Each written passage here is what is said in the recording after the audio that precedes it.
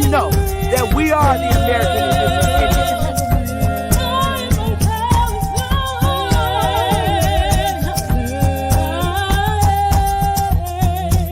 Indians. Copper color Indians, baby.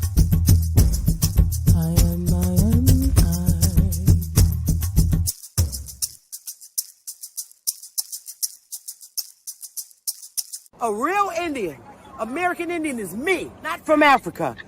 Remember that. African Americans here, but they recently moved here from places like Kenya, Ethiopia, Zambia, Zimbabwe, and Zaire. But now the brother whose family's lived in this country for generations, occupying space in all the locations, New York, Miami, LA, Detroit, Chicago, even if he's wearing a dashiki and sporting an afro. And if you go to Africa in search of your race, you'll find out quick, you're not an African American. You're just a black American in Africa taking up space. Why you keep trying to attach yourself to a continent where even if you got the chance to go and you went, most people that wouldn't even claim you as one of them.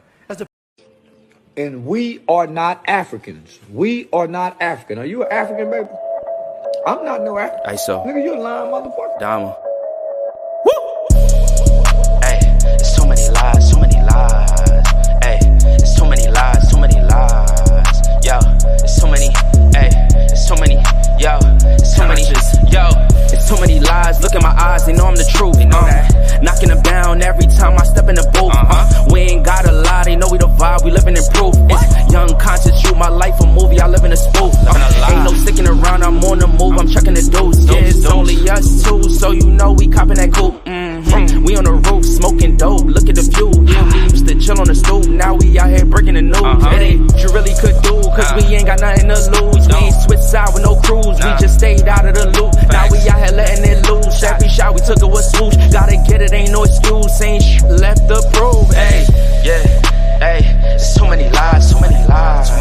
Hey, there's so many lies, so many lies. Yo, there's so many, hey, there's so many, yo, there's so many.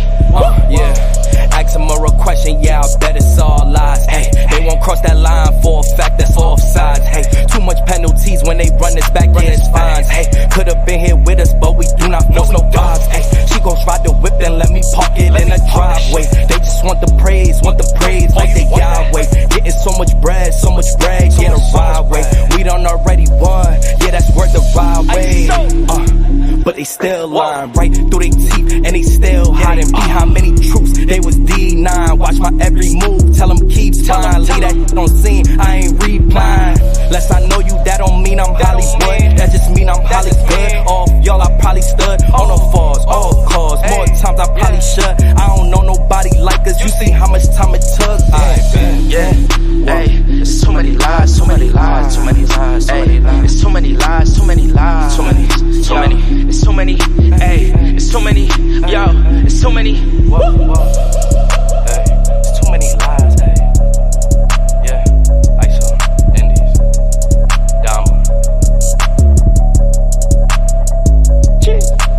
And we are not Africans. ISO. Dama. Hey, there's so many lies, so many lies. Hey, there's so many lies.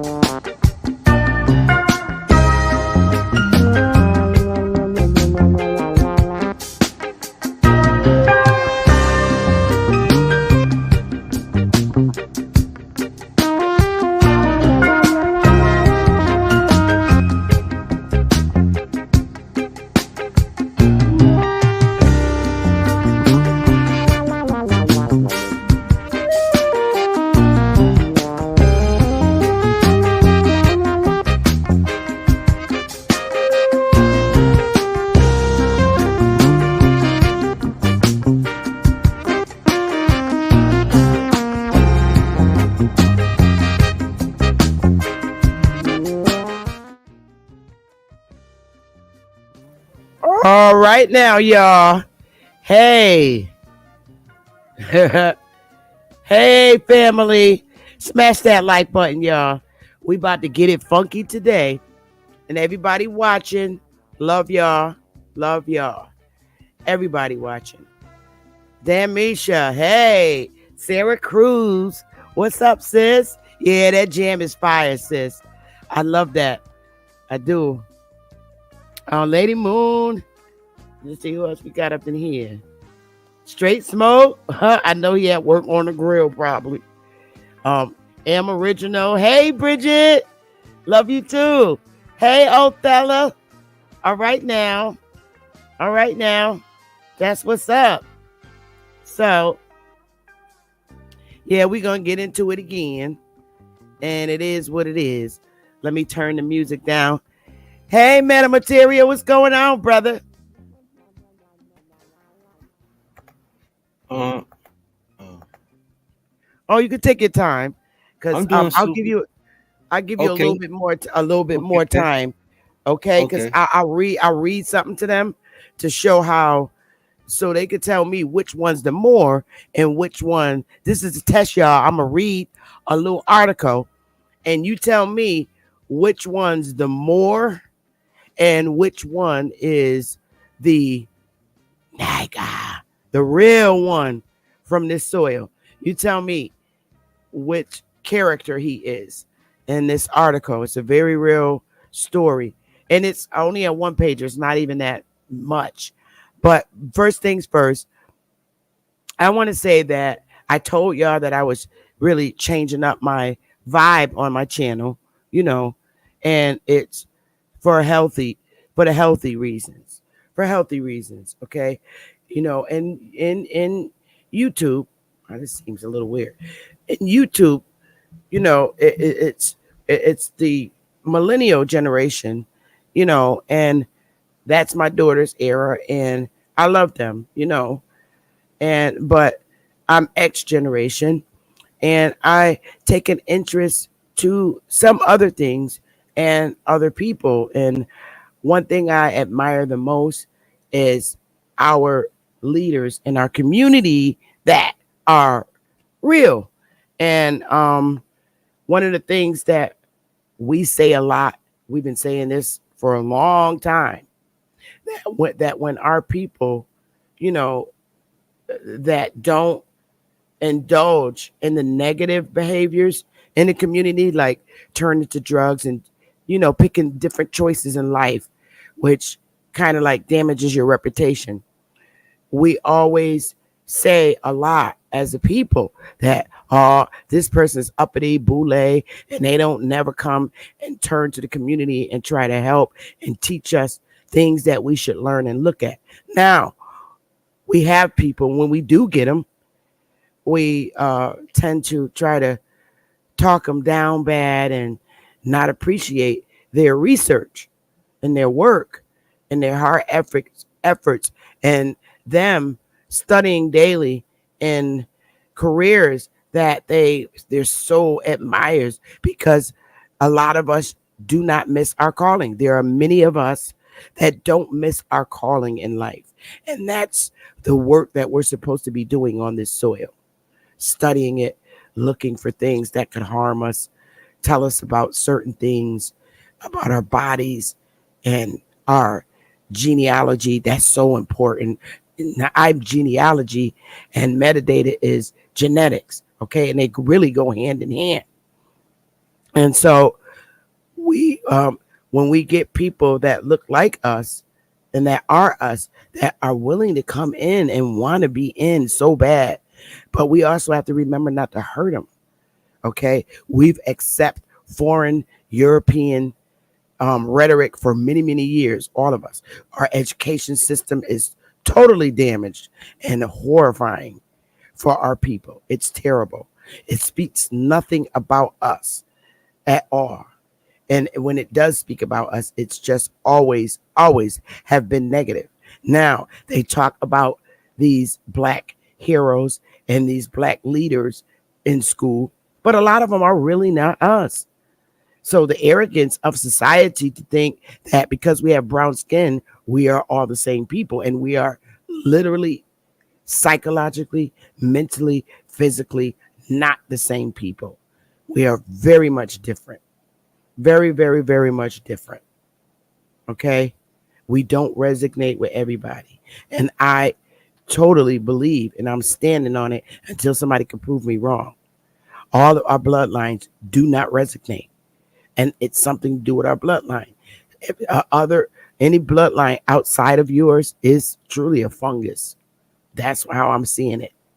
And fungus attacks things that they don't resonate with.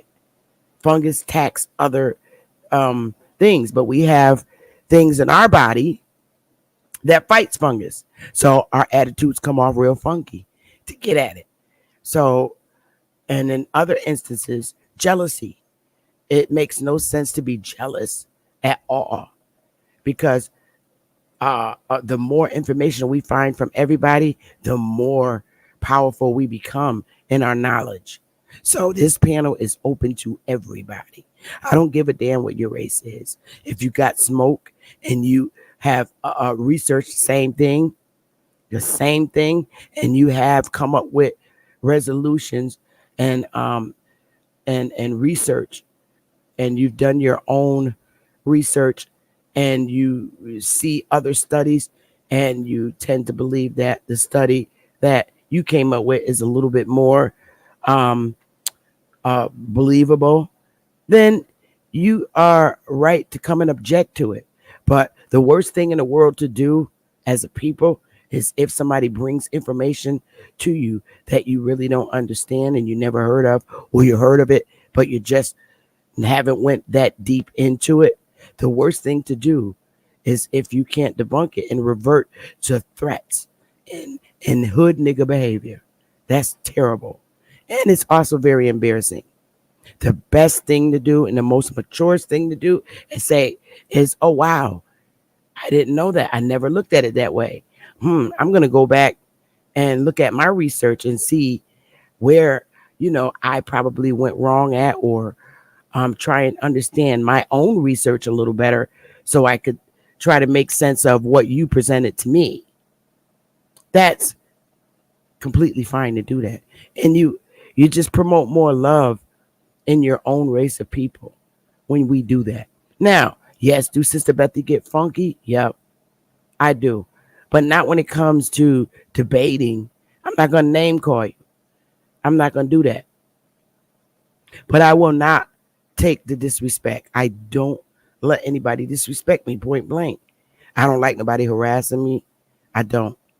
So I tend to fight back, because that's what I do.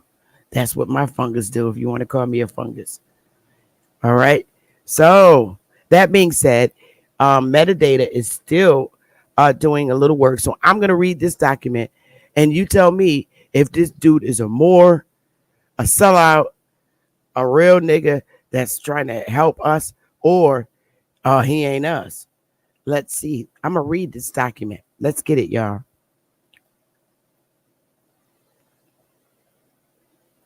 And it's called Good Intelligence Led to Victory at Yorktown by DIA Public Affairs.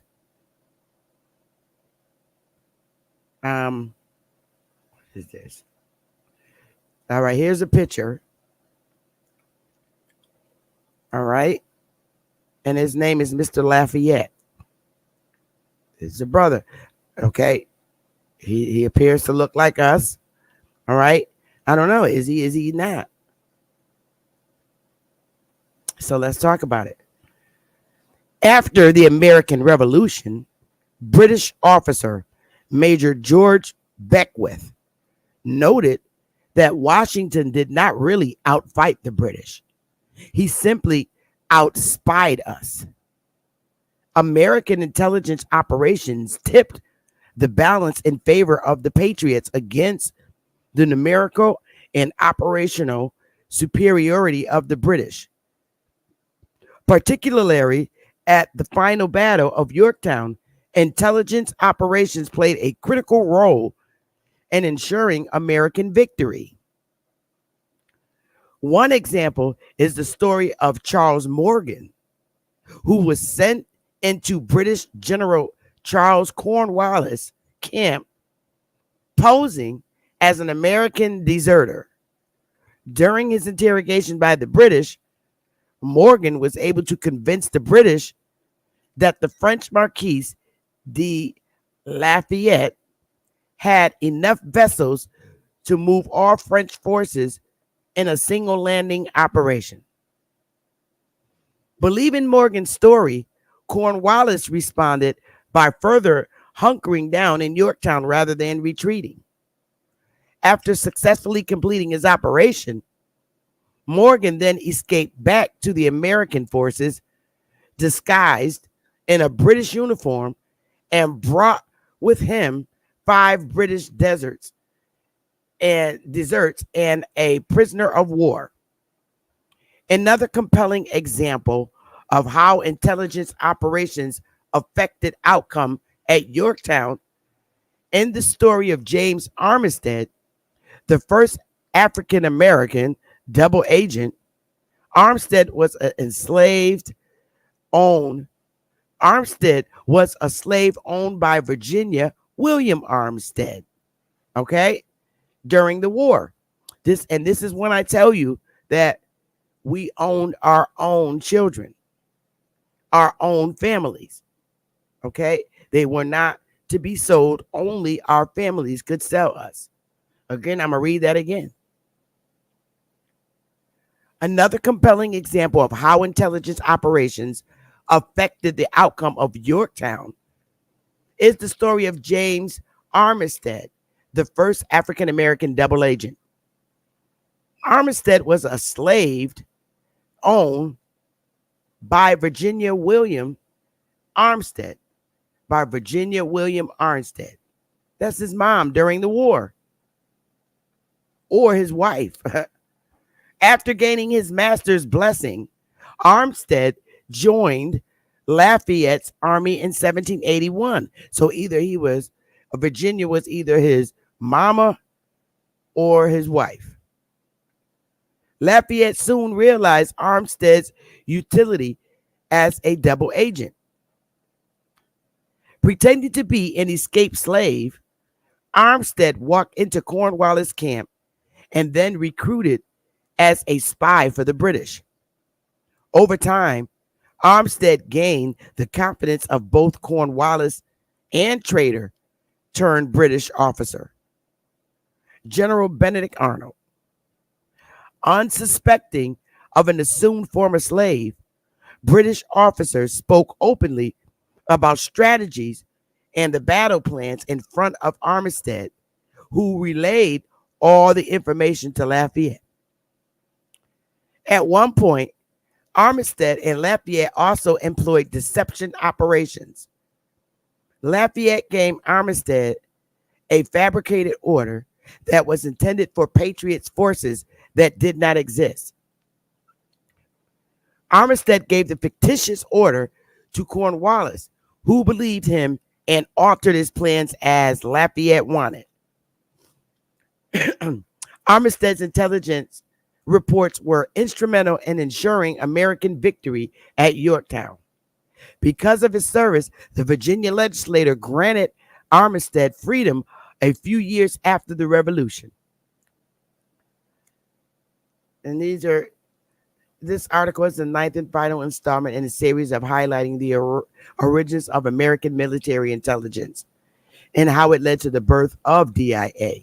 The American military intelligence system during the Revolutionary War was an active and effective instrument that helped counterbalance British numerical and operational superiority by informing American generals about their movements, while it also deceived the British into making strategic errors. From the Revolutionary War to the early years of the Cold War, interest and resources devoted to military intelligence surged during wartime and diminished or disappeared during peacetime. This lack of sustained commitment to military intelligence contributed to several intelligence failures. These issues were not resolved until the establishment of DIA in 1961, which would serve as the centralized hub of all military and defense intelligence. So I thought that was a good read. And based on the picture, like we said, understanding this, a lot of people thought that people that look like us did not fight in the Revolutionary War against British. Oh, yo, and behold, hello. So there's Negroes on the Patriots and the British. You seen the picture? He is a Negro. So now, was this guy that got his freedom? This Lafayette dude, was he a Moor, a trade out, or was he a regular nigga here on the mainland? Which one y'all think? Hey Teddy, what do y'all think? Was he a Moor, British, Black European, or was he a Pookie? Let's put it that way. Was he Pookie from the mainland, or was he a Black European? Which one was he? Y'all don't know the answer?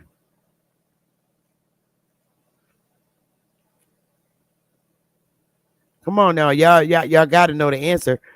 In reading that, which one was the Black European and which one was the British?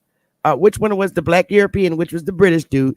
And was he a Black European or was he an actual Pookie?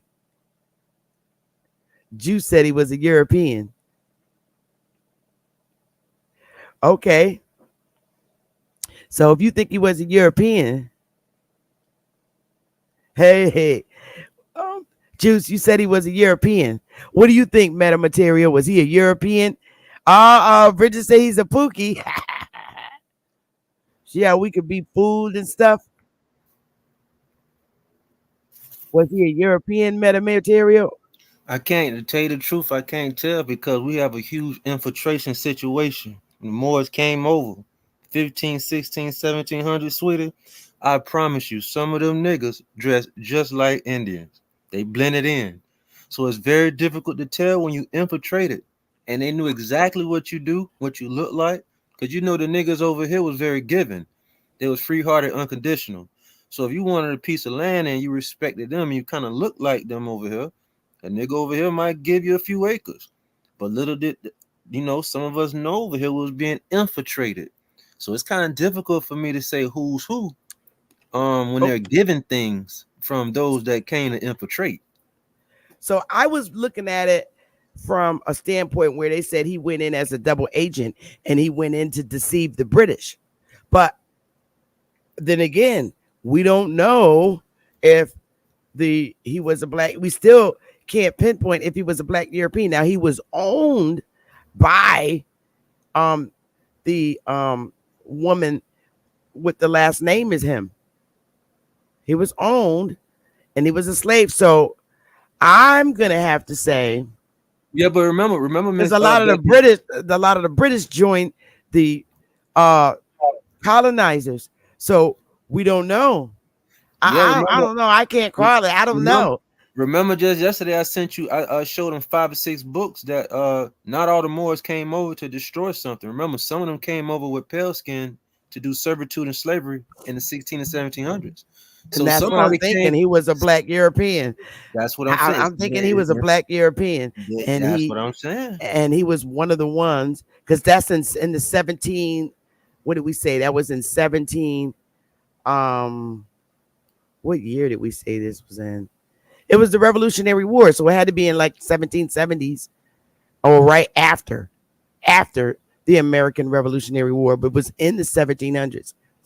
And so if it's after the Revolutionary War, which was 1776, all the states was still dealing with the colonies. So dude had to be a Black European because the colonies had their own shit going on, and the aboriginals to the soil had this. Oh, Cosmon, after Metadata does his segment without interruption, I will be dropping a link because he will be ready to take the smoke then. So he's going to be doing his presentation that he was really supposed to do today, but he did a little bit yesterday out of order. So he's going to go through it. So meditate. I don't want to hold you. Take your time. Okay. And the question: are you a Moor?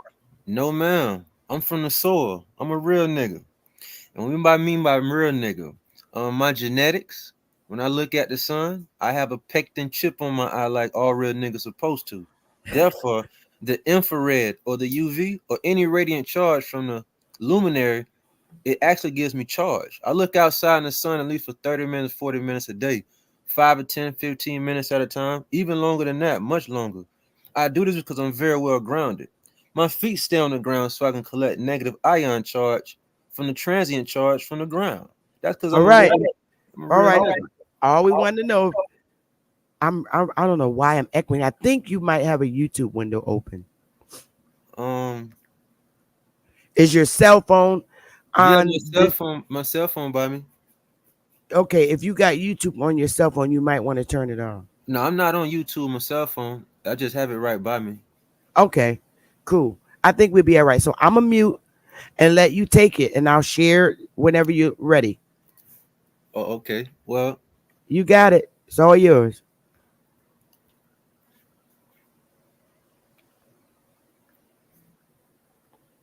Man, we got 1,800 people watching. You must have been a hot man yesterday. I don't know, man. Maybe some of the topics I said, maybe some of those who you work with might be checking in the building. Yeah. So you let me know when you're ready. Oh, Yes, you're ready. sir. I see it up. All right, here we go. All right, so y'all check this out. We finna continue from who are those or who are not those. This is no disrespect to anybody that's non-native to the land or anybody that is native to the land. This right here says a non-native species can be invasive. This is about invasive. What is invasive? Something that's gonna come on your territory, and they come, and what they can do, we finna read about it. Because Sister Betty said, are you from the soil? Are you from this place? Or did you take a trip here from somewhere and you're trying to claim that you're from this place or any place that you're not from? You are called invasive species. This is what domestic eukaryotic specialize in. This says that yes, non-native species can be invasive, cause harm to the environment, economy, human. There we go to human, because I know they're not talking to me. So when they say human, they're talking about domestic eukaryotic. These even go for animals. These go for plants. We even have domestic eukaryotic plants that you're eating also. So that's why you see plants. This thing says invasive species are organisms. It thrive in areas where they do not naturally live. Now, who does this remind us of? Who does this remind us of? It's not just shots at the Moors. It's just who does this remind you of? They thrive because you niggas as here don't seem to be thriving. We have different forms of influence that's causing the brothers and sisters that's natural from the land here. They're not thriving. They chose other directions, not because they stupid. It's because we have a media outlet sensory company. And what they do is they influence those to do other things than enjoy their academic in physics and science so they could be highly more aware. So that the niggas from here is not thriving. But guess who is thriving? The invasive species. They thrive in areas where they don't naturally live and can degrade, change, or displace the native habitants. Who is this? Are they the Moors? Are they the noble Moors who take their allegiance from the noble black nobility? Are they the different domestic eukaryotics? No shots at anybody that's pale skinned. But did you come over here and are you thriving? Did you come over here and change anything? Did you degrade anything? Did you displace the native habitats? They can also compete with the native wildlife for limited resources. Well, we don't have no wildlife no more. All of the tigers, the giraffes, we even had camels in America and South America. There's plenty of photos. There is no lions and panthers and jaguars no more. Why? They extinct all the animals, all up and down from Canada all the way down to South America. The niggas from here didn't do it. So this thing say they can also compete with native wildlife for limited resources. They reduce biodiversity. They even what? Wait a minute. It says cause extinctions. We're going to get inside the genetics of those that might be going up under extinction. We're going to go and we're going to get very deep step by step on how extinction just might be taking place. And it's not something that's going to be happening a long time from now. We're going to pull some receipts out and we're going to see what's happening in real time right now. But this thing says that the natives can do that. But check this out. Wait a minute. Wait a minute. Let's see. One way to prevent the spread of invasive species is to keep the pet secure and not release them under any circumstances. But wait a minute, Charles V released everybody over here. So it's not secure anymore because they've been released. All right, so let's go take some shots and pictures at some other things.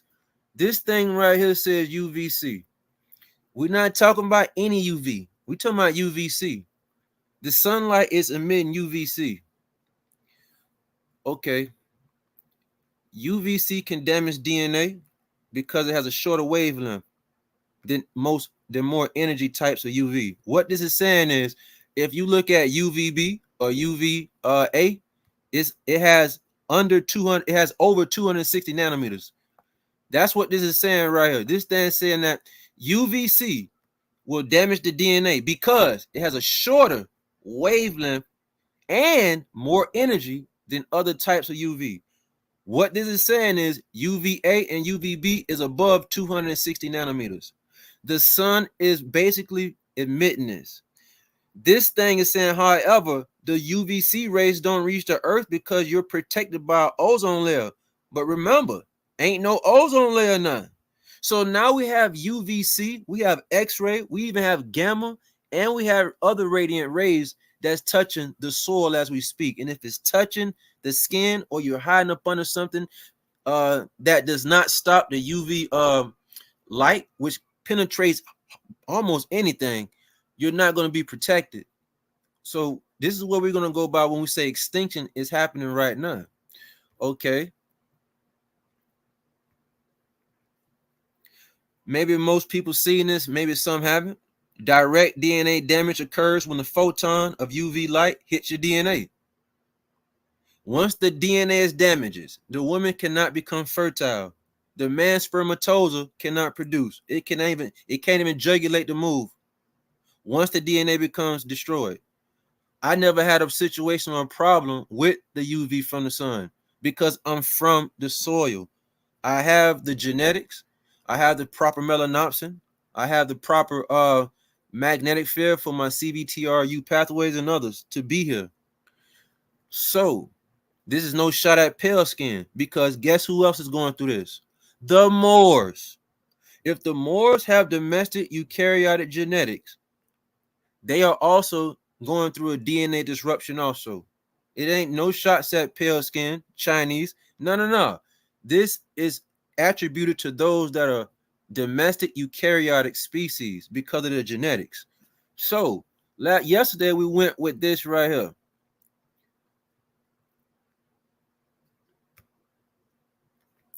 Remember we went through this thing right here that says that SLC 45A2. We finna talk about why and how does this actually work, because these two things not only get the pale skin, it goes in the order.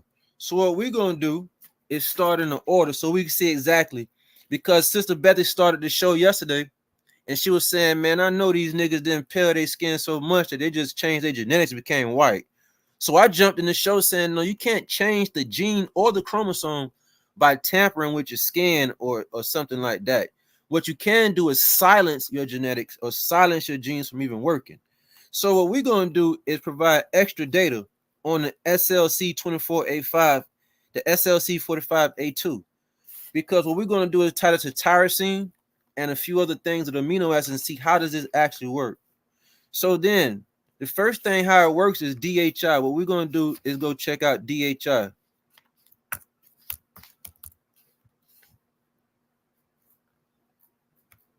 Let me know when you're sharing something else because you got to stop the screen. Oh, wait a minute. Y'all didn't see. Oh, I'm sorry. I'm sorry. Uh, let me pull. Where's What I'm gonna do is just pull it up on one page, so you won't have to keep switching the screens out. So let me go back to this. I thought they was looking at what I was just showing. Okay, let me go right here. you got to stop the share screen first. No, no, no. I'm just gonna copy and paste and put it inside the same page, so I won't have to do that. Okay. Okay. Now do you see it? No, because you got to stop the share screen and reshare it. Oh, wait a minute. I'm on the wrong page. What It's about showing this? international instructions to start. Now it's something's coming up. All There right. we So go. okay. So remember the SLC 2485. We went over those two. What I Right. was showing just now, everybody didn't see was maybe it was this page right here. So this is what I was reading, and anybody, maybe most probably already seen this about the UV, what it's doing to the. Okay, so the short wavelength UVB and UVC can directly cause dimerization to the pyrimidines, directly prevent replication of plasmid DNA, induce mutations, and repair, faulty repair. So we're just going over what UV does and what it will do. It damages the DNA. I already said it before that it stops the woman's fertility. It does way more damage than that. But what we're trying to do is go up on the non-domestic versus domestic. And this is no shot at pale skins. We're just trying to show the Moors also have the same situation. The melanin that they have may not have anything to do with saving their exposure to even be around the UV sun also. So what we're going to do is show exactly how the SLC works. This right here, and we're going to go in a chronological order. These two proteins, these are two proteins that give the pale skin what they have today. And this is to show Sister Bethy or those that say, wait a minute, if they was doing it in the 1500s, I want to see what gene or what else or explanation that we can come up with to prove that you can't change the genes even if you try to do something to your skin. So what we're going to do is work our way up to SLC 2485. We're going to start with DHI, and this is how the party starts with hue melanin. This is how the party starts with hue melanin. Let me see. DHI.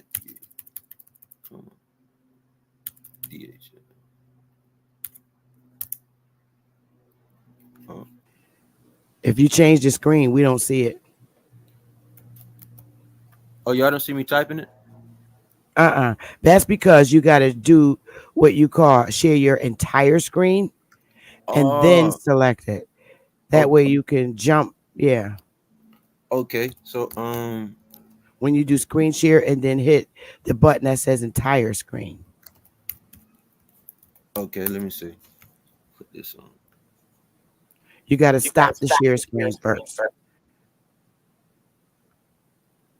Okay. Stop the share. Now All right.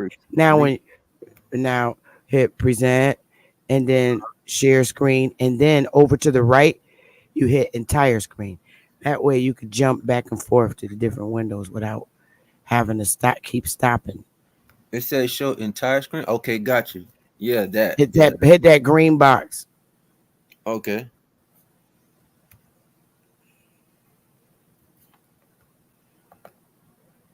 I think I supposed to click on not Windows.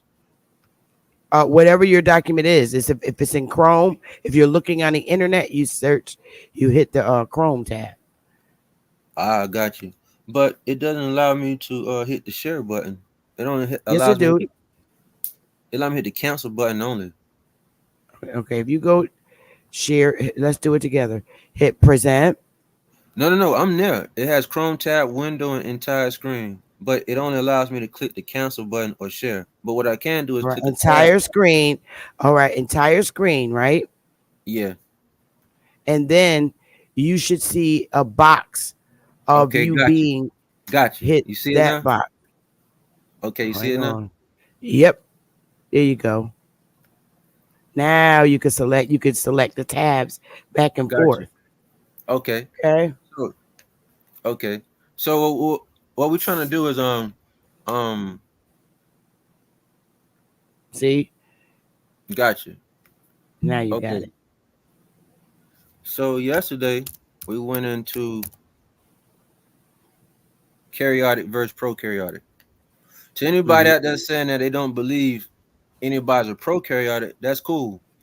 You still gonna have to accept that some have to be non-prokaryotic, non-eukaryotic, while some are non. Some have to be non-domestic eukaryotic, while some are domestic eukaryotic. And you can get that from even going inside some of these studies, as I showed yesterday. And you can get information out of the difference from prokaryotic, the cytoskeletons, which is entirely different from a non-domestic, from a domestic. And so a lot of data is in some of these studies. Absolutely free. Some of them on Scribe. So over here, we're gonna work our way from these proteins right here. That give the pale skin its color, so I can show Sister Bethy and others that these two genes, or these genes that are regulated by specific enzymes, they cannot be changed or modified because you did skin lightening. So these things are operated. We're gonna go in a chronological order of how those work. It's going by the DHI molecule. This right here. So this thing right here called dihydroxyinidol, dihydroxyinidol. This right here is DHA. This is one of the building blocks of the hue melanin. The hue melanin that you see is built probably around 8 or 9 things right now. So DHI is one, and we're going to work all the way up to the SLA. The next thing is going to be the DHICA.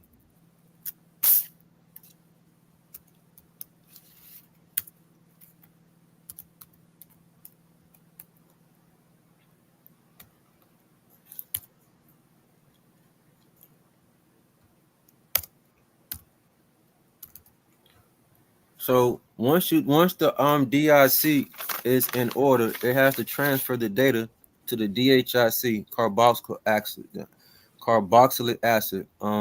This is the second step, because we're trying to get what's called hue melanin, and it's going to eventually lead to pale skin, light skin. This has nothing to do with the dark skin that you see super dark. We're trying to see, how do you create, what is the chronological order, how do you get to hue melanin, and then those two proteins I showed you, those genetic and the proteins of the SLA, when those come into effect.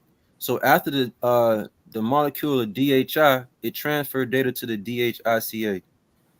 After that, it transferred that to everybody that knows about what's called tyrosine. Everybody know about the tyrosine amino acid. But this amino acid tyrosine is very important because this thing transport the OCA2. And I couldn't find a slide to show everything on one thing. So if anybody can research and they'll maybe find how does the melanin work, you're going to find this chronological order in any type of textbook that displays how does hue melanin go in a chemistry form from chronological order. Because it goes from DHI to DHICA, and then it goes to tyrosine. And then when the tyrosine goes to oxygen, all this is happening in your body. Once it get in contact with oxygen, it goes to the tyrosine enzyme called tyronine C. Once the tyronine C is activated, it then goes to the OCA2 molecule. This gene right here. See, now we're getting closer, because now it's saying that this gene is responsible for producing a protein that helps the color of your skin and your hair. So now we're getting closer. So now we started with DHI, then it transferred the data to DHICA, then that transferred the data to the tyrosine. Once the tyrosine is in contact with oxygen, it creates the tyronine C enzyme. Once that happens, this gene kicks in effect. Now this gene kicks in effect, the OCA gene, and what this does is it transports the tyrosine to the melanocytes, the melanocytes that we're trying to produce this thing called melanin. So we're trying to produce the melanin. We have a few more steps, but right now we have to use OCA2 gene. Now, Okay, hold up 1 second. Can you explain to the audience what you're proving at this point? Are you proving? What I'm proving is each step that I'm going through, you cannot change these steps. You cannot change these steps no matter how much you go and put cream on your body and you want to look light as Michael Jackson. It doesn't matter what you do to your skin. The steps that I'm going through, someone had to insert these genes step by step by step by step, because this is the metabolic state of how this works. So you can't go in Target and put cream on your body and you trying to get lighter and lighter and lighter. And you know what? This thing's going to change the process of the DHI to the DHICA to the tyrosine. No, none of that's going to change. What's going to happen is if you go to Target and buy some cream to lighten yourself up, or any type of skin lightening cream from wherever, it's not going to change any of the genetics. It's going to silence the genes that you already have. So what I'm going through is step by step is how the pale skin even have the pale skin from the hue melanin that they have. In the first step we went through the DHI, second is DHICA, the second is tyrosine. Once oxygen hit the tyrosine, it creates the tyrosinase, tyranase, that's the enzyme. Then it goes to the OCA gene, which transports that tyrosine to the melanocytes. So right here you see in the OCA2 gene, now we're getting close to this thing called color. And so now it's giving you color to your skin, your hair, your eyes. Okay. Now once that happens, it goes to dopamine. I don't know. Okay, so are you saying that they were literally injected with a chemical? Yeah. So that chemical is injected in them, and so when they have babies with each other, that passes down, that gene passes down to the baby. No, what I'm saying is, even if Queen Elizabeth put all that cream on, she could not change her natural genetic steps. So she was born with dark skin. Right. So no matter how many babies she have, even if she light her skin up, whatever genetic process that you was born with, whether you were cloned or you're naturally from the soil, you cannot change these steps. So this is why we won't ever see Queen Elizabeth or anybody have a straight path of, yeah, I made my skin light, but my babies came out light and white just like me. The babies of Queen Elizabeth, we have the sons and daughters of Queen Elizabeth. We have the sons and daughter of the mother of Charles V. Nobody came out white, no matter how much they bleached their skin, because you can't change these steps. Right. We know that if you bleach your skin just because and you have a baby, that doesn't mean the baby's going to come out looking like you. We know that you have to be literally injected with something. That's right? What I'm saying. Yes, ma'am. So being that you're saying that we already know that the baby can't come out, what I'm breaking down step by step why that's happening. That's why I started with the first step with DHIC and we all the way up to dopamine structure.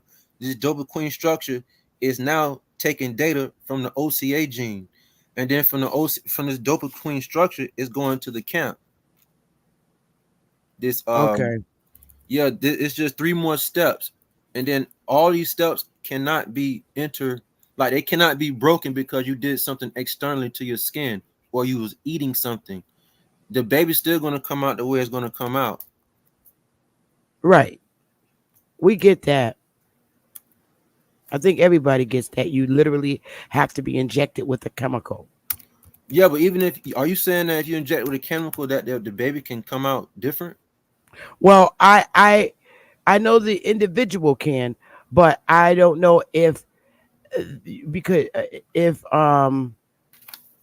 the baby, if that is now passed down to the baby, does the chemical that's put in to either the woman and she has a baby, does that same chemical that's in her bloodstream pass to the baby and cause it to be cause the baby to be that's what I'm saying. That won't work neither. That's why I'm going. That's why I just went step. So how does that work then? Because right now they have babies and their babies come out looking like them.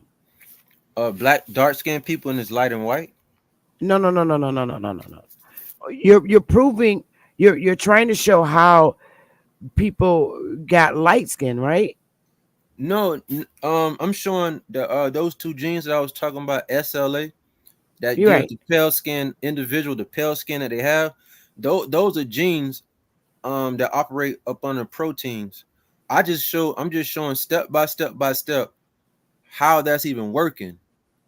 These are the chronological orders: step 1, step 2, step 3. Like right now, I put a the dopachrome molecule that came after the C camp, the camp, which is the slide I just showed before, which is this one, the So, all camp right. So molecule. this was the so basically this is the creation of them. Yes, ma'am. This is the Okay. creation. So Yes. now, all right, all right. Nope. I just want. Okay, this is the creation of them. So do they have to go and take specific shots to continue this, or that they're just like that for good now? The steps that I'm showing is you like this, you're like this for good. You can't change. Okay, that's what I was trying to get at. Yeah, because Okay. each slide that I'm showing is a metabolic process. It goes step by step by step to the tyrosine. The tyrosine, when it hits oxygen, it turns to the tyrosine C. That's an enzyme of the tyrosine. It goes to the OCA2, transport that to the tyrosine to the melanocyte, the melanocytes. The melanocytes take that to the dopaquine. The dopaquine takes that to the camp, the CAMP slide I showed. Just now I showed the dopachrome. So the slide before showed the camp molecule. That then slides to the dopachrome. And the dopachrome breaks that into the DHI that I just showed earlier. It goes back and break down to DHI. Or Okay. So what around what year were they did they begin doing this? all this, you mean when you were trying to present the slide about Queen Elizabeth? No, no, no, no. What around what year did they start doing this practice to change melanin in this manner that you're teaching? What year? Was it the 1500s, 1600s, Oh, 17? yeah, that's what I'm saying is we talking about the 12 to the 13 and 1400s. Okay, Because that's what we were trying to get at. yeah, someone had to have done it in this order for this to work like this. So Okay. if you're originally from the sand, from the soil, you have a different metabolic process of how you produce melanin in general, and that's why the books about prokaryotic versus eukaryotic, it will give you an eye opener of why you never learned about prokaryotic as far as a person. They only attach prokaryotic to a bacteria or a fungi, but that's not true because a prokaryotic can absorb uh, radiant charge or light, for example, from the sun and convert that to energy. Eukaryotics or non-domestic cannot do that. Okay. None of the literature shows that that's what they specialize in. Eukaryotics or domestic eukaryotics obtain their energy from consuming something from something or someone else. They cannot make their own energy. They Okay, cannot got go you. out yeah, so that's why I was saying no, someone did these step by step by step by step to operate the SLA 42A gene I showed. That thing only operates once all the stuff that I'm showing go in this order, and then the that gene of the SLA, then it kicks in, and then you'll see the skin you call pale skin and stuff like that. Okay. Jezebel said they created their own kind of man. That's exactly what I'm trying to prove. Step by step is what happened, and we're about to get real juicy as soon as I get this boring stuff out the way in 2 minutes. After the dopachrome, that converts back to the DHI, and it can either convert to DHI or it can convert back to DHIC. Now remember, I started the conversation with DHI gives data to the DHICA. Now we went from the tyrosine to the OCA transport to the OCA gene, which transports tyrosine to the melanocytes. The melanocytes take that data to the dopaquine. The dopamine takes that to the camp. The camp takes that to the dopachrome. Now the dopachrome goes back and takes the data and break it into the DHI, and it converts it to the DHI and the DHIC. Now the DHIC now creates what's called melanin. That's a polymer. So let's see, can I even find that up in here anyway? The melanin the melanin is a polymer. Will it show the polymer is? Well, you know what? Let me just show you the other two stages. The last two stages of MCR. This thing called the MCR1 is a gene.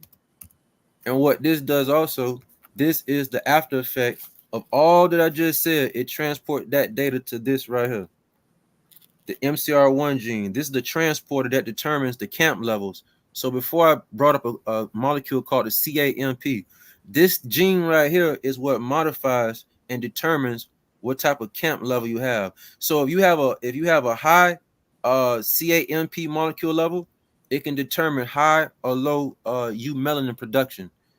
So then at the MCR1 gene, this thing transport the data to the AC1P gene.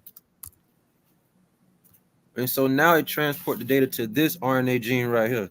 This RNA gene is very important because it depends on the melanin sites. So this gene is very dependent on the type of melanin sites they have. And once this happened, this is the last stage, one of the last stages. Then it goes to what I showed y'all from yesterday, what I didn't prevent, is the SLA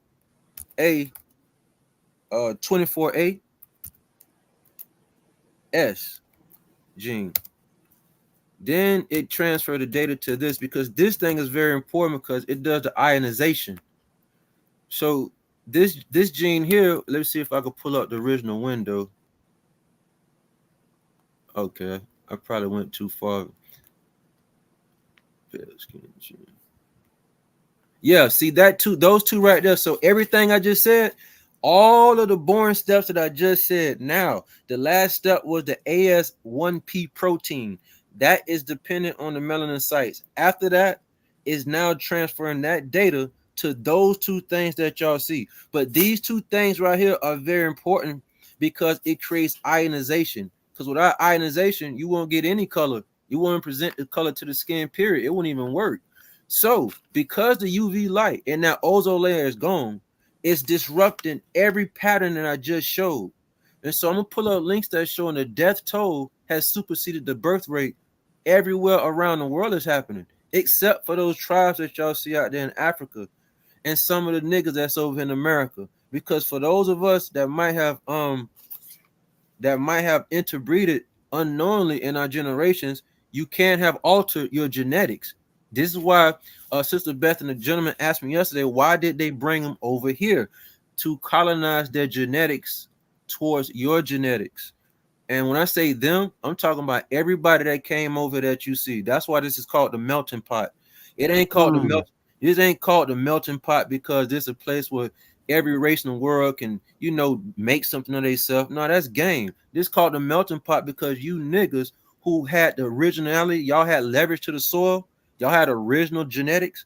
You have now intervened in colonizing your genetics, and it can change all them steps that you naturally had. You just might get it. This right here is what I just showed you. This is what gives the pale skin individual why they have a pale skin. All those steps might happen. It has to happen.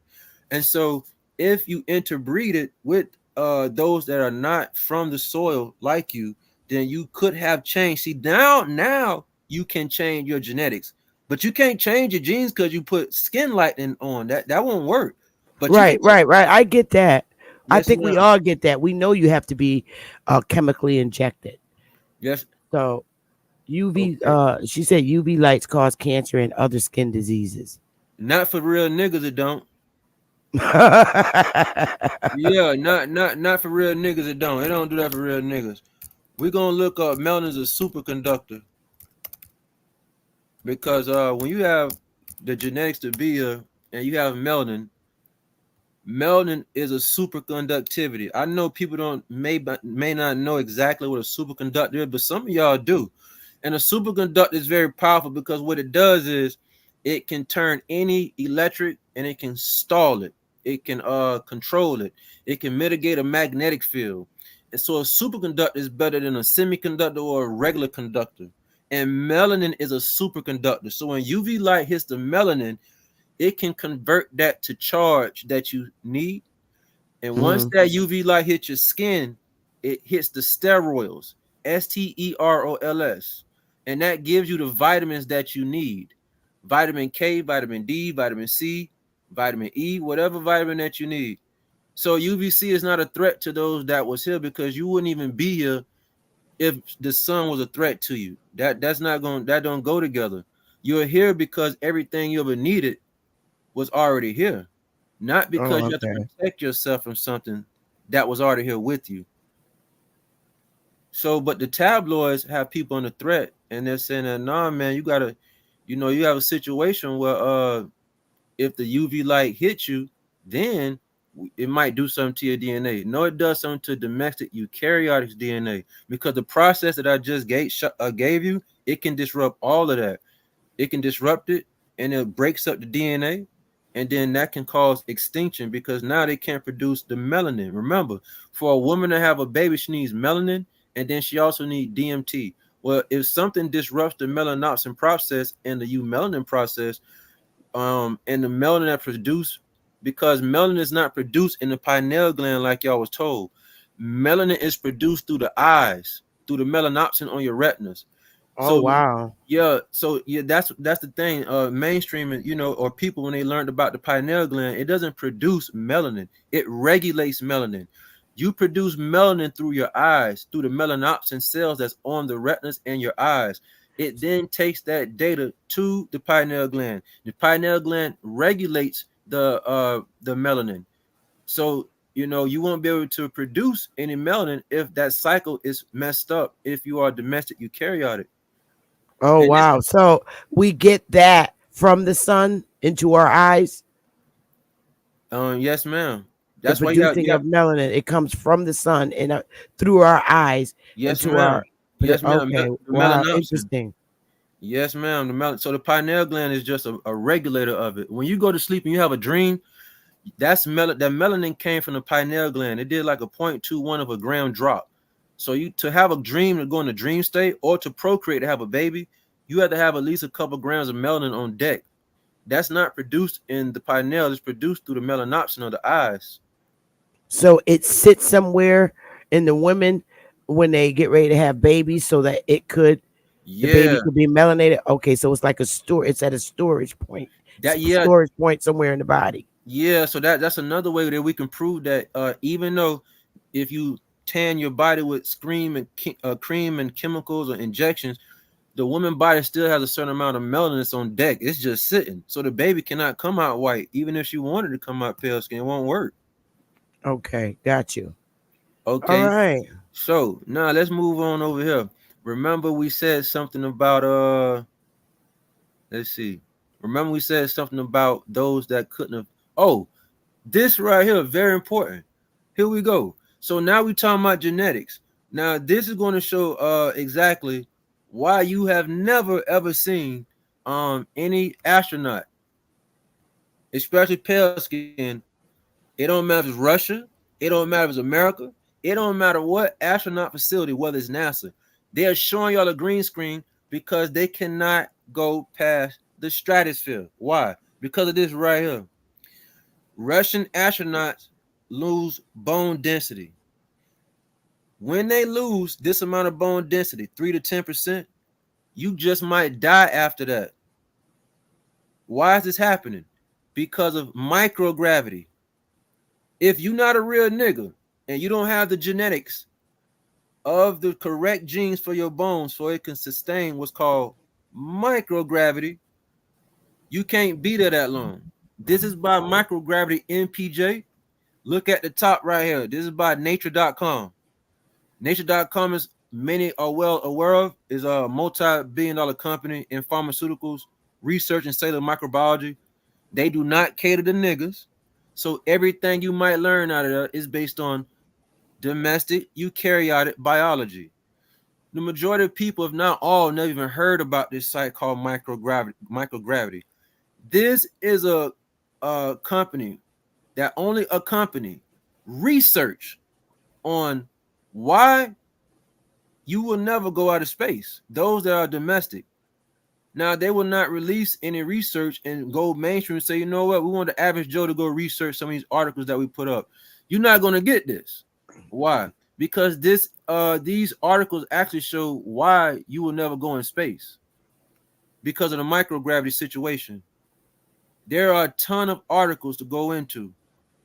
It is only catered to astronauts. This is not catered to a regular individual. This is only catered to microgravity. And why microgravity is stopping every astronaut. They cannot go past that blue sky y'all see. This is why NASA only goes up a certain length, and that's all they have ever done. They have never went no further. They can't go no further they wanted to. Why?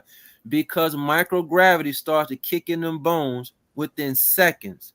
And if an astronaut does not have the proper genetics to be in space, they will die within a month or two. And the microgravity goes straight through the craft. So them being inside a spacecraft does not stop microgravity. You have to be from the soil to do everything you would like to do on this planet. So this whole thing is full of articles. This is not for ordinary people to read. Like they did not make microgravity and all the hundreds of millions of dollars of research that they put in each one of these articles of different universities and laboratories. Because I'm actually in sync with a couple of these laboratories that I actually do work with, and these are very expensive, very expensive laboratories that do very expensive work. And so this is about acute cardiovascular muscular response to run ergometer exercise. Everything, every article you will ever read in here is all about why the domestic eukaryotic can never go in space. This is why NASA only shows you green screens. They're not trying to be nasty to lie to everybody, even though that's what they're doing also. They just don't know how to tell everybody, if you ain't a real nigga, you can't go in space. So ain't no pale-skinned people flying no crafts and nowhere in space. It's impossible unless you a real nigga with this type of genetics. Now, Okay, so let me ask you this. Because remember I said we need to pause for a second. Yes, ma'am. So when you said the domesticated people are continuously studying themselves so that they can stay on the planet because they are finding themselves being extinct, correct? Yes, ma'am. So I guess my last question is, all these studies are based on them, but then they impose them on us as though we're domesticated too. That's what I'm saying. We have a situation, a huge situation. Because That's what I'm asking you. They're doing this, they know they're domesticated, but yet No, they no, no, try no, to. no, no, no, no, ma'am, no, ma'am. They don't know they're domesticated because even the gentleman that got on your live stream last night 2-3 times, he some people believe in evolution. Some people think they came from Neanderthals. Some people think they came 200,000-300,000 years ago. So because people have been buying what the mainstream has been feeding them about how long they've been here, they don't have a clue that they're domestic eukaryotic. Their genetics and genes have been mutated out of a laboratory just a few hundred years ago. They don't get that. So because they don't get that, they do all of this research to try to find out, why can't we go in space? Why can't we go in space? And if you look at the date on these articles, they're very serious about finding out why they can't do it, because this says May 4th. This say May the 7th. They're continuously dropping articles. This thing go all the way to past 17 pages. So they don't have a clue that they are not naturally from this reality. They don't have a clue about that. That's why mainstream push so much money and time into pushing this narrative. But from me to you, they're not the one pushing this narrative. It's the Borgs. The Borgs who created the domestic eukaryotic, because I have a few slides that I'm going to show you that have chickens, roosters, cows, and pigs with the coat of arms on their shields. As a geneticist knowing cellular microbiology, when we see something like that, we are very well aware of a wild animal genetics from a non-wild animal, because you cannot put a rooster or a chicken in the jungle or the Congos and it's going to survive. So we're trying to say that some of these animals that we see, even the ones people are eating, they are fresh out the laboratory, and they were actually designed to actually change, modify, and silence your DNA because of their antigens. And so I'm going to show that a few slides later that we're going to see black European coat of arms shields, and they actually have roosters and chickens on them. I know they were very well unaware of chickens are not from the wild.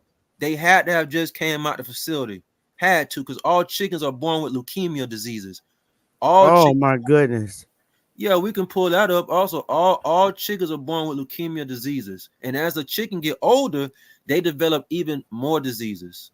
So while we talking about it, I could just, let's see if we can find a slide real quick so we can just mosey on through it and see, why do we see domestic animals. Let's see. So you stated the yesterday that when we get pregnant by when domestics get pregnant or we get pregnant by a domesticated person, their bacteria tries to fight us in the inside, the sperm or something. You said something about that. They got to Uh, take a yeah, medicine because it's called a rogam shot. Those are the especially melanated women that have blood negative type, and they have a Caucasian or anybody that's non-negative and is a non-nigger.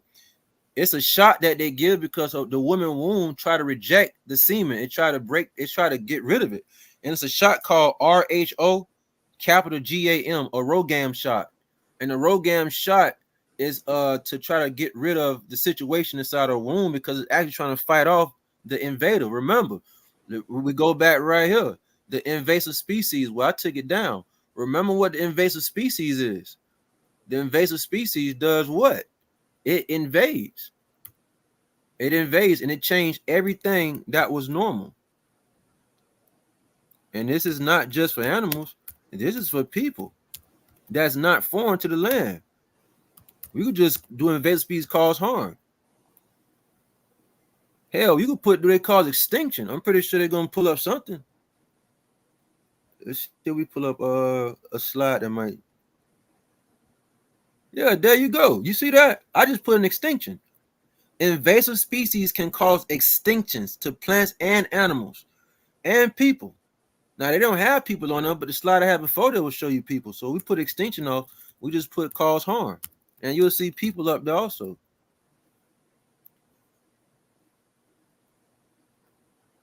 Because remember, they can damage the environment. So your womb can be damaged because those are here to invade is going to damage your environment. They can reduce your biodiversity. They can compete with native organisms. Now, who is a native organism? You niggas that say y'all the original tribes of this place, right? Ain't somebody trying to compete with y'all, and it ain't just the pale skin. It's the Moors.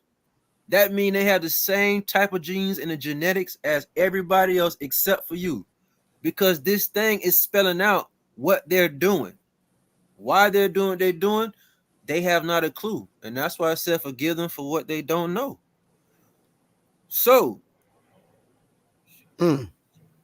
let's see what we can find this piece down here. We can find this picture.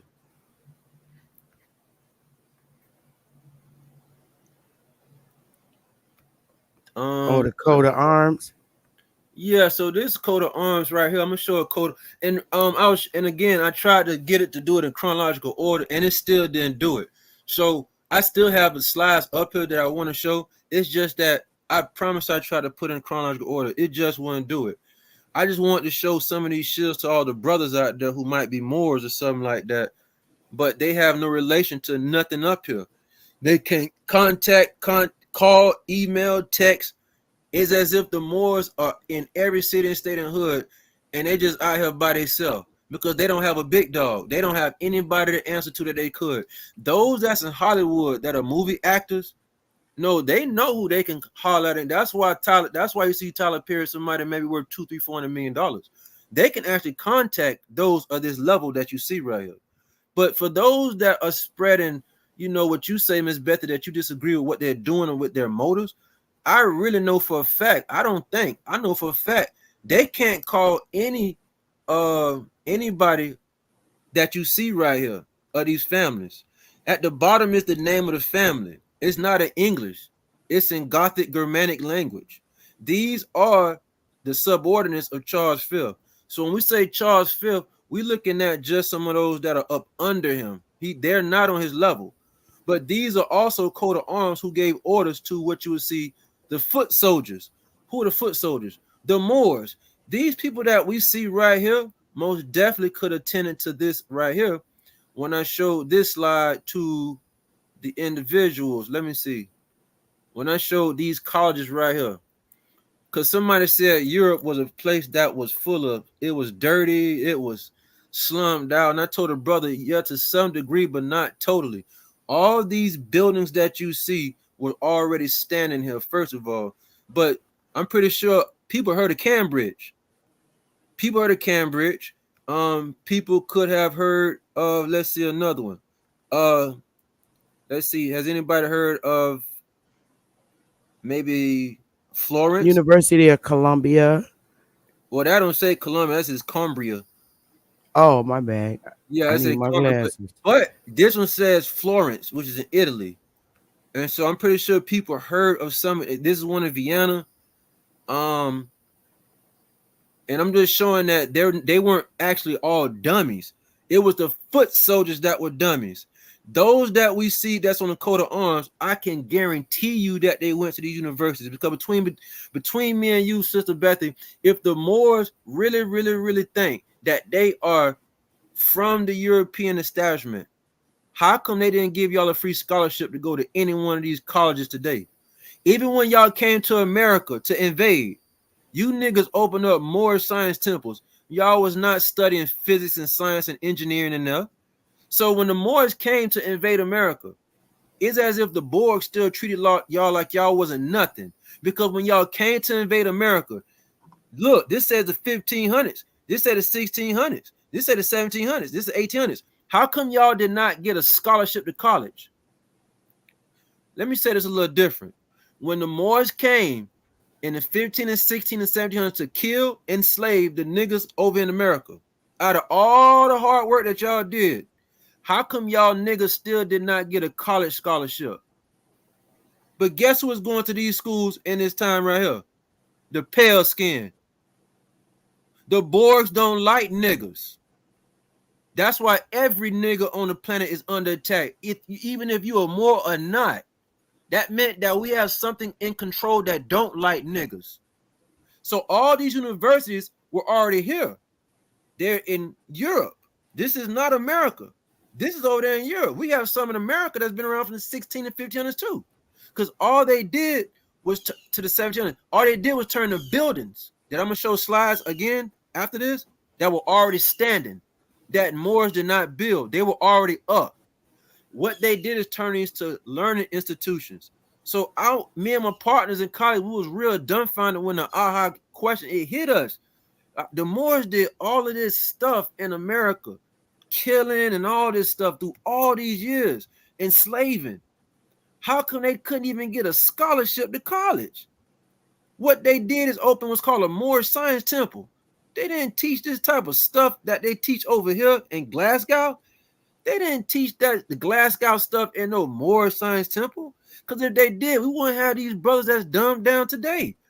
All over, especially when we say the Moorish temples all in, it don't matter if you say Tennessee, it don't matter if you say Baltimore, it don't matter if you say New York, it don't matter where you say.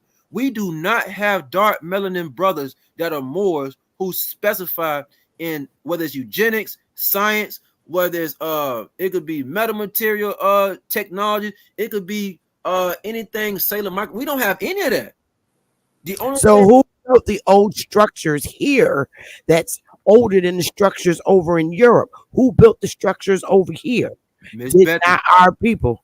Miss Betty, you know I'm finna bring it up now because I tried to tell you yesterday. I tried to tell you yesterday, and you was like, "No, man, I really do think that our people did it." Okay, so we finna get real deep to your question right now. This is not a video I'm playing. I'm just finna show a video called cymatics. So I'm finna show you things called starports, and these are other things you probably never seen before. And many of your audience could have seen some of these before. These are called starforts. These things were also already here. Moors did not build these. I didn't say these built things. I'm talking about our people. No, I'm gonna get to that. And when we say our people, the tribes did not build this type of stuff. Because we're gonna get inside of technology.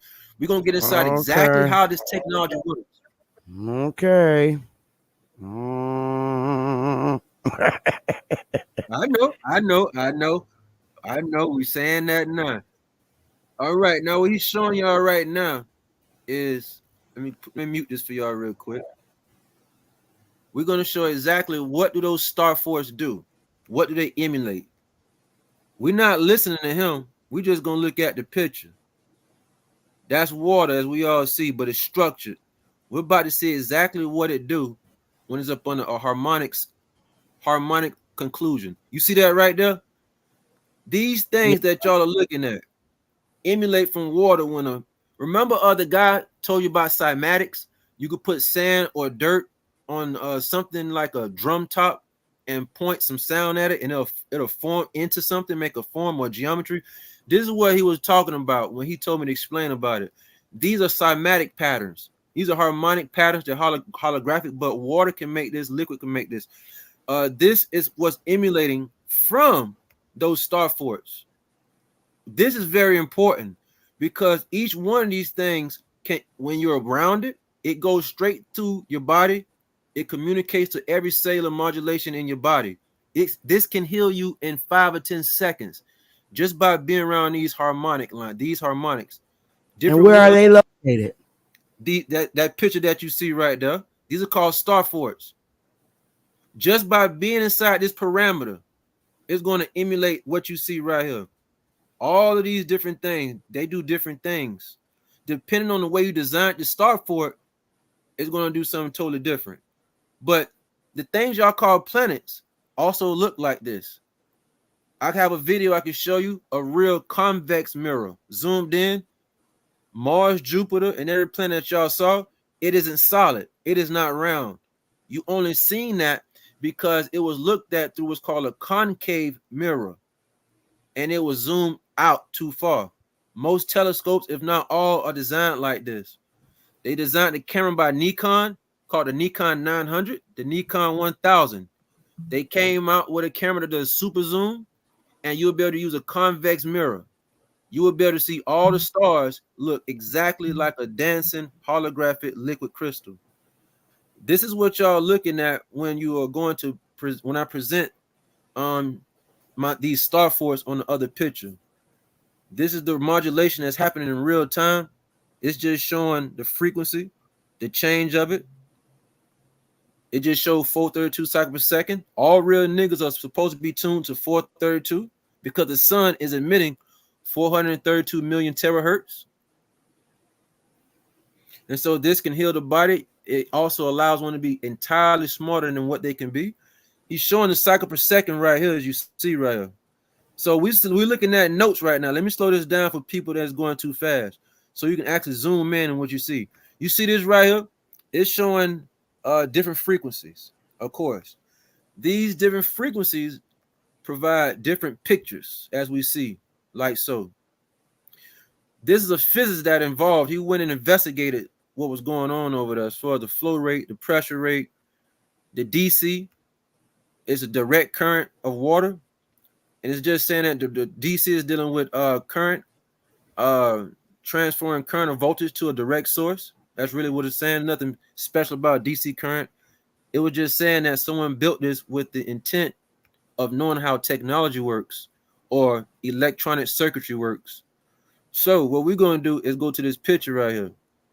Now, the pictures that y'all just saw that's emulating, someone designed each and every last one of these things because they found these all over the world. They're found also in America. Therefore, we know the Moors did not build nothing in America. They have quite a few of these things already built in America, especially when they're built around water, like these you see over here. When they're built around water, they do a huge amount of emanation. These were also built underlooked as those that I'm pretty sure everybody heard about pyramids, but you never heard about these that were built along with the pyramids. So Sister Betty said, well, who built these if it ain't us? No, we built them, but not us. Those of us that have the same genetics are a little different in their studies of physics and science. They're more advanced than us. We're about to pull them up because we have a situation with this right here. So do they have their own genes separate from ours? Our gene is exactly like theirs. That's why we're under attack. This is why they sent everybody over here to colonize the real niggas over here, because we have the exact same genetics as them. She said, well, if the tribes didn't build it, then who did? Well, check this out. This is Colossi Temple.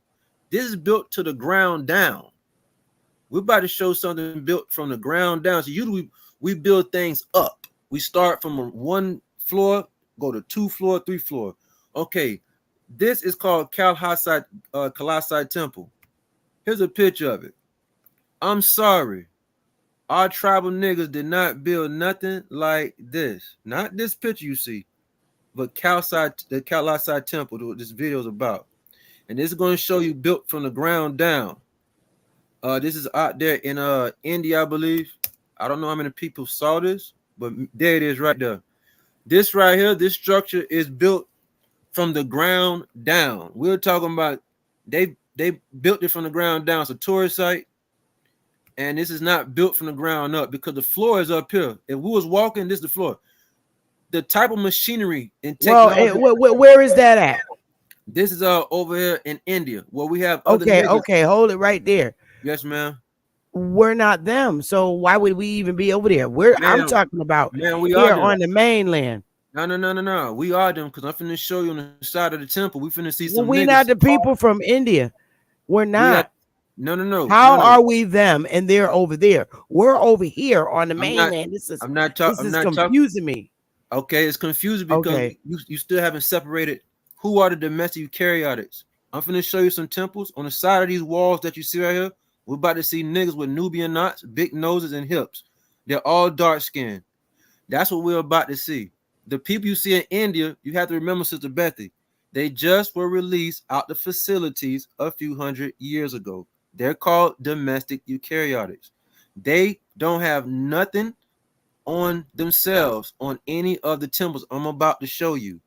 Their straight hair has not been carved on any of the temples. I'm going to show you that you're going to see Nubian knots, hairstyles that can only be done with kinky hair. Niggas did this also. I brought this up because the niggas that was in India that you see over here, they evacuated. Like I was trying to explain to the brother on the moon map, there's plenty of other land masses that the brothers went to and the sisters went to when the invasion happened. The Moors do not have any stories of coming over here and kidnapping any niggas and bringing them to America. They were all gone. The Moors don't have any stories of any enslavement or servitude being done by any captives in this area. It's not because the people you see today were over there. It's because nobody was over here. The people you see on this ground here are in the country of India. They're new to that place. They haven't been there when the Moors were. Remember, India is right around the corner from Spain. If people was over here, I can guarantee you would have seen people over here a long time ago on a slave boat.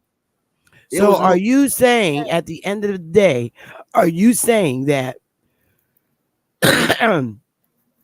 the original us has evacuated this place and we're left here? Ma'am, that's why I keep saying we're called the lost tribe for a reason. That's why I keep saying this for. I'm only showing you technology where we could not have done as far as a tribe done this that we're aware of. No. To do this type of stuff that you're looking at, you need our ancestors that was here that evacuated and went over to the other land where nobody can go are the ones who built this. There we go. Because what you're looking at is they're showing a picture that what you're looking at, you cannot do that with this stuff right here. You cannot do any of the stuff you're looking at with no chisel or no hammer. That's what you're looking at right now. You can't go through this thing called basalt like that no, you can't do that. You need technology, you need machinery. You have to cut all this type of stuff down, especially make it this smooth.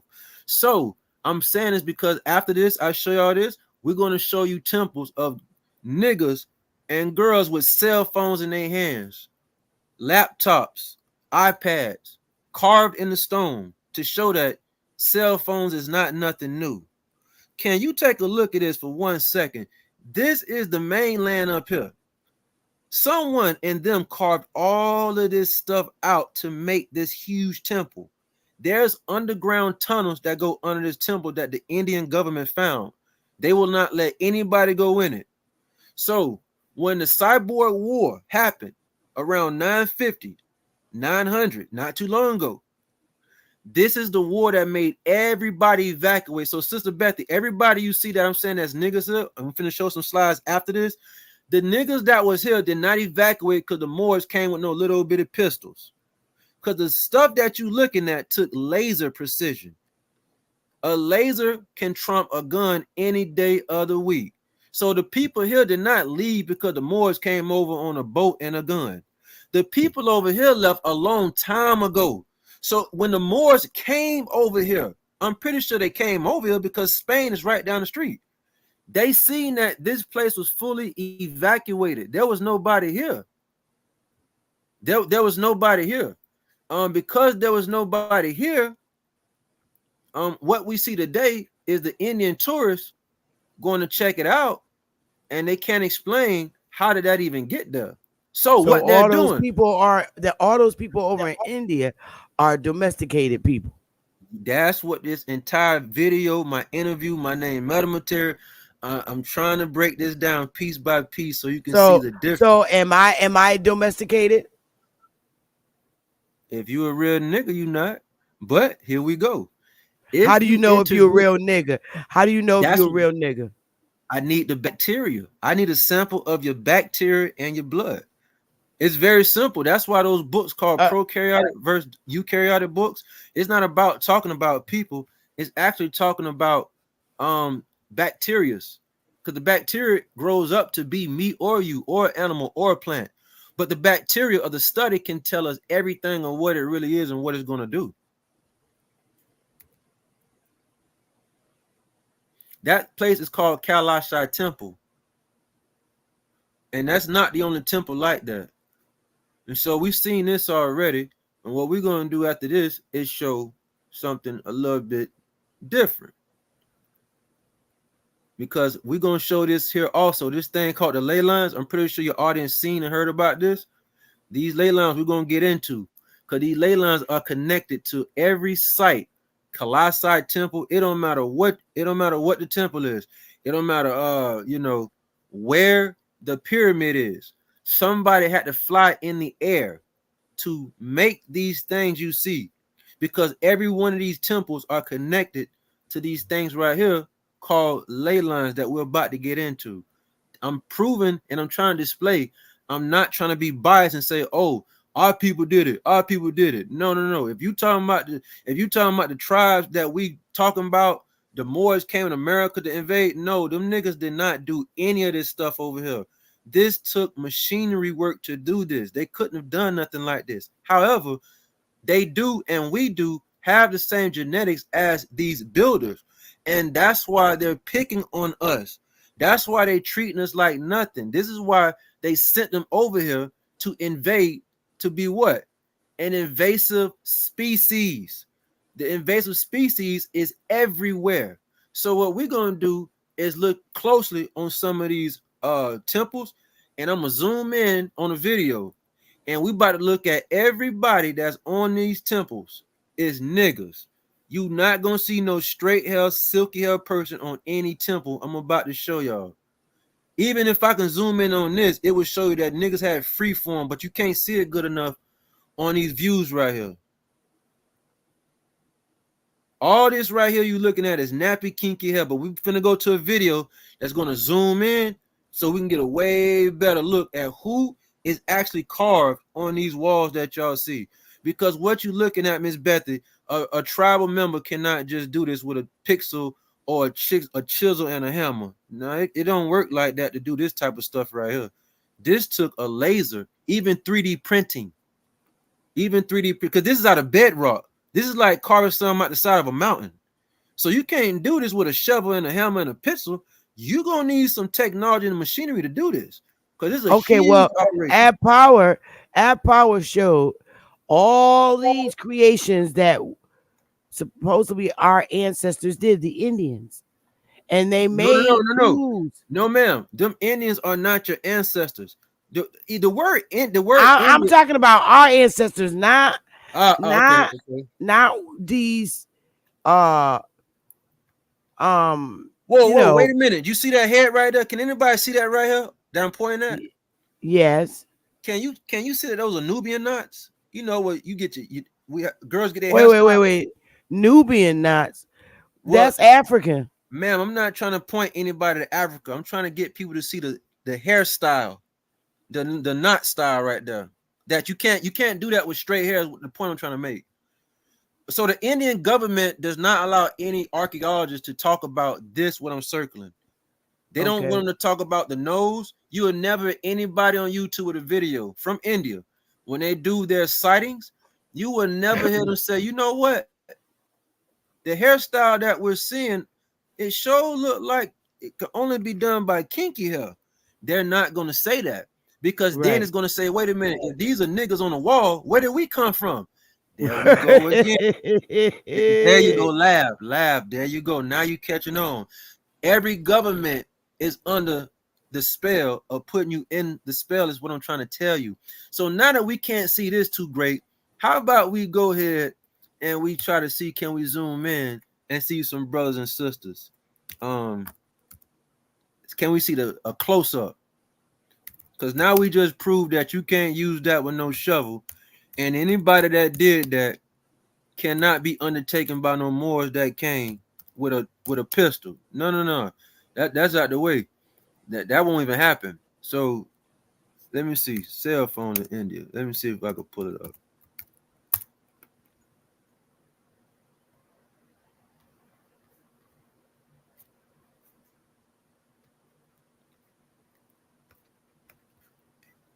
These are sculptures we're about to look at. And these sculptures that we're about to look at, it'll show that they show technology, cell phones, laptops. They was already using a while ago. Computer acting slow. Let's see. Let's see if I take this down. Oh, by the way, everything I'm about to show you guys is all going back to these things called Miss Bethy. Are you familiar with ley lines? No. Okay, let me just show an image right here. Then let me see. Does it have an image? Cause okay, you see this image right here. This video. The video. Okay, the guy that it's a man in the front. It says ley lines. What are they and what do they do? All these ley lines are energetic grids above the stratosphere. These lines promote high levels of radiant charge, not electricity. Radiant charge, negative ions. When you put your feet on the ground, that is not electricity. That is not electromagnetic. That's everything come out of everybody's mouth. That's the only thing they know to describe energy. They say electromagnetic. No, electromagnetic kills biological creatures. It kills biological life, period. Whether you are domestic or non-domestic. So electromagnetic fields are very dangerous. This is what your phone is up under, is emitting this field. Your laptop, the power lines, and the transformer. That is not safe. These lines do not promote electromagnetic. These lines promote what's called radiant negative ion charge. It's very helpful. It gives energy to all biological creatures. So when you put your feet on the ground, that is called negative ion charge. That's why if you have inflammation in the body, all you have to do is go outside and put your feet on the ground because it's going to give you what's called radiant charge, aka negative ion charge. How long you got to stand out there? Maybe 5 or 10 minutes. Just put your feet on the ground, get your 5 or 10 minutes worth of charge, and if you have inflammation in the body, it'll clear it all out. You don't have to take no medicine or nothing at all. All right, I'm going to check on my food, and I'll be right back. Careful with your word usage, okay? Okay, yes, ma'am. All right, I'll be right back. You got 1,400 watching. I'm going to be right back.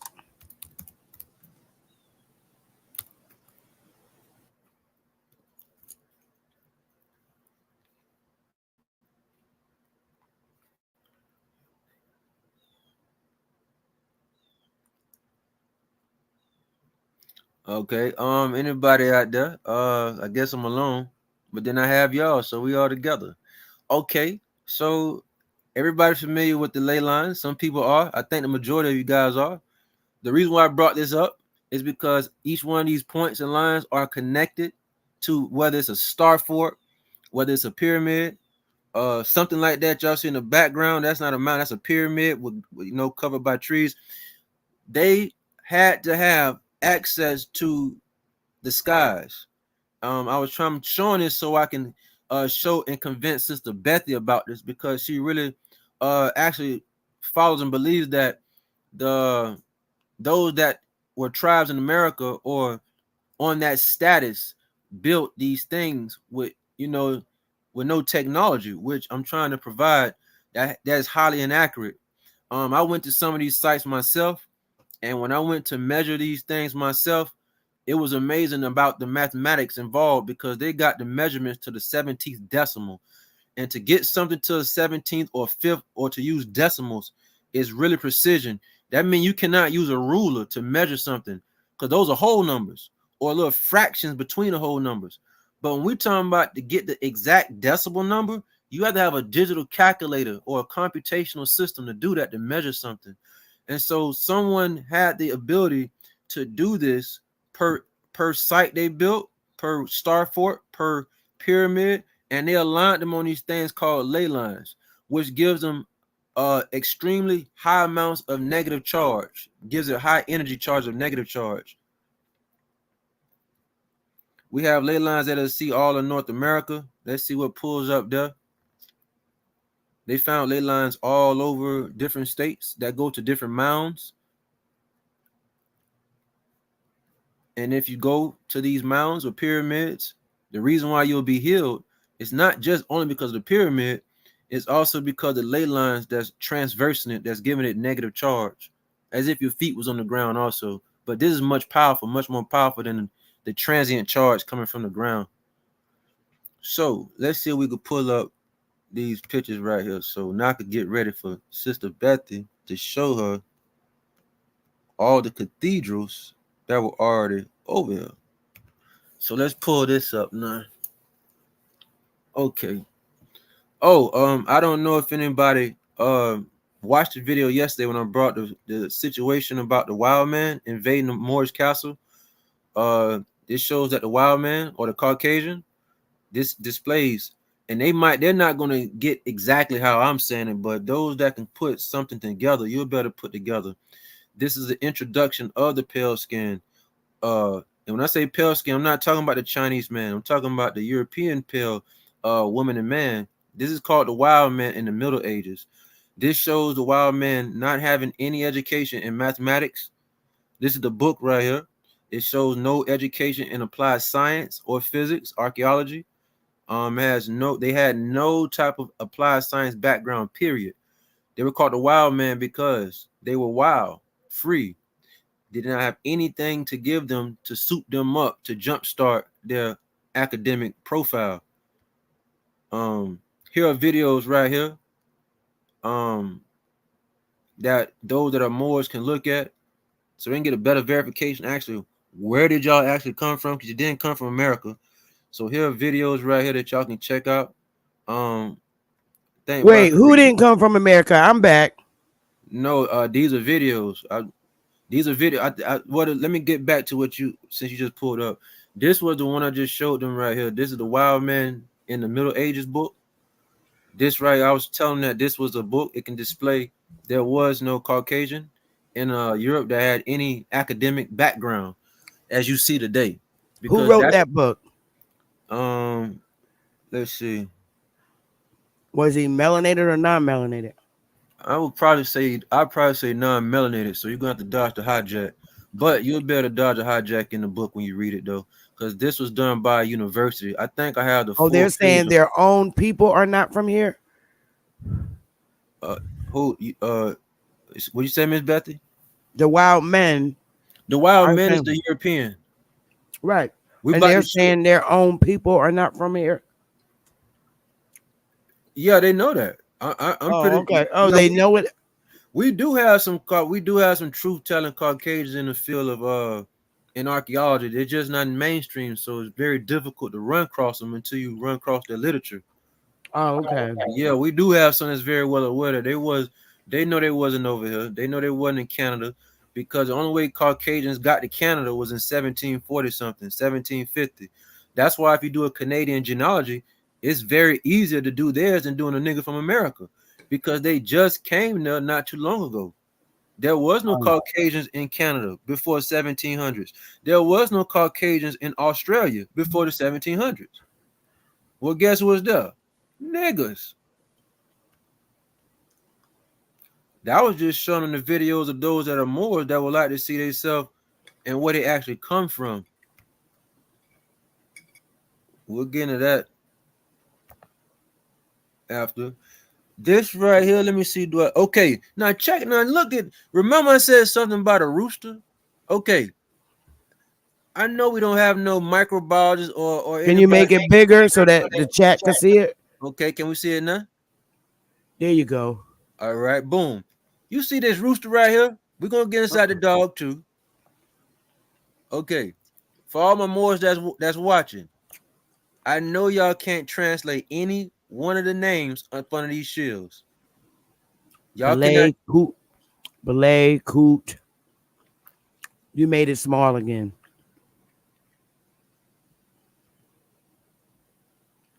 It's larger? There you go. Oh, wait a minute. If it's small, then what about this then? That's good. You hit it back bigger. Hit the plus sign. That right there. Okay. So it says Butu, Kabutu. Yeah, so yesterday, this is one of the slides I was trying to show also. I have quite a few of these. And I'm doing this because the Moors don't have a clue who they are answering to. Those that are in Hollywood, Tyler Perry, Kevin Hart, they found Kevin Hart, Heart of Shield, and who is real, because he was born very, very rich. There's nothing poor about Tyler Perry. There was nothing ever born poor about Kevin Hart. They found data showing that they've been owning hundreds and hundreds of acres a long time ago. They found their shields of arm also to Kevin Hart. These people were very wealthy a long time ago from American trade. What I'm showing is that all the Moors that's out there who subscribe to be a Moor, y'all don't have nobody to answer to. Y'all is out there by yourself just set claiming. Y'all cannot pronounce any last one of these names down here. Y'all cannot identify none of the pictures that's on these shields. These are the coat of arms who call the orders to the foot soldiers called the Moors. The Moors mean dark-skinned. We get that. Moors are Sephardic. We get that. They're the Dutch, Protestants, crypto, a whole bunch of different sectors. You still had to get your orders to do what you was doing from a coat of arms. This right here sticks out volumes. This is a chicken. We all know a rooster or a chicken. You cannot put no chicken in the wild and it's going to survive. We call this domesticated animals, domestic eukaryotics. That means this thing just came out the laboratory. We're going to show other animals also. We're going to show some dogs. We're going to show some chickens and some other birds. This is very powerful. I know nobody but a few understand what I'm trying to point at. That's very exclusive. I told Sister Betha that we have domestic eukaryotics. We got non-domestic eukaryotics. We got those that came out the laboratory with gene editing. We have animals that came out the laboratory that were gene edited. One of those animals is the chicken, the rooster. This is on their shield. That means that domestic eukaryotic animals are in the building with domestic eukaryotic people, whether this brother or him know it or not. It don't even matter if they're aware of this or not. It's right here. This is not a wild animal. This is a chicken. And this ain't the only chicken. It's plenty of other coats of shields with chickens on there. My guess is they were unaware and not told that they came out of a facility. That's what we betting on over here. That's what we betting on, because that will actually spoil and make it look like you don't have what's called free will. The name of the game of life is for those that think they have a choice, free will. But if I expose where you actually came from and you're not from this place, you might have a high level of depression and you might not think you have free will. So don't think those that created anybody here or animals or plants, they go and tell the animal, hey, you know I created you, man, or a person, you know, we created you. that'll spoil everything they need the bidding to do on the person that's doing the bidding. This chicken represents a domestic eukaryotic animal, recently came out of a lab, gene edited. It cannot survive in the wild. That means it's not from the wild. So we see gene editing happening with animals. I'm trying to tell you, gene editing has happened to everybody up here except for the lost tribe. Gene editing has happened to the Moors. This is showing that I'm not biased. So anybody that's not melanated or dark skin watching this, I'm trying to show you that this ain't about dark skin versus light skin or pale skin. This ain't got nothing to do with this, because I'm telling you right now, these niggas are an invasive species. They're called the Moors. They go on your platform, whether it's a social media, they go on your land, it don't matter. They change the entire environment, they cause rapture, and they change the entire spectrum of reality to those that's native to the reality that they was already in. So the chicken ain't alone. The chicken came out the same place that your Moor here came from and your boy here came from. All right, so let's zoom out. I elaborate a little too much on that. Let's zoom out. We got a dog down here too. We got a dog. We have a dog down here. We know dogs are new also. Those are called domestic eukaryotics, because we're gonna go up and say, do people have the same DNA as dogs? We already seen they have the same DNA as cats. We already seen that. We about to see, do you have the same DNA as dogs, mosquitoes, frogs? And it's gonna say, yeah, when I pull it up. You can't tell me if you really from the soil, you have the same genetics as a cat, a dog, a frog, or mice. This is why you see them doing studies on mice all the time. They're doing study on mice because you have the same genetics as the mice. You have the exact same genes, not all, but the majority of the genes that you do have, they match the mice. This is why they do experiments on mice to know the outcome of the mice and comparing it to a human. It's not always accurate, but this is why they're doing it. They don't still, those that's doing it don't know that they're domestic eukaryotics. All right, let's go to this. Oh, here's a picture right here, the wild man also. Do you have this conversation with your mom, who's a professor, and your dad, who's a professor, and your mom, who's a what? Oh, my mother's a biochemist. She was a biochemist since 1967, 68. She was one of the first black chemists in Virginia Tech. Do she agree with you? Oh, well, the reason why she agreed with me is because the books that I actually have her book by me right now. I keep all her college books with me everywhere I go, her biochemistry books, even though it won't do me no good because all the biochemistry books and biology is based on domestic eukaryotics. But she believed me because the information I'm providing her with was not provided to her in her studies of cellular microbiology. So what about your dad? He believed it also. He believed it first before her. He believed it first before her. So that's an old picture from the 1400, the wild man going through a little terrain right there.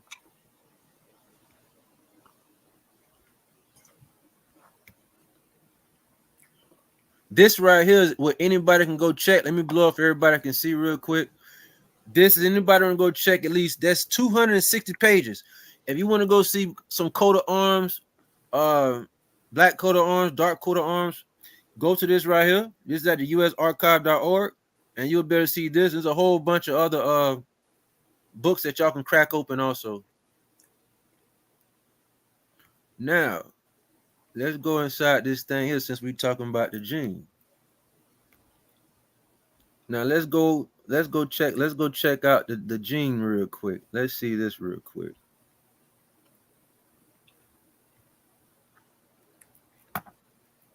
They are so precise with how they made everybody here. They gave y'all something called the VMA2T gene. This is very powerful, y'all. Sit back, relax. This right here explains why you see every one of y'all out there. Not you real niggas who got fooled by religion and you just got influenced. We ain't talking about you niggas. No. We talking about everybody else, whether you in China, India, you the Moors. Remember, the Moors went to war with one another over religion. to escape the Inquisition, because we had the Catholics, we had those that wanted to practice Judaism, we had those that want to be a Muslim. So check this out, everybody listening. Please record what I'm saying if you could. If you can't, pay attention. Religion war has been going on since the Moors, not before the Moors, because nobody was doing religion before the Moors even came. Nobody in the Mayans, no Incas, no tribes in America, nobody. Hey, you see them tribes in Africa right now is in the middle of nowhere. You do not see them subscribing to no religion. So where did this religion come from? Somebody, the boards, put this gene inside all of their creations. Who are their creations? The domestic eukaryotic species. This is called a monoamine transporter 2, VMA2T. This thing is connected to your nervous system. This is why when the Moors are going to war with one another, and because some didn't want to practice Christianity, some didn't want to be a Catholic, some didn't want to do Muslim, some didn't want to do Judaism, some wanted to do whatever they wanted to do with their belief system. Y'all acting like the Moors, you Moors acting like y'all went to war because y'all was going over war over who's going to be smarter. Y'all acting like y'all Moors went to war back in the 14 and 1500s over religion because y'all was going to war over who was going to get the technology, over science, over the study of physics, computationals. Y'all went to war with one another because y'all have this gene inserted inside chromosome number 6. This is called the religious gene. There's a book by your boy Dean Hammer who wrote this. He's also what? Read this. A geneticist. He's a geneticist. So this ain't somebody saying, you know what? I'm a nobody. I have belief. I'm going to write me a book. No. This is a geneticist. He wrote the book 20 years ago. It's saying this, and he don't say how I'm saying it, so I'm going to say what he can't say. This is saying that all y'all domestic eukaryotics were inserted with the transporter monoamine 2-VMA-A2 gene. It plays a role in openness to spiritual experiences. This is why y'all believe in the religions that y'all believe in so hard. This is why the Moors are putting on their hat and they saying, look, I understand we over here in America with Indians at, but we don't care. We finna represent our set. Yeah, because you niggas, the Moors, y'all had this gene inserted. Real niggas don't have this gene inserted. Y'all had, and look, it goes to the nervous system. This thing goes to the vascular monoamine transporter. Let me see if it shows towards, and I know they're going to put spiritual or mystical experience, but I'm going to show that part definitely ain't true. If you want to know why when people get high or when people have a mystic experience, whether it's on mushrooms, it is not really because it is. I'm going to show you this because of the hypothalamus gland. And once these two molecules touch, you go on a trip. So for those that get on drugs or cocaine and they say they seeing stuff, they can't explain it, or they're on mushrooms, something that's organic, the reason why you going on this trip is not because of this gene, because this is trying to say, oh, yeah, this says spirituality or mystic experiences. No. Ain't nobody that's no Christian, ain't nobody, no Muslim having no real mystic experience like they on a shroom or something. No, that ain't happening. They just threw this part in here. Those that's having trips when they get on mushrooms or they on some type of psychedelic, I'm going to show you that's the hypothalamus gland. And these two molecules, when they touch, you go on a trip within 30 minutes. It damn sure ain't because of this gene right here. This gene makes you believe in something that you can't explain. And when you're given indoctrination such as religion, you automatically, let me go back to this right here. Remember this thing I said right here yesterday? Remember this thing I brought called the GPCR pathway? This thing is so important because this receptor activates this receptor that I was just talking about called the gene particle. Let's see if we bring it back up. That thing, the religious gene you see right here, this code right here, that code we see right here, this is a code. That code is a gene. Guess what activated?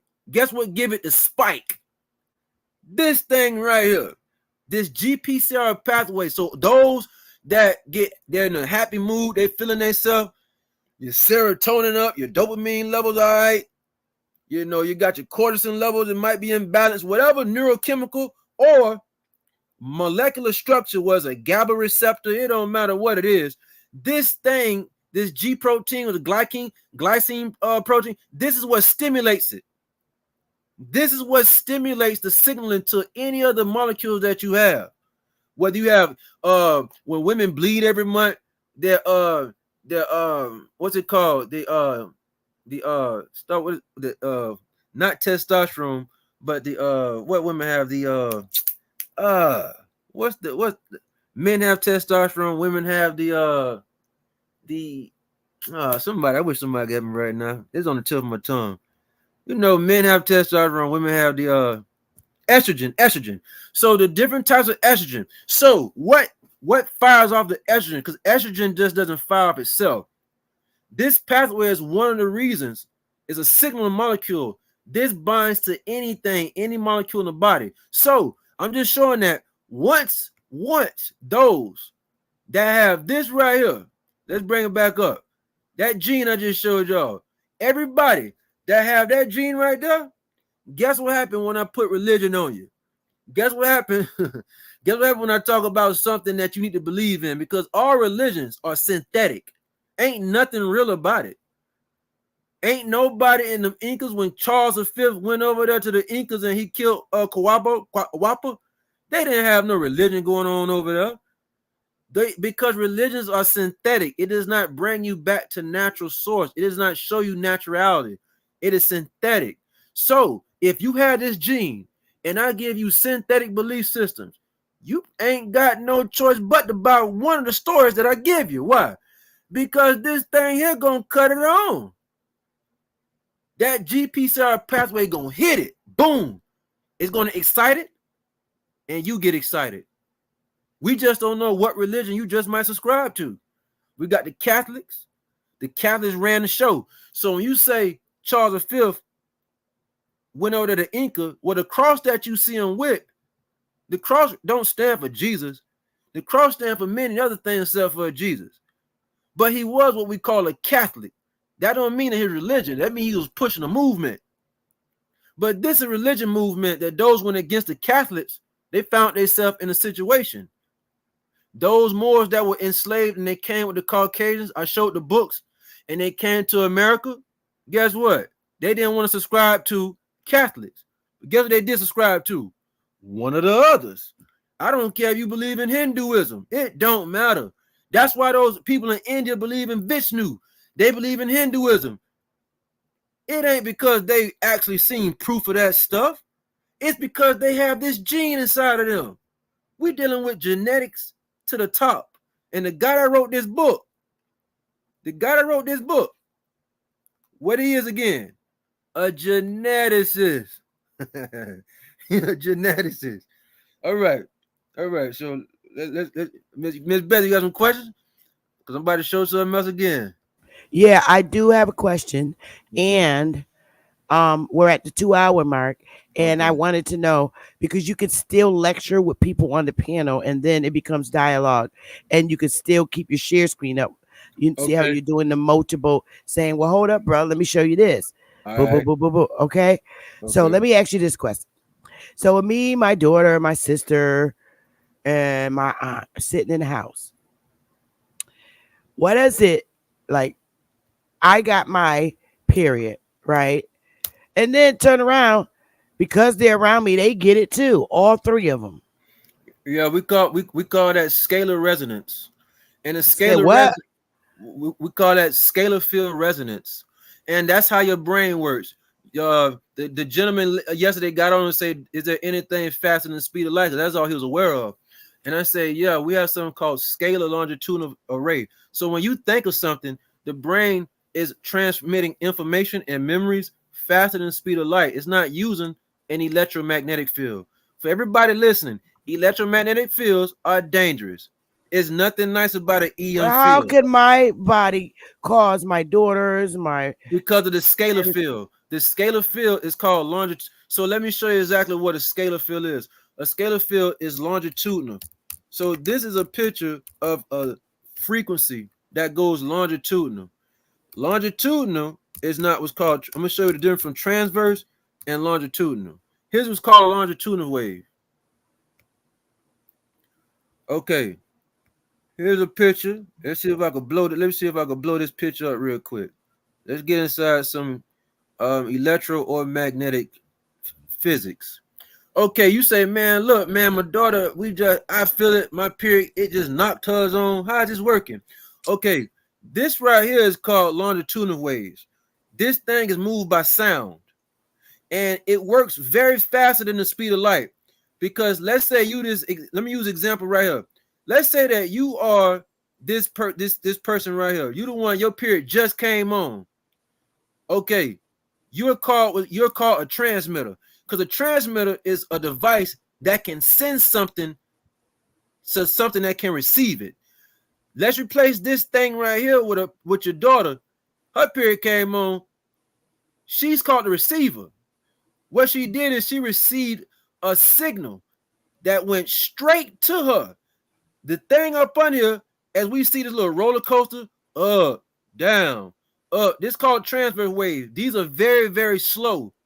These don't move faster than the speed of light. These things are very, very slow. But the way these things move, longitudinal waves, these things are straight direct. You could be at the other end of the hallway or the other side of the house. You have a signal because you and your daughter share the same mitochondria code. You can know if your daughter is in trouble or in sorrow, and she could be 1,000 miles away. The reason why, and they found out that this can happen. The reason people found this out, and physics division studied this, they say, how can mothers know when their child is under pressure, doing bad, or under attack, and they could be in another country? Well, that's because y'all share the same mitochondrial cells, and the signal is so fast, it's not limited to the speed of light. It's way faster than light. It's like when you snap your fingers, it just happened in a straight line, a straight shot. These are called longitudinal waves. The transverse wave is not done by sound. This is done by electro or magnetic fields. And it takes a much longer time for it to get to the destination. Wow. This thing right here, they're using a speaker box right here for a reason. They're really trying to put sound. Sound can go straight to the source faster than the speed of light. It's not limited to an electron or a magnetic field. Transverse waves operates much, much slower. So, because you and your daughter have the same mitochondria code and the same genes and genetics, when you are in trouble or you are in distress, it is going to send a code to her instantaneously, and what's called longitudinal waves, not transverse waves. Okay. Interesting. Okay, so can I open the piano while you keep it moving? Because, Yes, I ma'am. mean, are you sure it's okay? Oh, I'm still gonna pull some stuff up, so I guess Oh I no, try to you could talk. keep you could keep going. You could keep going, and they may stop you and ask you questions, and you could still keep going. Okay. Okay. So is Okay. it okay to open it now? It's been 2 hours. Yes, ma'am. It's up to you. Yes, ma'am. I'm ready. Okay. Let me put the link in the chat, and I'll pin it to the top so that people could come on. All right. The panel is now open for questioning. I'm sure y'all got some questions. The link is at the top. Love y'all. All are welcome. All. So it's something like that can only happen to non-domesticated people, right? No. It happens to whether you domestic or non-domestic. It isn't Oh, limited to. okay. Yeah, that's not limited to a species.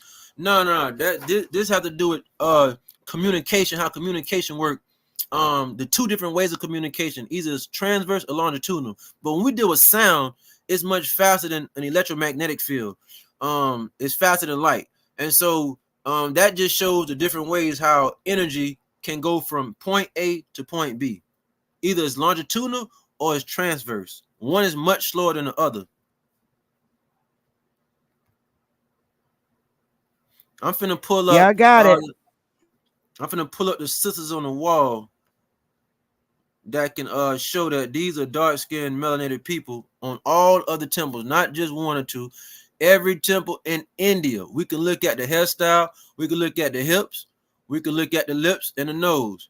There May is I intervene and ask, yes, why do you ma'am. keep putting the focus over to India? Are you a supporter of Kamala Harris? Not no, see, so ma'am, you have to, ma'am, you just went backwards again, Sister Beth. I'm here to raise your No, no, conscience. no, no, no, no, no, no, no, no. I'm not going backwards. I'm just wondering Ma'am, why you're Kamala is not a real nigga. She's a domestic eukaryotic. She is not a real nigga. I'm here to okay. show you real niggas. This is Okay. all about real niggas from non-real niggas. Kamala is in disguise to fool people that have the nigga drum, real niggas, to think she's like them. She does not have the genetics. Her mother is not no real nigga, and she wasn't representing real niggas 15 years ago. This is some new stuff she doing to get y'all vote. Also, At Jezebel, you can hit the link, Jezebel, and also ask these if she's from questions. yeah, also if she's from India, she's from this new India, domestic eukaryotic India. I'm trying to show y'all what's on the walls and the temples that dispel everything that any archaeology would say from India. We could see we see up here. I'm gonna zoom in, but we can already get to see these hairstyles we're about to see. You have to have kinky hair to do this. I'm about to show see if I see some technology we can see on the wall along with the niggas. Let's see. Should be somewhere close. Somewhere close. Because I'm trying to show you that everybody cleared it, Bethy. I'm trying to show why are those called the lost tribe? Why weren't any dark-skinned people found in India? Why do you see the pale skin or those that do have a little dark melanin, but they have straight hair? Remember, we have people in India that have dark skin, but they still have the straight hair. Okay, no. Where are the kinky haired niggas that was in India? Because the government of India don't want you knowing that kinky haired niggas was all over there just 400 years ago, 500 years ago, 600 years ago. Now we see straight hair people. And so this is why this guy you looking at, the reason he have all these views and his government support him is because he don't have one video saying, you know what? I looked at some of these temples on the wall. I think the hairstyle and these size of these hips and the curvaceousness, these look like sisters. Well, none of them say this. None of them. So they hire archaeologists so they can go ahead and here we go. So they can go ahead and you know, say that we were the ones that's from over there. That's not true. These people cleared it, and that all those temples were empty, vacant. Just like the temples we see that's in Mexico that the Mayans say, they didn't build those pyramids. They were all vacant. I'm about to show you something that shows system on the side of the So temple. are you saying all these nobles that nobody can't get to created all these Oh domestics no, and we finna dropped them get off in different areas? we uh You're you like, talking okay, about you're the new nigger with the straight hair. You're the new person with this, and just drop them off in their colonizing locations. there you go, Sister Bethy. There you go. So almost like extraterrestrial seeding Earth, and they put their own particular people in particular areas like Asia, right? yeah, very close. Let's see if we can zoom in. Cause we can see the hairstyles, and you'll better see these are niggas on every temple, not these people. Like his hair, like you won't see no temple carved out of stone, out of laser. Like you can't even make this out of no chisel and no hammer if you want to. Like special stuff like this, you can't chisel that. You have to have some type of diamond cut machinery. You have to have a laser or something like that to soften that stone. You can also soften stone with plant acid. It's a specific plant. It's found in Brazil, and it can actually make the stone soft, but still you still have to cut it and lift it and move it and stuff like that. But on every one of these temples, there are over 1,000 temples. I'm about to show the system on the side. No matter which one you look at, they all have the kinky hair. No matter which one you look at. But the government of India will not allow archaeologists to explicitly say stuff like this. So what do you think? What's the origin? I don't want to be like I'm on Darwinism time, But what do you think like the origin of races come from? Like I know that we were talking earlier. I've been listening since the inception of this live. We were talking about injecting certain chemicals, and those certain chemicals could possibly be seen from other races to lighten up races, a black you black you or things like that. Specifically, let's say the Spaniards coming to America, and we have the Mexicans are in Dominican Republic. We have those people who share the same island as the Haitians, but they have different hues based on who was the slavers. I don't want to get into a thing where, and we can get into a scientific situation where people were like genetically modifying things in the factory. But But if there, I can if answer there the was first. no such thing as uh, evolution of races, where do you think that these people came from? Uh, Especially, specifically, the Caucasian. I'm Yeah, gonna so let you answer that. okay, so yeah, you must have missed the yesterday interview. This day too. So what I was doing is I'm going through the genetics, and we're showing exactly like oh, by the way, not to cut everybody, not to cut y'all, bro. Everybody's watching. This is a sister. We trying to show a cell phone in her hand. And this is an iPad. Y'all can say it's a pencil or book all you want to. These are Nubian knots on her head. You have to have kinky hair to do this. We're about to every last one of the things that's carved inside of these temples are showing melanated sisters. So to the brother that just said, what evolution or where did they come from? This is video number 2, and what I'm doing is provide evidence of what's called a non-prokaryotic versus prokaryotic. And so I'm going through the genes and showing that like you just said, people that was in domestic Dominican Republic or Costa Rica or any one of them places, I provided enough evidence. I don't know if you've seen the previous slides or the yesterday video, but I was showing resources you go check out. And I'm gonna show another resource that shows that there was no pale skinned people in Central or South America or Mexico in the 16 or 1500s. We have an incident where the Moors came over, especially Charles V. This is not me talking. I showed the clip. Other people are familiar with it also when he came to the Inca establishment in the 16th century. And when he came there, he assassinated one of the emperor. Maybe I have a picture I can show you. Assassinated one of the pictures. So here's a picture right here. Because I don't know if you've seen yesterday. These are all melanated Inca rulers as we see.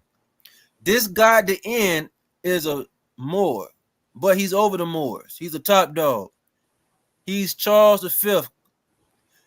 He assassinated this guy right here. This is called the Black Holy Roman Emperor. He came over a few hundred years ago.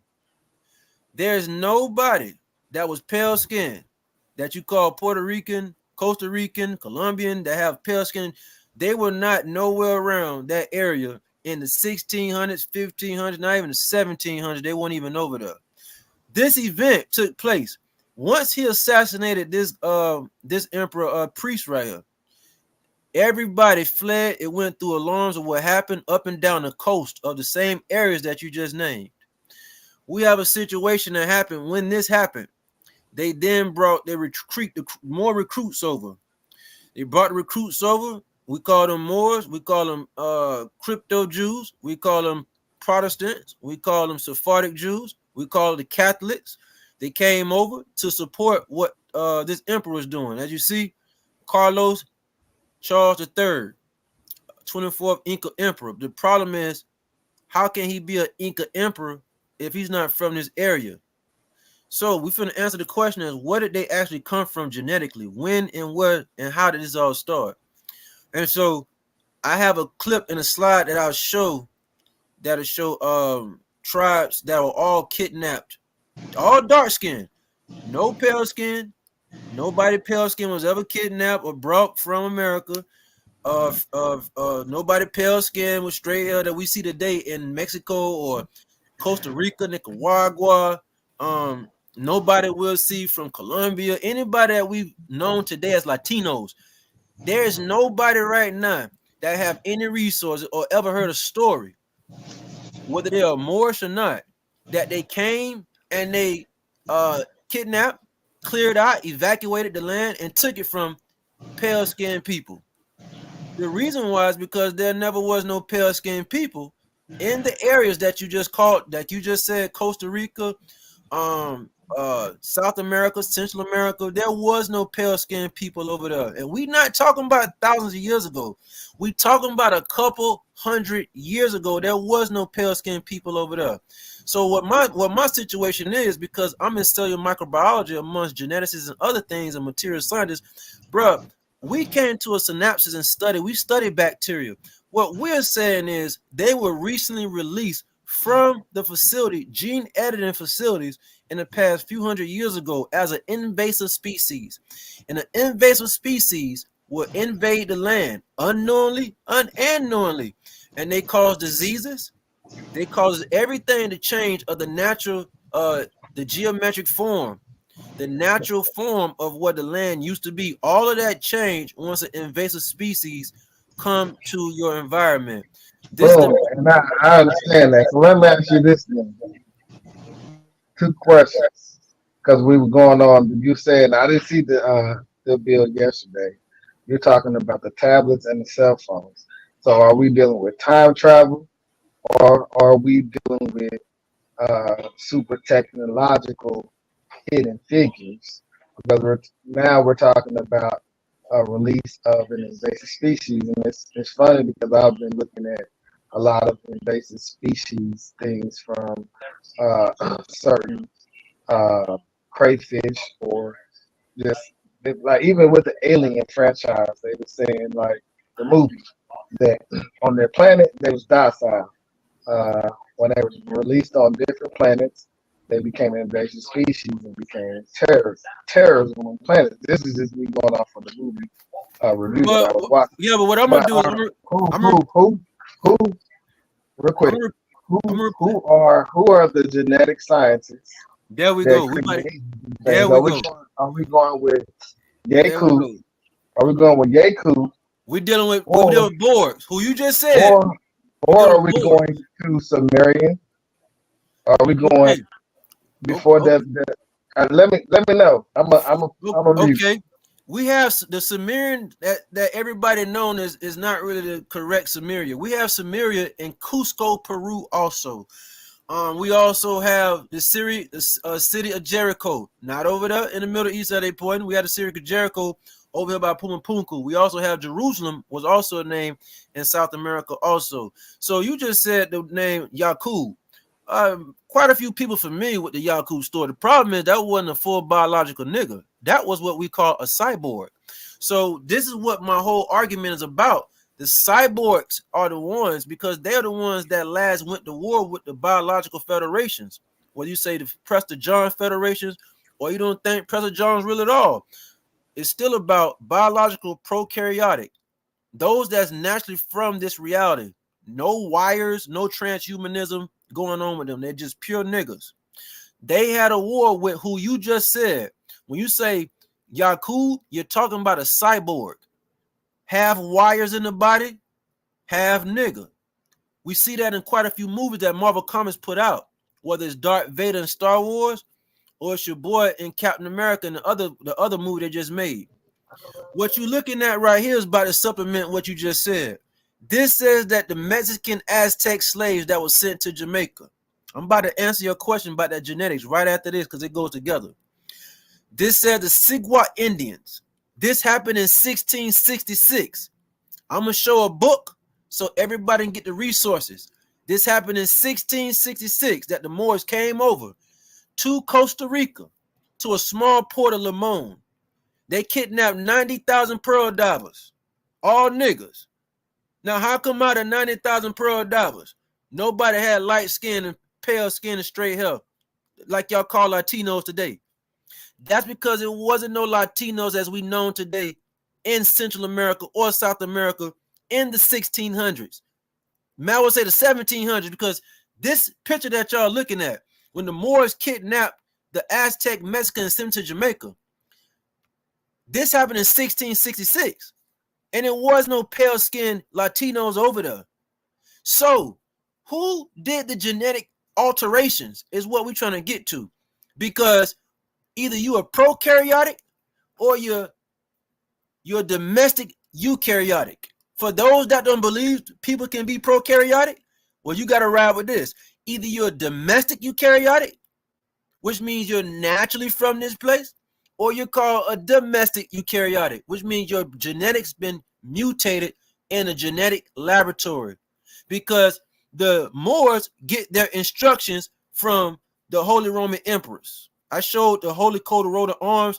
This just started in 11 and the 1200s, a little bit before around that. Let's not act like Moors been around for no 2, 3, 4, 5,000 years. The Moors just hit the streets. Anybody that does critical thinking can say, wait a minute, I kind of believe what he's saying. Why? Because of Christopher Columbus, that was a nigga. His real name, I said all the time, is Salvatore Zarcos Ferdinand Colon. The Ferdinand, he's a son of King Ferdinand.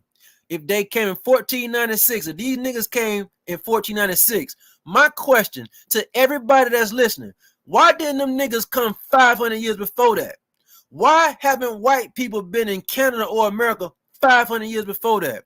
I sent y'all 6 books, and it shows that pale skin were on the same boat as some of the Moors who had a different religion belief system.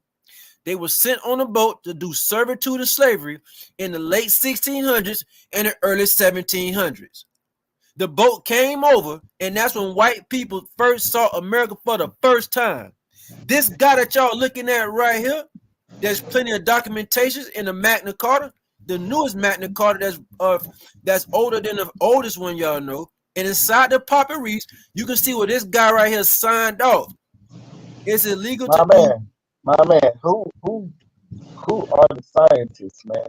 The cyborg. About?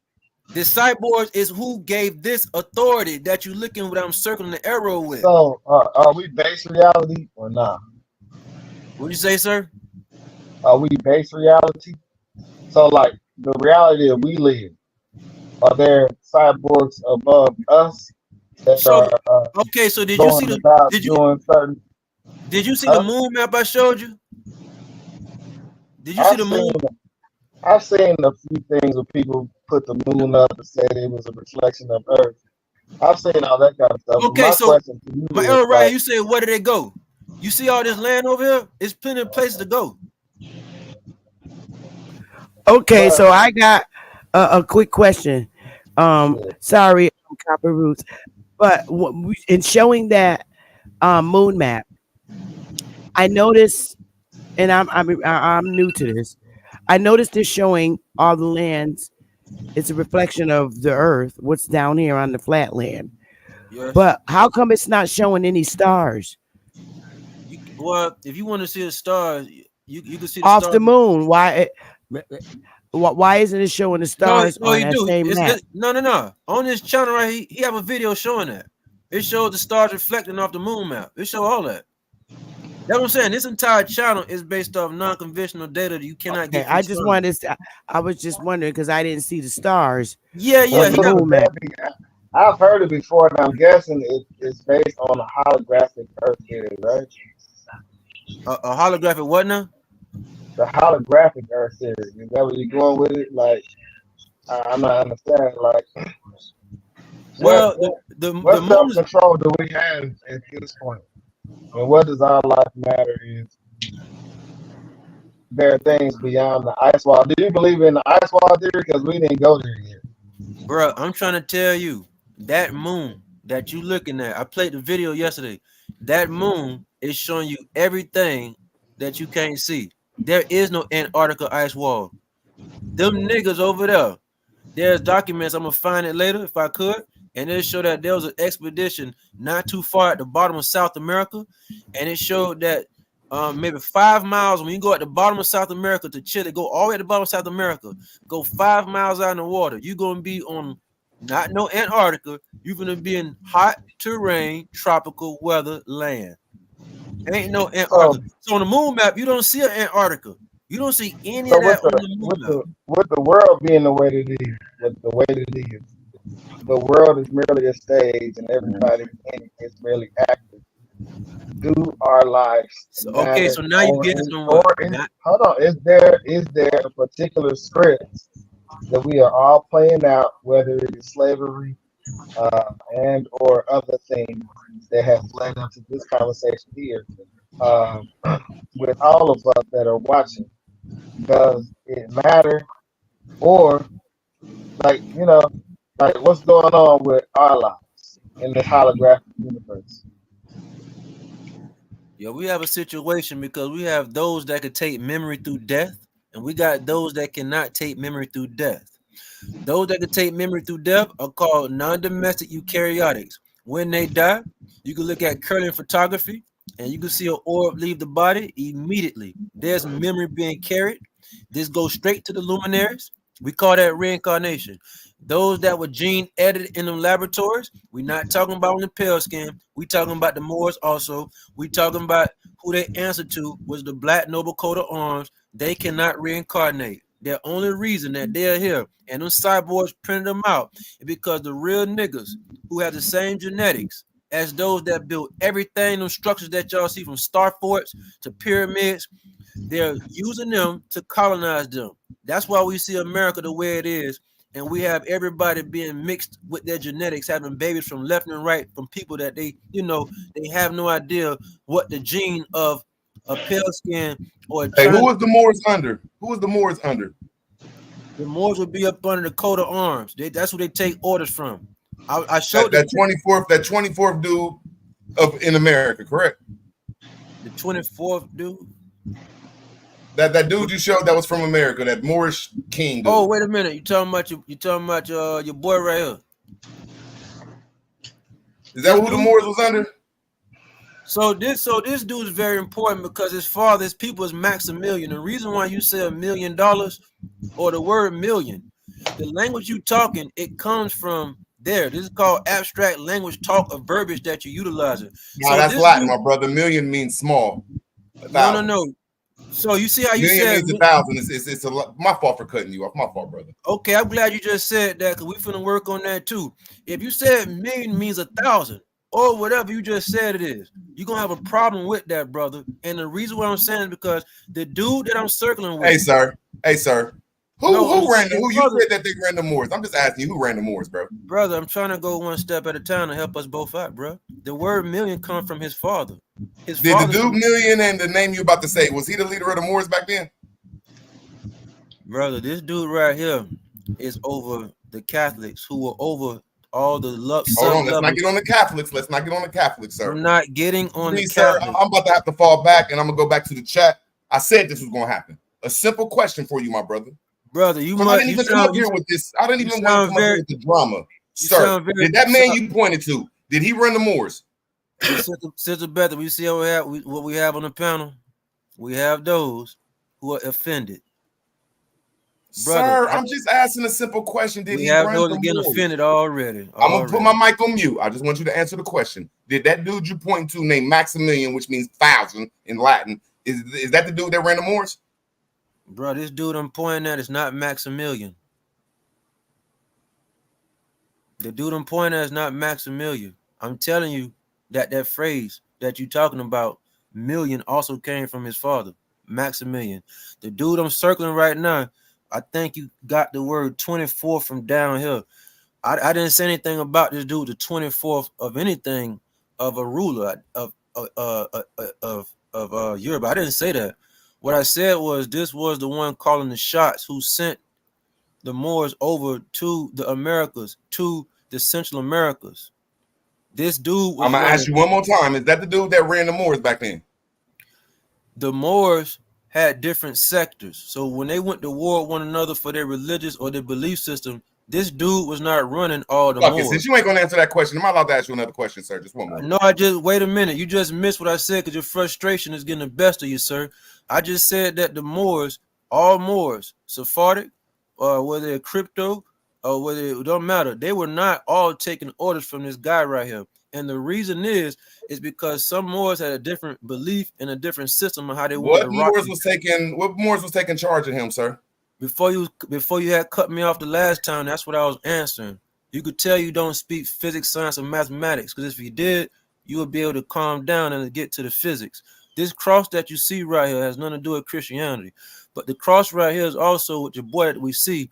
he's pushing the Catholic movement. So we have more. Okay, hey sir, no disrespect, man. Can I just ask you to get off this subject? Can we just get off this subject, bro? I went on some weird ass shit, bro. I apologize. It was me. I'm the wrong one. Who made them castles you was talking about? How about that? Let's just get on some simple shit. Who made them castles you was talking about that's in America and in Europe? Man, I'm not, bro. I don't want to. I don't want to talk nobody. He's trying. Yelling, man. He has a different way of answering the question. He likes to get to the root of responding to the question instead of just answering it right out. He like the way physics explain things. They go to the root so that you can clearly understand where he's coming from, rather than to give you a quick answer. Okay, I understand that, Bethy. He first said that, well, this was Maximilian, and this was a language for this and that. And I said, okay, that means 1,000. And then he said it went to the Catholics. Then when I asked him again, he said, okay, these was the leader of the Christians. I'm going to fall back. I just want to see, can he answer it? Was this dude the leader of the Moors? Then he going to say, oh, not all the Moors. I ain't talking about the Sephardic Moors, these Moors. Then I say, well, which Moors? Which Moors was this dude in charge of? Bro, bro, I'm finna give it to you just like this.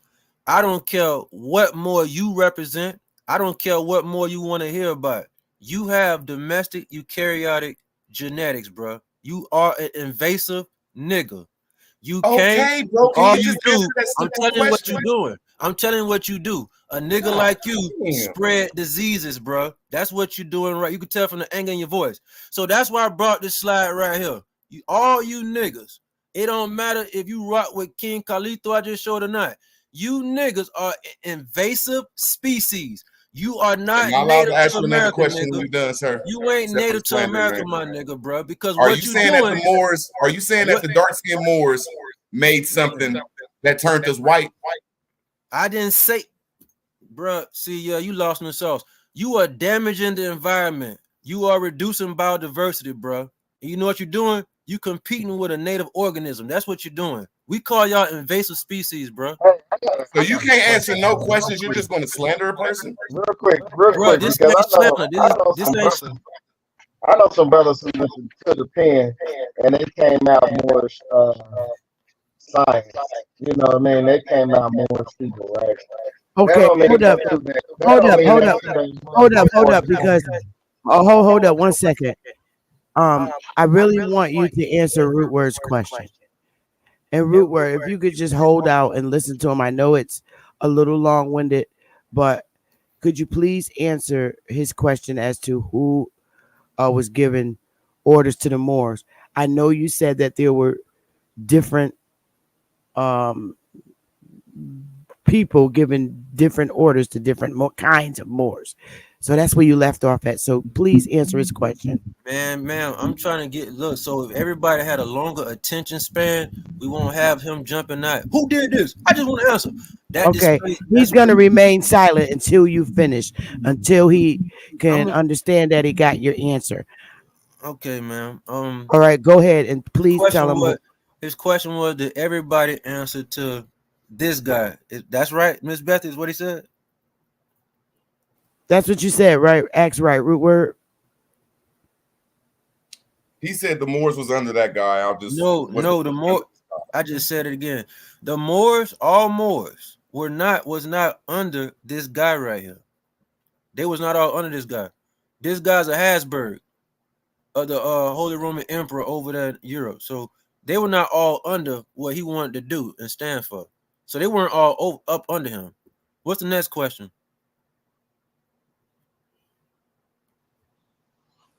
Rootword. The next question is, all them people are a part of the empire over here. Why are you taking them over to Europe, sir? Which people? The people on this panel up here with the Incas? Yes, sir. All them people are connected to the Incas. So if you're saying that the Moors was under him, that's saying that Moors was part of the Inca Empire, sir. No, you sound retarded, my brother. Let me make you smart on what you're saying. You are called an invasive species. Let me go back over here, and I'm telling you why you talk like that, bro. You sound like you are invasive yourself. Just because Charles brought a whole troop with him does not mean that the niggas came with him are not Incas. Everybody you see on this panel, this guy here was assassinated by this dude here. Everybody on this panel and everybody else in that region from Central America on down and up fled and got out of Dodge The niggas that came with Charles to help do everything they did and terrorize does not make them Peruvian, bro. Not Peruvian, but Inca related, bro. Come on, man. So if you're gonna be an invasive species, you're gonna do exactly what you just said. Man, if you talking about Charles Field brought the niggas, bro, you saying that them niggas with the Incas. That's what invasive species do that are non-native to the land. Y'all cause harm to ecosystems by damaging the environment. You just don't know how deep physics. Can I ask you one more question, man? You plainly brought up a book called The Moorish Castles. These Incas kings that you talking about lived in the castles. Them same castles in Europe and all around the world, like in Asia you was talking about. Who made them Moorish castles? Ain't no Incas living no European castle. Reverse yourself, bro. Uh-oh. Reverse Who made yourself. them castles, sir? You niggas didn't. I was going to get to that later on, but she cut me off because 2 hours gone. I have a panel right here. I was going to show. I have pictures showing the I was going to get in all the stuff you just said is who built this and how it's built. Because this slide right here, I was going to get inside exactly with them cathedrals. Like you just brought up who built them. I'm going to explain what magnetron. Castles, sir. Castles. No. You brought up a book called Moorish Castles. I'm not we talking know that about kings. That's what I'm talking about. I'm asking you about the castles because you brought up a book called Moorish Castles. Now we're looking at kings and queens here. We're looking at kings. I don't care where they at. They stay in castles. They're called Moorish castles unless you can say, explain to me, sir, somebody else that made Moorish castles on the book you brought up. I digress. Wait a minute. The book, all right, you gotta help me up, sir. What book you talking about, sir? Let me try to bring it back up. What book you talking about? I don't know what are you talking about. Sir, who made the castles? Are you talking about laying little brick stones? Brick masonry was done. I showed this right here to show that we have those of black nobility went to these universities right about here. So you said who made the castles? We're dealing with simple brick masonry. Some of them most definitely built some of those most definitely. Those castles. Some of those castles. Who was that's the not Masons really back then, sir? Wasn't the Moors the Masons back then? No. When I say Masons, I'm not talking about the new organization. Scottish Freemasonry was made in 1765. It's called masonry work, sir. It's called masonry work. Brother. The word masonry and masonry work and a masonry society does not mean the same thing. These colleges right here are what some of the coat of arms went to. I went through this a little earlier. I don't know if you saw this. Who is on them coat of arms, sir? Man, you don't know nobody on them coat of arms. You can't contact. Coat of arms is dealing with the Moors, correct? Brother, you came and called one of them. I send you cash out $2,500 right now, and I put on my mama life. I bet you can't contact nobody on coat of arms. So if you are more and you speaking up for them, nigga, you out here by yourself. Wait. You out here by yourself. You getting mad by yourself. They don't want you. Why am you I can't mad? contact none of them. Because you said that them universities have coat of arms on them, and the coat of arms are Moors. So I'm coming up to my conclusion that the Moors and the coat of arms that's on them castles was built by the Moors, unless you can rebut that. Wait a minute. I'm not okay. The castles that you're talking about, done by simple brick masonry. You did not need nothing exclusive. They most definitely, some of them in that area was built by some of the brothers that you just said, the Moors. The reason I'm telling you this is because the picture that you're looking at is showing universities that was around in that area. So you telling me that GMO race of people built the castles you say Wait, my invasive species. Wait up, my homeboy. Wait up. You said an invasive species built the castle, sir. You just admitted that. Bruh, you acting like an invasive species can't wait a minute. You acting like invasive species are stupid. They're not stupid. You just acting stupid right now. Invasive species are not stupid people, but you acting stupid. So what we looking at right now are colleges that the coat of arms actually attended. These buildings were already up, most of them. I'm gonna show a slide that showed buildings in America. Them buildings? You didn't, my nigga. You damn sure. We just asking simple questions, bro. Bro, you simple. You too simple for me. It got a Moorish coat of arms on there, bro. He wants to know who built the buildings. I think a fair answer. 2 hours ago when you asked me, Sister Becky. I think a fair answer should be given. Who built the Okay, let me bring structures, it sir? up. Let me bring up the structures, sir. We're gonna show you buildings that was already here that you niggas did Right, but not we build. need to know who built them. Who built them? That's the question. Could you answer that? And I think it'll stop Every time I the bring back and this up, forth. every time I bring this up, it get ignored. Sister Beth, I bring this up to you, but it get ignored because even Sister Beth, I talked to you, and I'm trying to tell you that I sent you. I showed the audience an hour or two about Colossus Temple and other temples that ancestors that you call tribes in America, they could not have built those pyramids because of the calculations of the decimal level of the mathematics involved and the amount of machinery that's needed to cut and carve that stuff.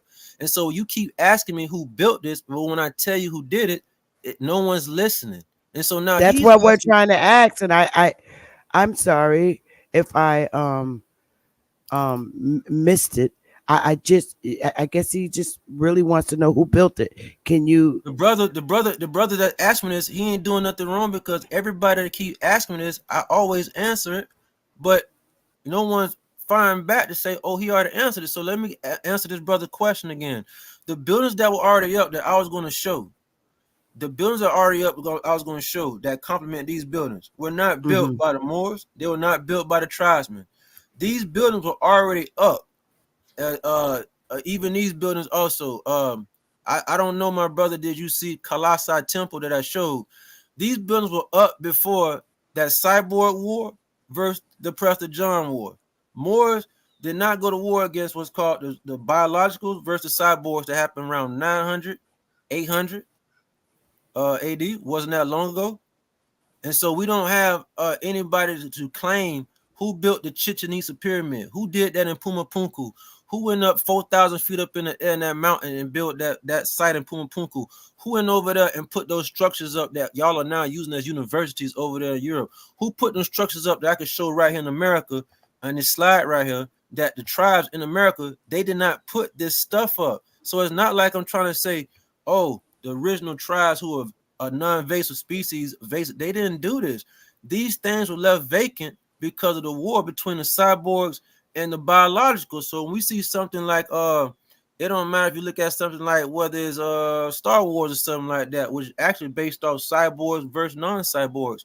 There was a real war that happened on the surface, and what they did is they left everything vacant. I'm trying to pull up the pictures that I can show right now that I can show that complements what the brother's saying. Well, who built it if the Moors didn't? I'm very Okay, aware.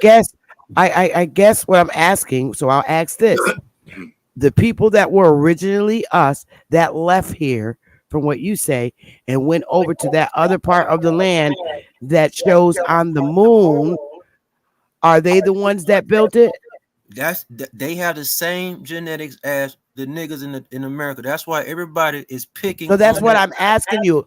Are they the ones that built the structures? Yeah, The ma'am. ones that vacated? Ma'am, they are the ones. I can also show you underground cities, caves that lead to crystal cities. Everybody's hanging out up under there. I'm gonna show you. I agree that I believe you can show me all those things. But what I'm asking you They are the ones. is they They are are. the ones who You built see it. this picture I'm showing y'all? Okay, sir. So you answered me. You said that they that vacated here, that went to those other parts of the lands that you showed on the moon that nobody could get to, are the actual ones who built all these structures. I'm gonna show. Yes, ma'am. I'm gonna show you. Okay. I'm gonna show Okay. you. So you answered it. I'm gonna You show answered no, it. no. Back to the brother, because the picture that y'all looking at is also gonna complement if the brother asked me, well, who built that? Because the picture that you're looking at, I'm gonna show you quite a few of them. These things right here, I'm gonna show you exactly what this is. These things right here, these are energy towers. So what does an energy tower consist of? You have to have what's called a magnetron device. You see this thing right here? A magnetron device. What is a magnetron device? This thing right here is inside your microwave. This is called a high frequency electromagnetic field device. Every cathedral had this device inside of it. So let me go back to the picture that y'all just saw, because all of the cathedrals, even this white boy know it. Even he know it because he studied physics. These things y'all looking at were in every cathedral. Now they put stained glass there. Before they put the glass in any one of the windows, you want to know what was there? These things right here. inside each one of them cathedrals, they had this thing right here. This thing can pull in all sorts of radiant energy. And guess where it pulls it at? It pulls it inside the cathedral. You can then absorb it through different type of wiring and coil systems. So there is no cathedral that was used for praying to no religion. Religions just got released during the Renaissance era.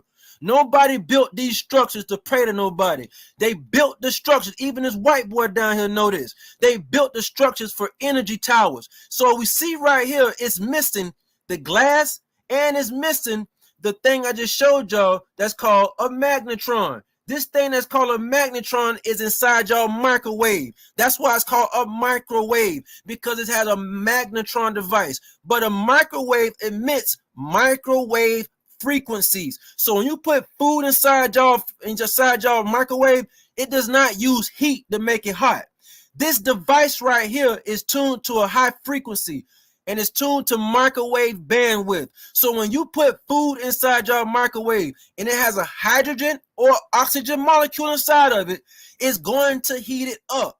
So your microwave inside your kitchen is not using heat. It's using this device called a magnetron. It's a generator and it responds to high frequency molecules. They put this Hey, who made it, bro? Who made it? Not you niggas. That's what I'm trying. Who made it? God damn it! I'm not Sister Bethy. You getting this information from me and Sanchez? You're stealing our information. That's why I'm asking you who made it, because you don't know, bro. Sanchez, bro, stop it, bro. Who made the shit? Because if you can't answer it, I'm going to pull it up for you. I'm gonna teach you if you can't answer it. Pull it up real quick. Who made it? Sanchez does not study. I'm gonna say the Catholics made it. How about that, bro? Go home. Go home, bro, because the Catholics... Now, who you say made it? I'm going to say the Catholics, and I'm going to walk you down. Bro, whoever said, show me some receipts right now. Because bro, I'm just asking you to qualify who you say made it, and then I'm going to pull up my sources. Pull it up. Who you say made it? I'm saying the Catholics. Pull it up. Okay, let me clarify and get the answer correct here. Sanchez, brother, metadata said, oh, you said don't call you brother, that's something else. Well, metadata said that the moon map that he showed you another area of the earth where nobody could go. He's done. According to metadata in his research, he's saying that the original people that were occupying all of this part of the landmass has the same genetic makeup of us. They are us. What they did was vacated everywhere they were on this landmass and went over there. And so we are left here. Even though they are the same people as us. We stayed and they left. So I guess correct me if I'm wrong. Correct me if I'm wrong.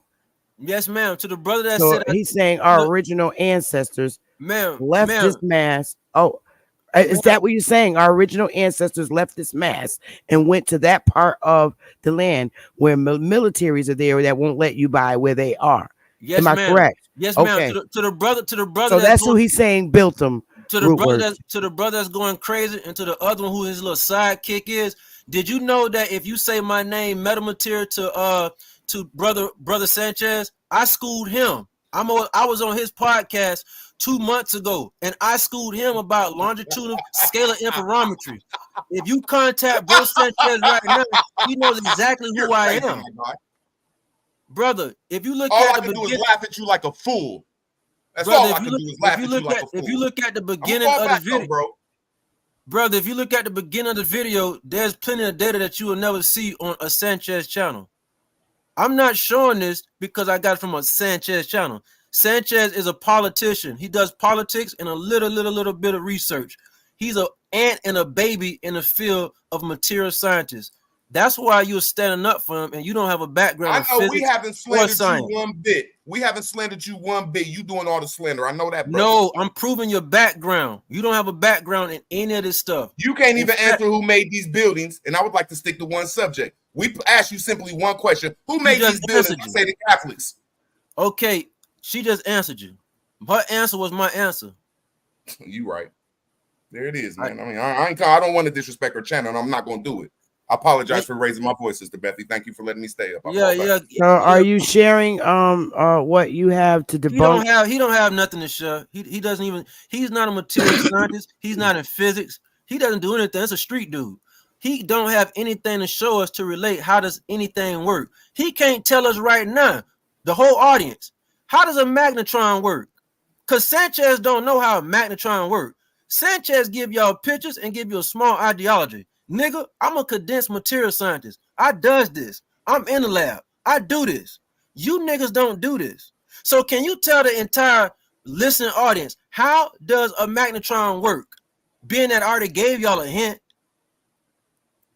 And show us who built the stuff when you say the Catholics. Because, hey, by the way, Miss Sister Beth, you see how the brother just said something about, the Catholics did it. But guess who the Catholics was, Miss Beth? Who? The Moors. So you see how they just invaded your channel and they missed the whole part about y'all are domestic, eukaryotic, and y'all are invasive? And when you, okay, I'm gonna say this one more time. I told you. Now he connecting the Moors. Now he connecting the Moors to the Catholics. Now he's connecting the Moors to the Catholics. I told you, bro, Sanchez was a Moor. Because now this brother is saying Moor and the Catholics. Come on, man. Can we go to the next question, man? I want to rebut this with evidence. You scared now. You scared, brother? If you're not gonna tell, you have to teach us. You're going to have to teach us how something actually works. Let me give an example. He wants to show you who built the structures. Okay, hold up. It's going in a little left. He wants to show you in response to what you told him to. He's going to show you who built the structures, I believe. Is that what you're showing him now, Root Word? I'm just going to do it through words because when you're dealing with the word calf. Okay. No, man, no, we not. No. I don't gotta cut him off. But let the audience hear because it's your research versus his at this point. So let's listen to him. And I ain't so disrespecting him at all. Come up, and he's never been on YouTube. He's never showed this information. I show this information every week or every month, bro. It's called the calf, and that's where you get it from. And it's dealing with the calf. Because when you deal with people that don't read words and don't study words like Sanchez and I do, and a lot of other people, it's a doctrine of the ancient church. I'm just gonna say that it's a doctrine of the ancient church. And that means it was whole. The whole world was dealing it. But hold on, y'all. It's dealing with. Let me make sure I don't know why you saying. I don't know why you saying the word Catholic, bro. What does got to do with building a building? Okay, because you're dealing with body purging when you're dealing with the calf, and when you was dealing with the Catholic Church, like he was saying, you're dealing with body purging, and I'm not gonna cut him off. See, he's too intimidated. Even though you don't agree, material, give him the opportunity to explain, and you can either accept it or reject it. That's all. Let's just listen to him. It's not that, Miss Beth. I'm kind of lost because I thought he was talking about how to build. God damn, I mean, we've been lost since you damn let me know, bro. I to tell you that. I'm gonna still talk to when you're done. I know how I got better. You know how you have your way of showing who built the structures. He's showing you his way now, but he's doing it in a different method. So let's look at his methodology. Okay? Yes, ma'am. That's all. That's all. So let's just mute, even if you disagree. Yes, ma'am. All right, let's go. All right, when you deal with the Catholic Church, you're dealing with cathedrals that's everywhere. That was dealing with this energy that the Aboriginals be showing the Tartarian Sanchez. So I'm just gonna keep it in that little circle. You know, we've been dealing with this shit for at least 10 years. That little magnet shit he been talking about, Ab Power showed that shit 10 years ago. Well, at least 6 years ago. That's Aboriginal Powers research. That's not his. It's Aboriginal Powers. But anyway, let's keep on going. The Catholic Church is the universal ancient doctrine before the East and West. So don't none of y'all know what the Catholic Church is. It's dealing with the cathedrals. It's something before the Europeans put in your brain, because you can find them, like Sanchez saying, Asia and all around the world. So you just can't put it to the Moors or Europeans. You can find them churches in every city. In every city. And then when you keep going forward, this is just dealing with the words. It's dealing with the catharsis, which is body purging. They understood how to deal with purging your body, especially taking some poops. It's what the purge was really about, dealing with your body. But just when you keep going to the words with Catholic, keep on going, hold on 1 second. You dealing with a catharsis, which is concentrating and accumulating to mental energy.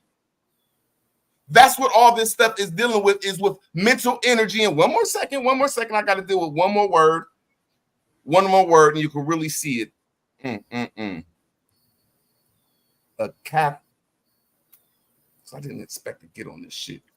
So the medicine, purging, purifying. Now, one more second, y'all. I'm just trying to say all this stuff is dealing with a mental energy. It's a mental energy. And when you're looking at this stuff, he ain't even explaining it right. See, he talking about it's a wheel in the middle. He can't even explain this shit right, because Sanchez the one who got me game a little bit more than what I knew. Because when you're dealing with that circle stuff he's talking about, which is called a cathode, that's what it is. It's a cathode. The thing he's showing, it's not that weird ass shit he's talking about. It's called a cathode. A cathode. A cathode, which is the person that makes that circular thing he's talking about. It's an old. It's cathode. It's cathode. These Catholic it's called churches. Anode. It's called an anode. Or you talking cathode, about? I know. I'm about to land my plane because I don't like being long-winded.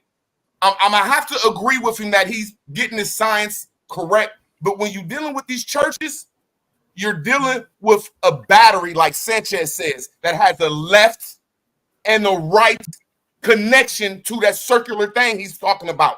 And that left and right connection, what keeps it spinning. So learn the whole science before you start teaching it, brother. Bro, you sound. Can I talk? Okay, now? so are you saying? Let me go okay, in. no, I'm just asking him to be clear. Rootware, are you saying the Catholics built the structures? No, I'm saying before the so-called Europeans took over, whenever they took over, the world was like, fuck, Sanchez said, on a universal way.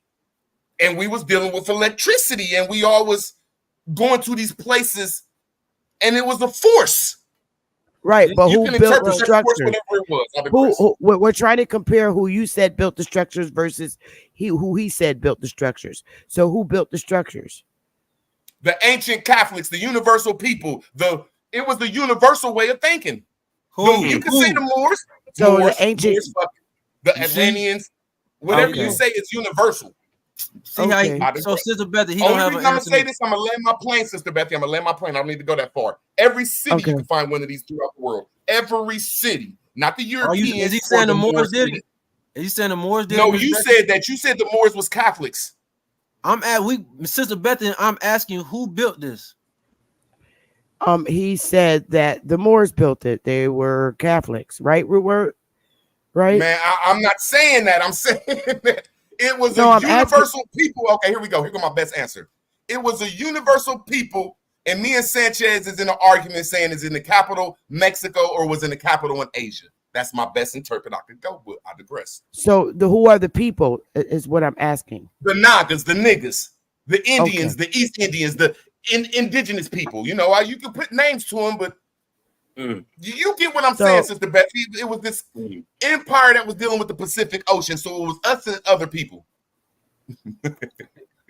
This boy need attention so bad that what he just said. All right, very bad. He's suffering potential. So, Sister Betsy, let me go and eat this little boy alive, because you don't study physics, you don't have any equipment. So, can you screen share what I'm about to show Miss? Because I'm finna eat this little boy. He just wanted attention so bad that he just got in anger, and he's trying to make it look like him and Sanchez made an argument about what a magnetron is. I or somebody stole it from them because they was talking about it 10 years ago. You sound low class, bro. You sound very low class about saying y'all came out with a definition for a magnetron if the microwave was in a nigga house back in the 1970s and 80s. You sound stupid because the magnetron device was out before you or Sanchez said the word.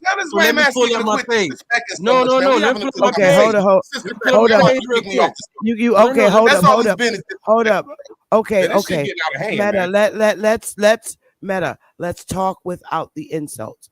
that I'm not trying triggers. to insult, man. What I'm trying to Right, say but is that the brother said that him and Sanchez, we or I, anybody, if we say something about a device called a magnetron, we stole it from them. But these two niggas don't have no background in engineering, nothing. I told Sanchez, bro, if you want to make your audience smarter, you need to, because Sanchez very well of what I do. I don't know what you talking about, bro. I told Sanchez, if you want to make your audience way more advanced, Sanchez, it was 16 niggas on the panel because they all had questions to ask me how to cancel out the electromagnetic frequencies, because it's so many questions Sanchez could not answer, so he asked me. So Sanchez had a question. He said, bro, because Melanin, you so advanced, my brother, how can we cancel out the EM field? I said that you have to have 2 coils.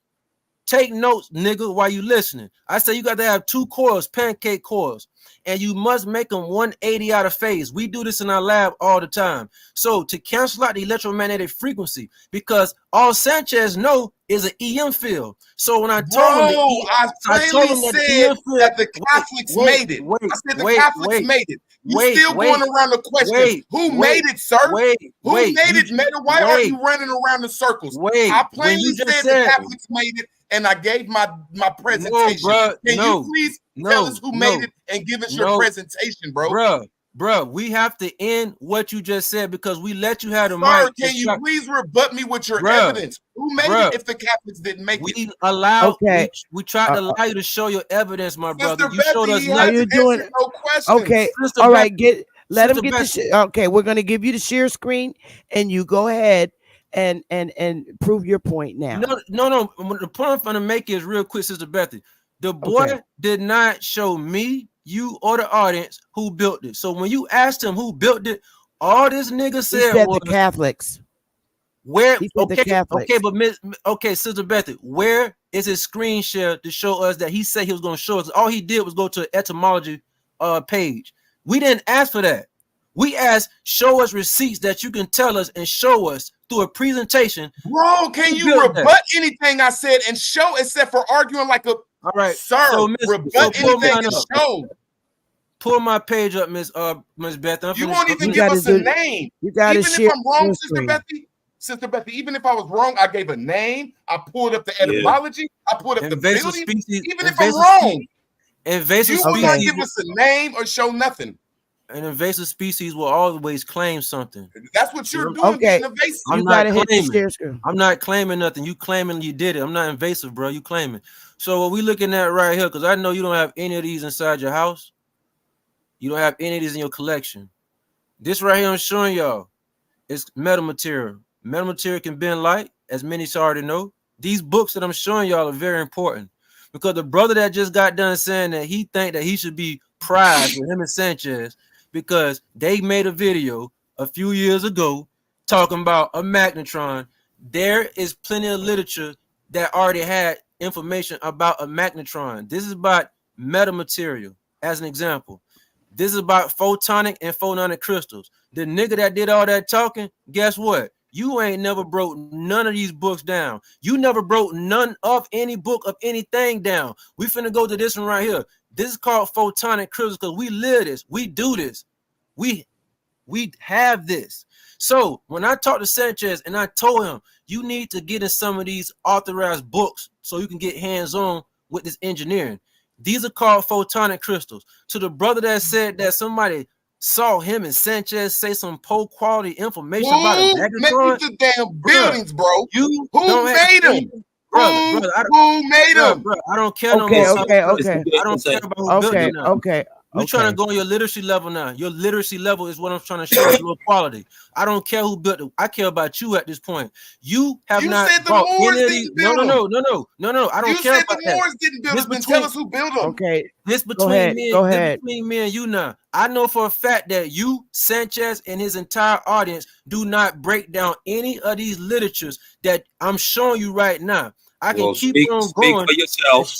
That's an opinion. Okay, wait. That ain't no opinion, bro. Show me the Let last one person talk.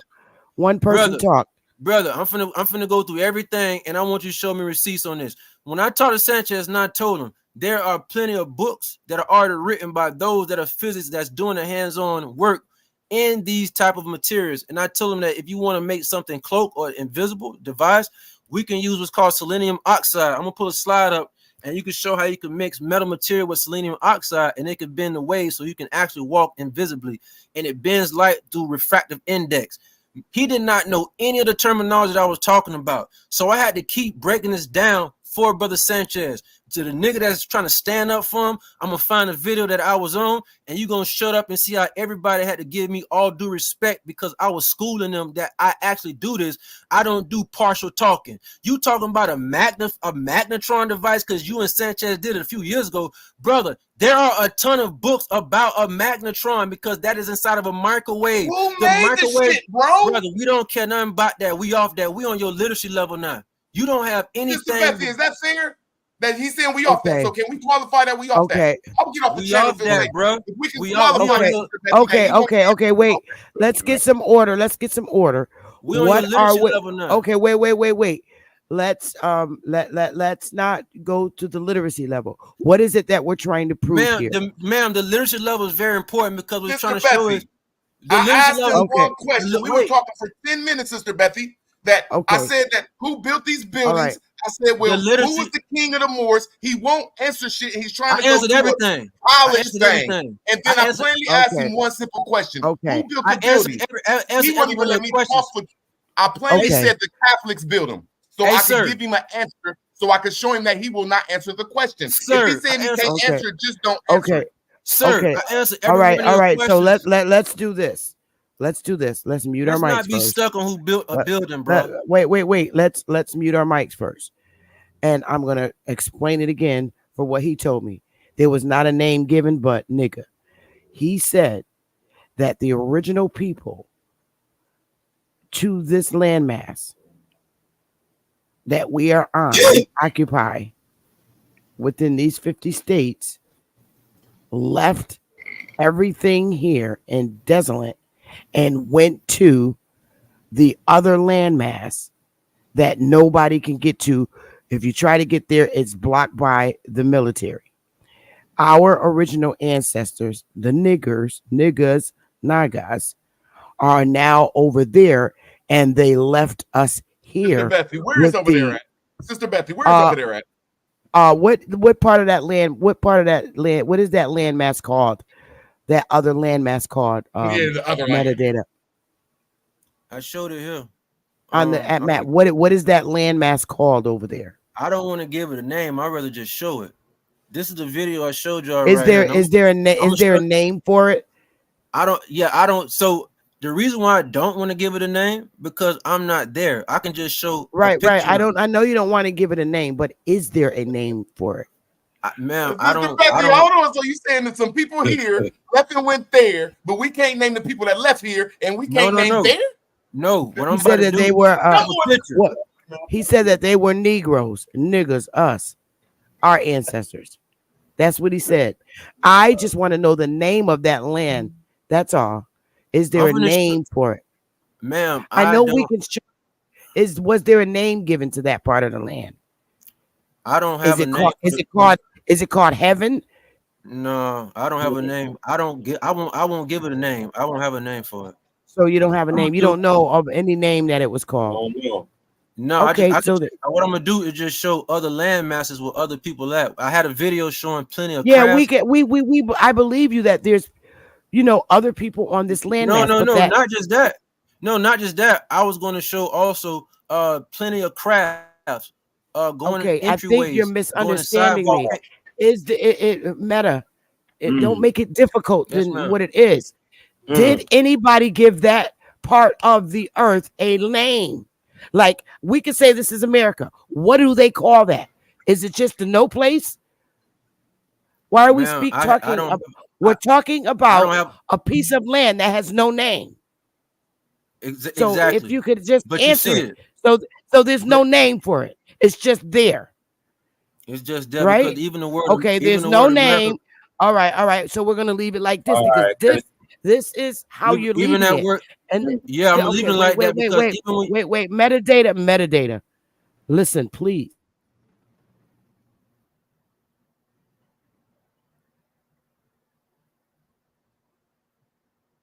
Sister Bethy, your mic muted. What you're doing with your research, your intellectual research, is you're leaving things unanswered. So you identify who the people are. They're our ancestors, our original niggas, left here and left everything desolate that they built and went over to this part of the earth that has no name.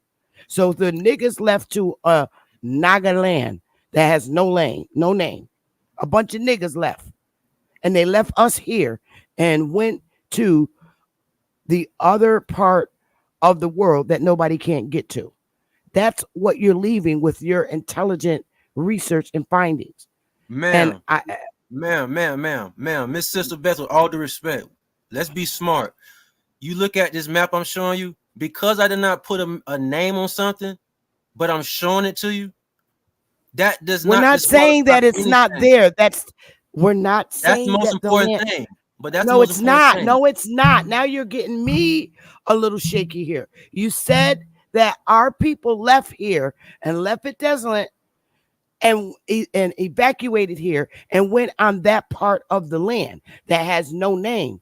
That doesn't make any sense if it doesn't have a name or what it is.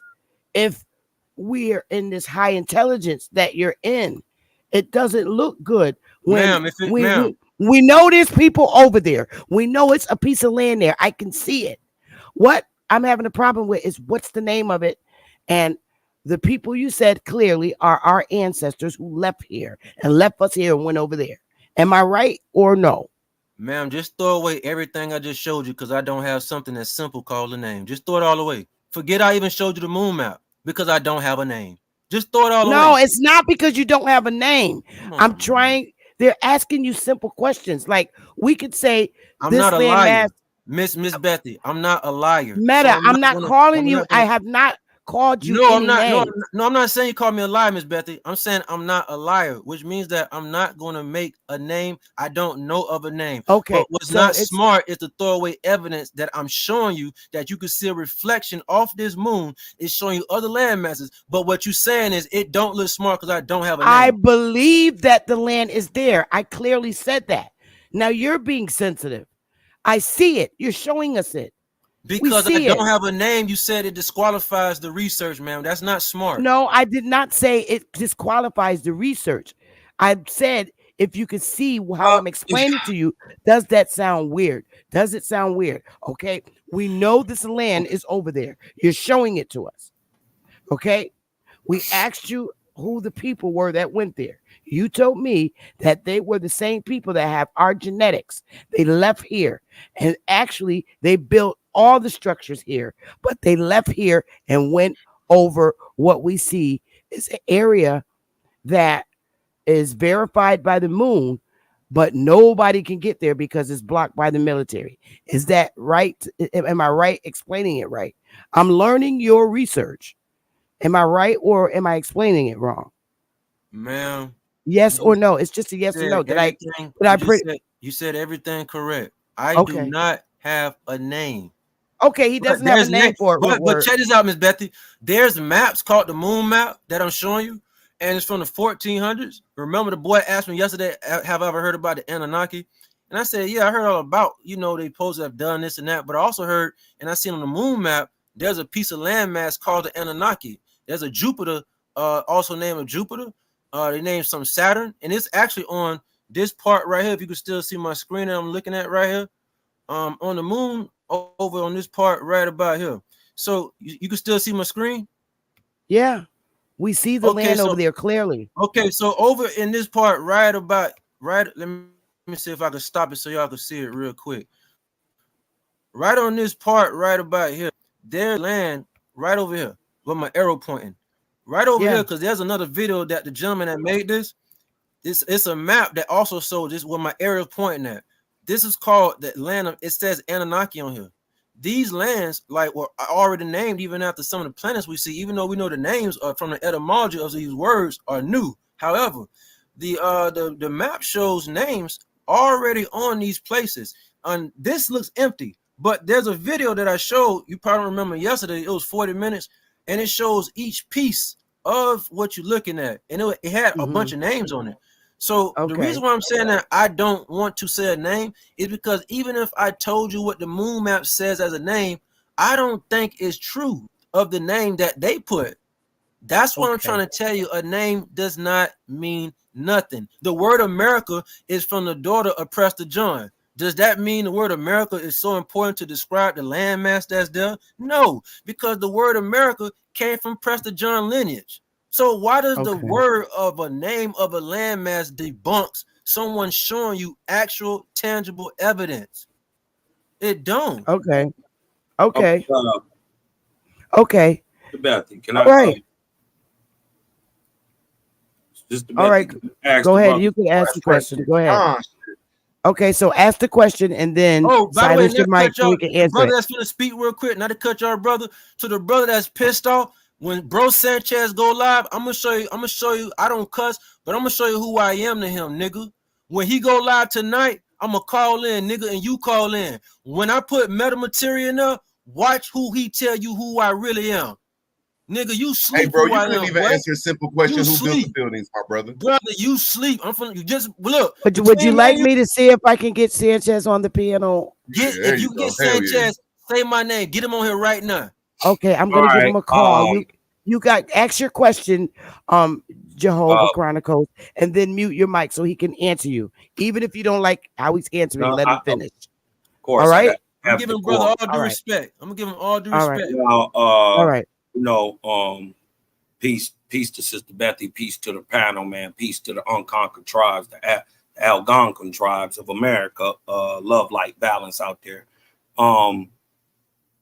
Even though the brother was disrespectful to me, told me I was cheerleading or whatever, and I've never met the brother. So salute to your meta material. I haven't Yes, sir. Yes, I sir. haven't I had the apologize chance for to meet you anything yet. that you took, You dig sir. what I I'm saying? apologize. It's all right. You made some claims. I want to go back. It's not that I'm just disagreeing with what you're saying, but you made some claims that I would like you to expound on. You made a claim that there is no ozone layer. Do you have any objective proof? Now mute Yeah. up. Yeah, we have very objective proof. Let me try to pull something up. So let me pull this up. And I talked to Sister Beth before this started. We have the intelligent agencies that y'all never heard about. He said, is there any proof that the ozone layer is gone? The ozone layer has been removed. I don't know where you've been at, brother, but there's plenty of weather modification governments put this data out a long time ago. They have it all on the net. That's exactly why UVC, which is under 200 nanometers, next to X-ray, is penetrating everybody. But those of us that's supposed to be here genetically, non-domestic, it doesn't do anything to the real niggas here. We have UVC, X-ray radiant now on the surface. The ozone layer, which is hydrogen compressed dome above your head, above the stratosphere, not a dome a million miles up, just a few hundred miles up. It is now depleted. It is now letting all of the sun rays from UVA, BC, radiant, is now letting gamma and X-ray and other radiant wavelengths through. Let me see. Can we get a maybe I could just Google it real quick and you'll see maybe plenty of articles trying to display the situation with the methane levels. The methane levels have risen way past the CO2, and so now it's, different things have fractured, decapitulated the hydrogen compressed dome, and now it's basically depleted. And so let's see if we can see if the ozone layer is basically depleted. Ozone layer is let's see, because there's plenty of science and physics. Y'all talking about it right about now. So here's something they're not really going to fully admit, but here's a hint. The ozone depletion level is gradually thinning. I'm telling you that it's gone, but they're saying that it's thinning of the upper atmosphere. And when they mean the upper atmosphere, they're not talking about way up in space, a million miles up. The upper atmosphere, they might be just talking about the exosphere, which is right above the stratosphere, which is what we see, the blue plasma screen we call the sky, oxygen base we see. Right above that is another sphere, the exosphere. It might be talking about the mesosphere or the exosphere when they say this part right here, the upper atmosphere. And so check this out. Remember I told you I just pulled this up. Remember I said the UV radiation is coming through, and that was one of the biggest reasons they had an ozone layer even up. This says that the ozone layer protect Earth from harmful UV radiation. The depletion increases the amount UV radiation that reaches the surface. So I can show you plenty of research by weather modification. Those that pull out the equipment, they don't do talking, and they have found plenty of proof of UVC, which is the most smallest wavelength of the UV spectrum, and is now penetrating everything. The UVC eliminates viruses and different type of bacteria. You could use UVC to clean and wash your dishes. They have UVC light for cell to eradicate bacteria, just because of the small nanometer wavelength that it produces. So I just pulled this up, but I knew the main reason they even had an ozone layer was to protect those who are not supposed to be here genetically from this thing called UV radiation. And so So I was asking for objective proof. For instance, we know for a fact that the ozone layer keeps oxygen in, and it is only rises about 25 miles off the ground, right? And everything below that, or actually, I give it up to about 60 miles, right? But everything below that is the breathable part of our atmosphere, and that is where the oxygen is trapped. Without the ozone layer, everything that breathes oxygen would die. No, brother. Beyond that, hold on. Beyond that, this is just what's provable, right? Wait, show me the proof. Hold on, brother. Bro. You know what I'm saying? Real quick, show me the page you said prove so I can pull it up. Show me the page. What, that you oxygen is trapped in the ozone layer? Show me that, and also say you said. All right, hold on. Watch this. I'll just show you. I don't say nothing I can't prove.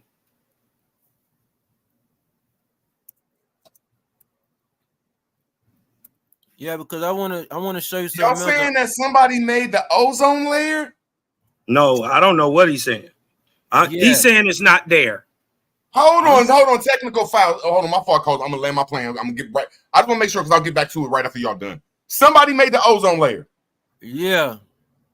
I'm gonna fall back. I got you after you done. Made that ozone layer for everybody that's a domestic eukaryotic. That might be for you that's speaking, my nigga. If you got that Moorish background of genetics, it's speaking. The Moors made it too. The Moors made it, didn't we? Y'all ain't make hardly nothing. Y'all are invasive. Y'all are claiming y'all made it. Sir, you said we made a. My fault. Could you show my screen? This is just objective truth, right? Is oxygen within the ozone layer. So if there is no ozone layer, right, that means there is no oxygen. No, brother, you reading that backwards. Hold on, brother, bro. You reading that backwards. Pull it up. You reading that backwards. You asked me to pull it up. You reading that backwards. That Okay, it's response. Listen. Ma'am, so, I'm telling you, he's reading that backwards. That thing. Okay, I get that, but the way we hear you, that's your opinion. So that the audience can understand you. Otherwise, we just got an argument. So you got to mute your mic and let him answer. And then when he answers, he mutes his mic and then you debunk it. Okay? Right. All right. So I'm just asking no explaining. Just go ahead. Explain what you're going to explain. Right. Cosmon. I was just asking you about what you claim. You said there was no ozone layer. Right? Okay. So if there was no ozone layer, there could be no oxygen on the planet, keeping it held down to the lowest breathable part. See, the proof is that oxygen is within the ozone layer. Yes, the ozone, a gas made up of 3 oxygen atoms, is found in the ozone layer of the Earth's atmosphere. The ozone layer is located within the stratosphere, about 9 to 18 miles above the Earth's surface, and contains about 90% of the ozone in the atmosphere. The remaining 10% ozone is found in the troposphere, the layer closest to the Earth. So that kind of debunked what you're saying. I mean, I was just showing it objectively. If there was no ozone layer, there could be no oxygen. There could be no life on the planet without oxygen. Okay. So now metadata, Metamaterial, it's your turn to I debunk thought he and answered the question. I had another question. I was just going through what he was saying. I think he wants to respond back Oh, okay. to My what bad. you just said. My bad. Okay, so mute your mic. And are you ready, material? Metamaterial? Your mic is muted. Sister Okay. Bethy, tell the brother to pull that right back up, because see, I'm an actual condensed material, and there you go. There we go. Let me show you that you can't read and you cannot interpret physics, brother. The thing that you just pulled up, it says a gas made up, because you don't even know what 3 oxygen atoms is, but I do, because I'm a condensed material scientist. The article that you just read, brother, does not say anything that oxygen is produced, and the only oxygen is up under in the entire world is up under an ozone layer. The first thing it says, yes, ozone, a gas, is made up of 3 oxygen atoms. First of all, that's 3 oxygen atoms, because you didn't say that these 3 oxygen are combined together, because you don't even know what that means from a 2 oxygen from a 1 oxygen. You don't even know the difference. It then says it's found in the ozone layer of the Earth's atmosphere. I'm gonna read everything you said so I can show you that you don't study this stuff, and you did not read carefully why you should have been studying a little better than what you just did, bro. The ozone layer is located in the stratosphere. Okay, 9 to 18 miles above the Earth's atmosphere, give or take. We're talking about 90% of the ozone in the atmosphere. The remaining 10% of ozone is found in the troposphere. Let me school you again, brother. For everybody that's watching this, this is why I was trying to give you guys these exclusive books by those that actually are material and condensed material scientists, not these people you see on YouTube that just talk and they read a sentence or two, but those that are actually hands-on engineering like we do. The brother just got done saying that all the air that we breathe in, oxygen, is coming from an ozone. But the thing, hey man, you gotta show us some engineering. Wait a minute, wait. But what he no cutting off. Wait a minute. But what the boy just pulled up, because he's highly inexperienced, it only says 3 oxygen atoms is what the layer is made of. The gentleman yesterday asked me, he said, so what is the ozone layer? I told him it's condensed hydrogen and oxygen. Because I'm a condensed material scientist, we have to know how to condense materials, whether it's nano or non-nano, to try to make an objective in engineering. What you are reading, it is saying the ozone is made of this material. It's 3 oxygen bonds. That does not mean all the oxygen that you breathing is from there, boy. That's not what this says.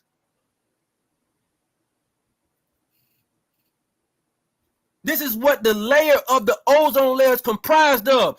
Hey, Miss Sister Bethy, call Sanchez, since they look up to him. We about to show who the big dog is, because Sanchez gonna show them that he look up to me. Okay, hold on 1 second, because Sanchez is actually live. I sent him a text, so he's in the middle of yelling like he does and explaining. Miss Sister Bethy, can you please can I just say one thing real quick, Sister Bethy? I just want to say one thing. All right, like my brother. Go ahead, Sister Bethy. Go ahead. All right. Wait a minute. All right. Hold up. Metadata, hold up. I'm gonna go in the chat and say, Brother Sanchez, Metadata said, could you please come hit the link and come to the panel? I sent them the link. All right. So I'll go in his chat now. Miss Sister Bethy, since I just basically told him something he was unaware of, I want the boy that pulled this up to respond to what I just said, because nothing in this article says that we get air oxygen from nothing of what you just said, bro. So I'm gonna ask him to do that, and I'm gonna mute your mic and do not cut him off. All right. So go ahead and explain this to him, Cosmon. Nobody unmute your mics. First of all, he made a bunch of assumptions. Y'all don't do this. Everybody know Cosmon do this. First of all, 90% of the ozone in the atmosphere, or the breathable oxygen, because what this combined scientists didn't tell y'all is O2 is oxygen. Yeah, he forgot to tell y'all that. Without the ozone, you can't have oxygen. And with the loss of ozone, oxygen, right? The UV rays would bombard the planet, the UVB, and the UVC would literally be baked. It would bake every molecule on the earth. It would kill roughly every plant and every animal, debunking anything he got to say about there is no ozone. Notice I asked him to prove it objectively. He went to an opinion and then tried to bash me when I proved it, that he was wrong and that there is an ozone, right? My next question is this, right? You said, right, that the sun averages, right, or produces on average 432 terahertz, right? Can you prove that objectively?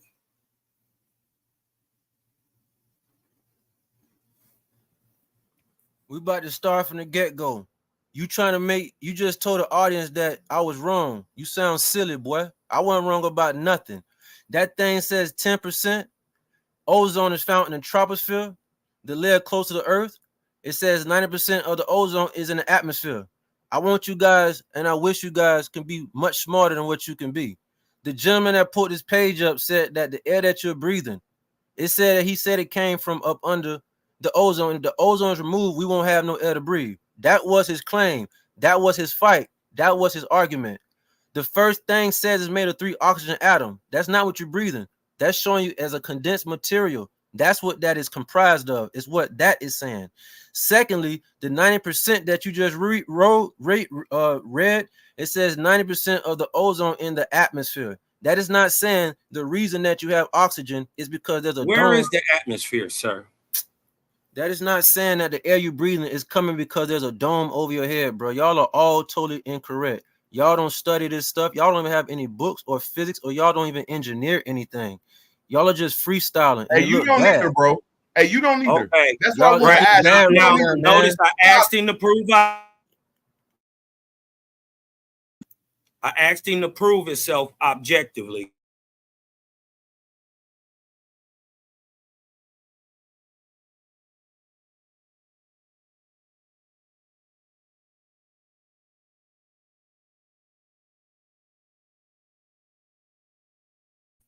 Oh, excuse me. My mic was I'm sorry. I'm sorry. Metamaterial. Let's not continue to use downgrading words when making explanations. Okay, this is just a dialogue between brothers, and all I'm trying to establish here is that the audience hears both sides, even if you disagree. So, like when you respond, don't say you niggas don't study metadata, or you don't study civics, or you don't do that. Just respond to the question. Same thing with Root Word and Lord Cosmon. Mute your mics so that he could respond. And then metadata, same thing for you. Once you respond and drop your Jews like them, mute your mic. And if they say something that you don't like, just bite the bullet, but stay muted. Because what it does, it gives the audience the chance to hear your side metamaterial, and then it gives the audience a chance to hear Root Word side. And so the audience can say, damn, you know what? Root Word made a good point. Or they'll say, well, damn, I think metamaterial made a better point. So I'm down with him. You guys don't give the audience that option when you're fighting and humiliating each other. So back off of it and just respond back and forth. We got to bring back the love.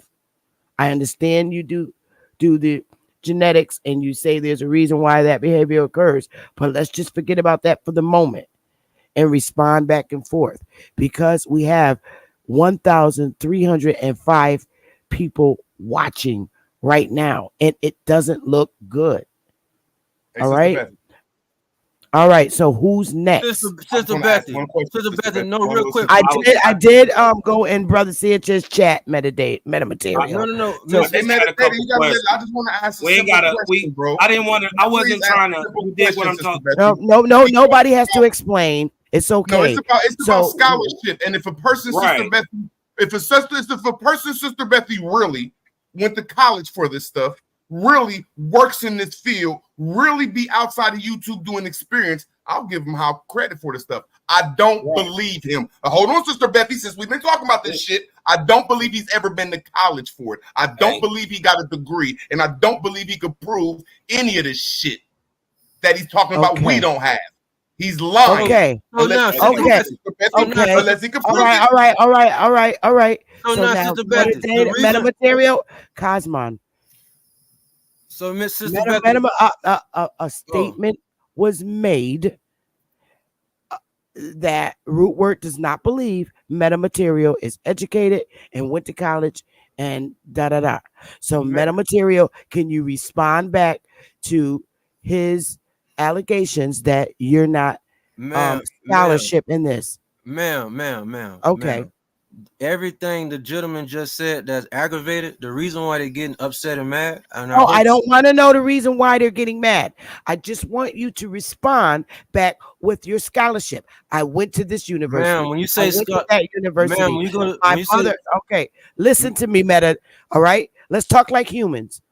All I want you to do is drop the Jews that you dropped to me earlier.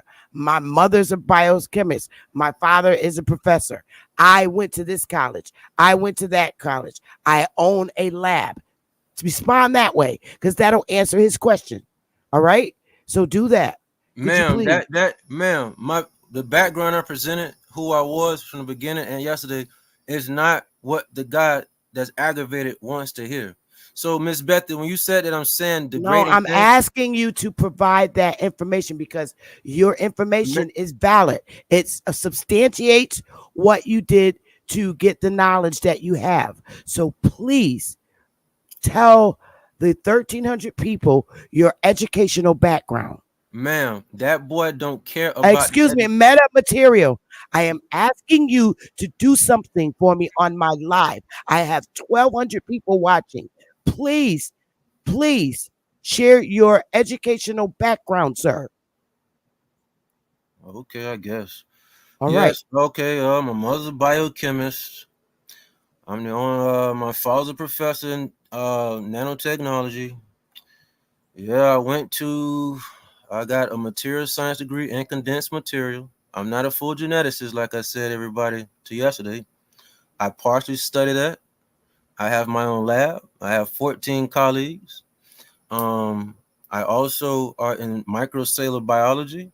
I'm very well equipped with photon and phonon crystallography. So when I was on Sanchez's show, that was a presentation that I was showing him because I showed Sanchez everything, all the receipts he wanted to show with his panel.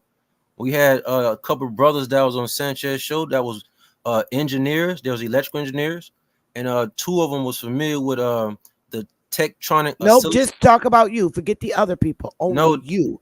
Your credentials have been challenged. Background. This is my background because all right. The other guy's education has nothing to do with you. Only you. So you gave credible evidence that you are educated in the information that you are sharing with the 1,000 people in here.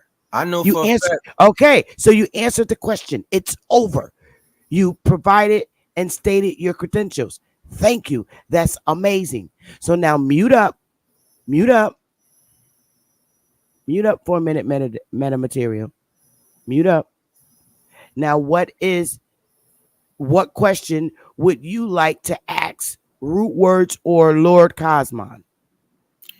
Oh, it's about him asking us questions. I thought I was no. Questions. Right, but Root Words stated something about his education, so he responded. Okay. All right, so you already responded to his question. So Cosmon, did you have a question to ask metamaterial? Yes. He made a claim that the sun averages a rate of 432 terahertz. Can he prove that objectively? Okay.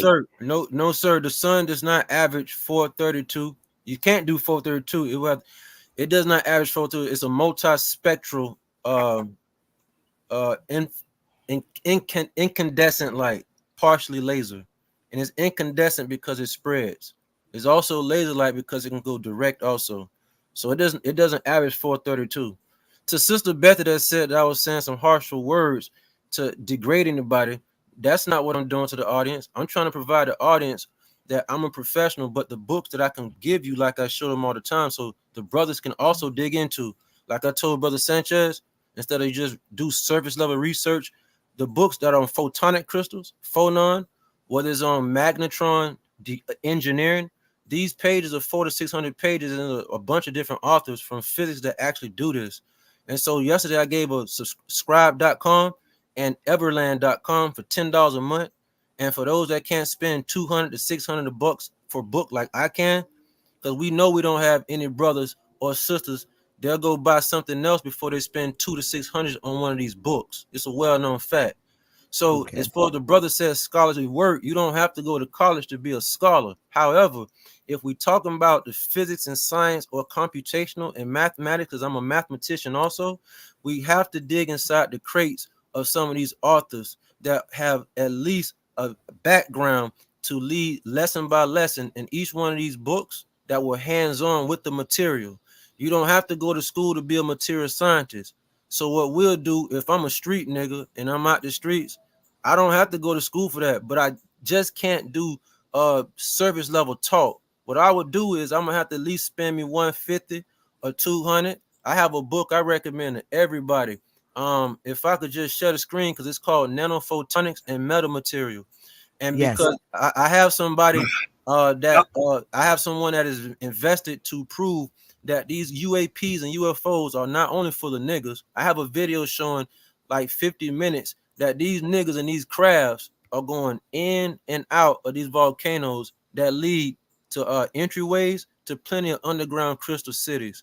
And the material of the craft, that's why I call myself metamaterial, is made out of a metamaterial, but over than that, it's made of what's called graphene aerogel. And we found that when light hit graphene aerogel, it actually levitates. We have a video of this in the lab, and there's a couple of them that's circled on the internet about this happening. So this book right here, I'm gonna pull up, is Nanophotonics, and this is for anybody that want to get an in-depth study of both of these things at the same time, because there's crystals in all material. And so what I'm gonna pull up is this is a cheap book. I think maybe it's not $200-300, but this book is Betty, brother, please. Hold on, no. It's the book right here. You know what? This okay. the book. Yeah, they can't. All right. They can't help themselves. And so we have a book right there. We know you niggas ain't gonna spend 200 for this, but I really hope y'all would. This is $60. This right here will give you guys an eye opener. You ain't got to go to college, but this book, when you study it, it will give you hands down on the introduction of the thing called nanophotonics. And photonics dealing with light, but not just optical light, because optic is dealing with a certain length of light. We're dealing with something way smaller than optics, so that's nanophotonic. And so this book is a real nice book to dive into for those that did not go to a university to go and study this type of stuff per se. This is how you get scholarly. You have to dig inside the crates, and then the next step is you have to get hands-on and buy some of these materials. Some of it is expensive, some of it's not, because you're dealing with interferometry and spectroscopy, like I was telling Sanchez, because he was like, those words you're using, you know, we don't really use those terms to explain things, because I know the background you from metamaterial, you know, y'all use that. And I was explaining to Sanchez that if I don't use this type of terminology to describe certain things, when I need to buy materials from one of these places, like I could pull up that sell interferometry equipment, they won't know what I'm talking about. And so Sanchez was like, you know, they use a whole bunch of words that, you know, that's unknown to majority of people. And I was explaining to Sanchez, yeah, I don't agree with the terms and words they use to explain this stuff anyway. However, if you want to get this equipment, you're going to have to know how to explain what you're talking about with these terminologies, how they get inside interferometry and spectroscopy. This is the only way, other than going to a school that teach you this stuff, that you could get on your scholarly ground. As far as going back and forth about a magnetron, that's not here or there, because the microwave was out since 1970. So there's plenty of studies that was out about a magnetron before a nigga made a video on YouTube, bro. That's all I'm saying. Awesome. Okay, now I understand metamaterial speaks on, but you have to understand that when he's responding to you, he's also educating the audience. So now there's questions going in the audience for root words and Cosmon. The audience want to know what is your educational backgrounds. So either one of you could go first. I went to I got a college. I GED. didn't finish.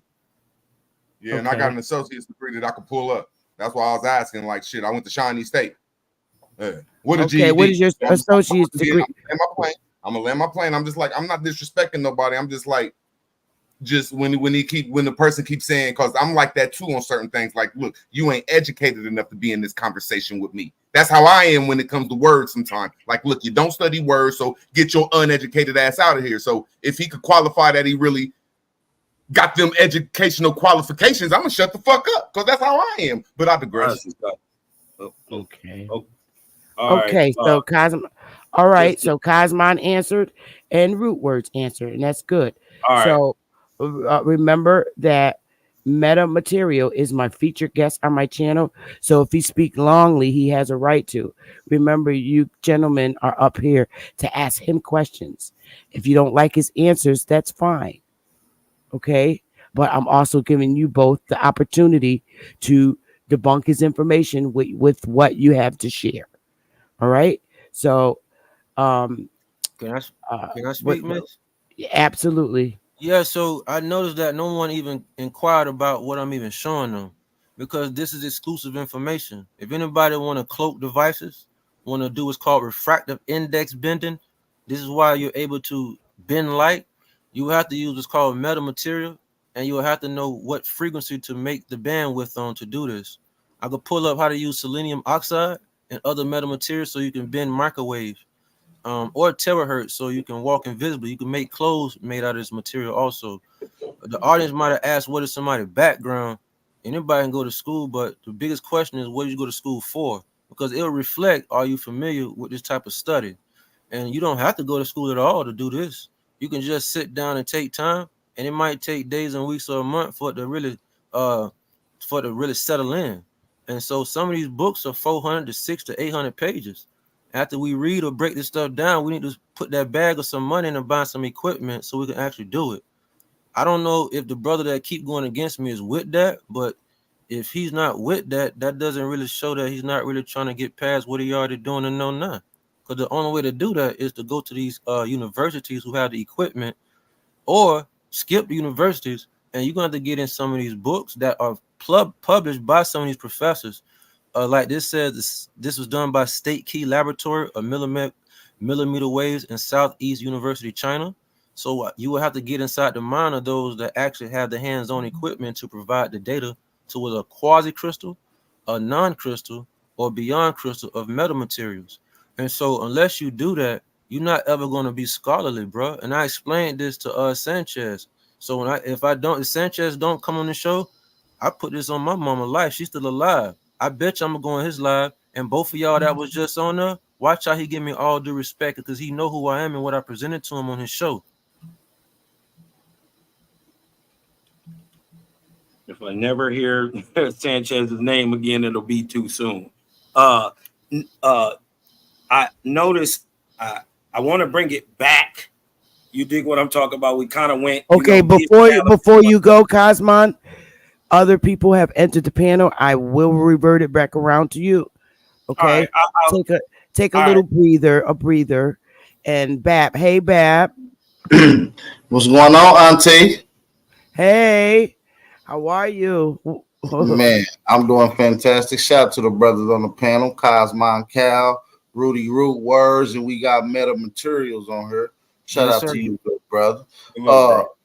Man, I see y'all up here cooking. I'm just going to sit back for a second. I'm going to finish and listen to the Cosmon engage, and I do have some questions of my own about some of the metamaterials, photonics, nanotechnology that's able to pretty much bend light around whatever object that is pertaining to. I would like to get into some of that here in a second, but I'm going to let Cosmon cook for a second, though.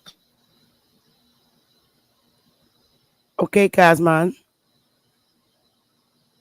Your mic is muted. Peace to Young Bappington. we kind of got away from my question.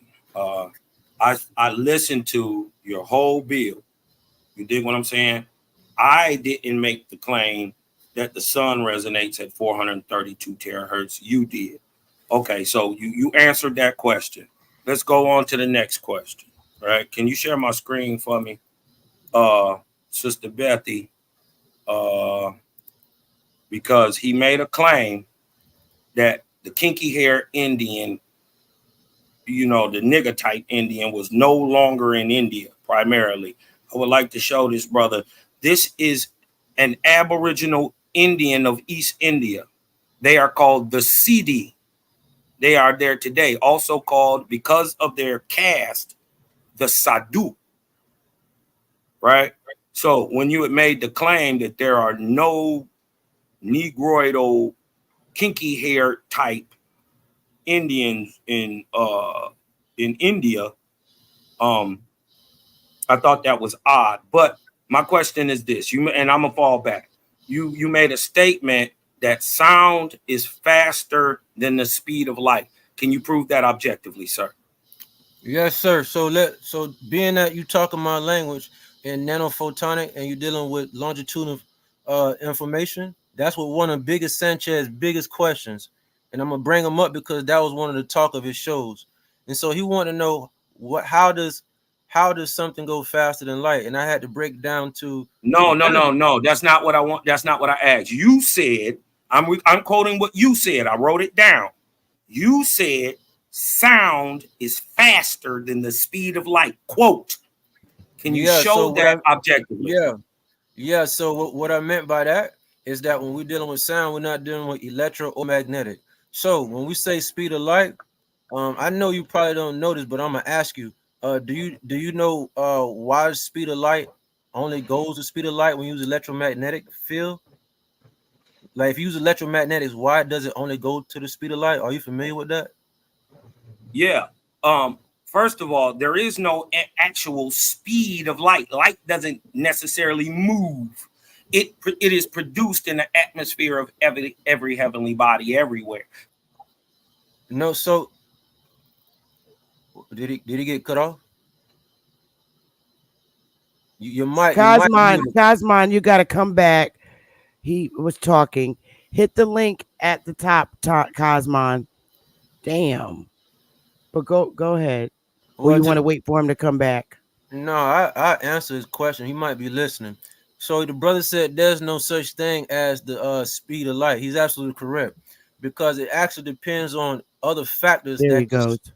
Yeah. So the brother said that there is no speed of light. He's absolutely correct about there is no correct speed of light.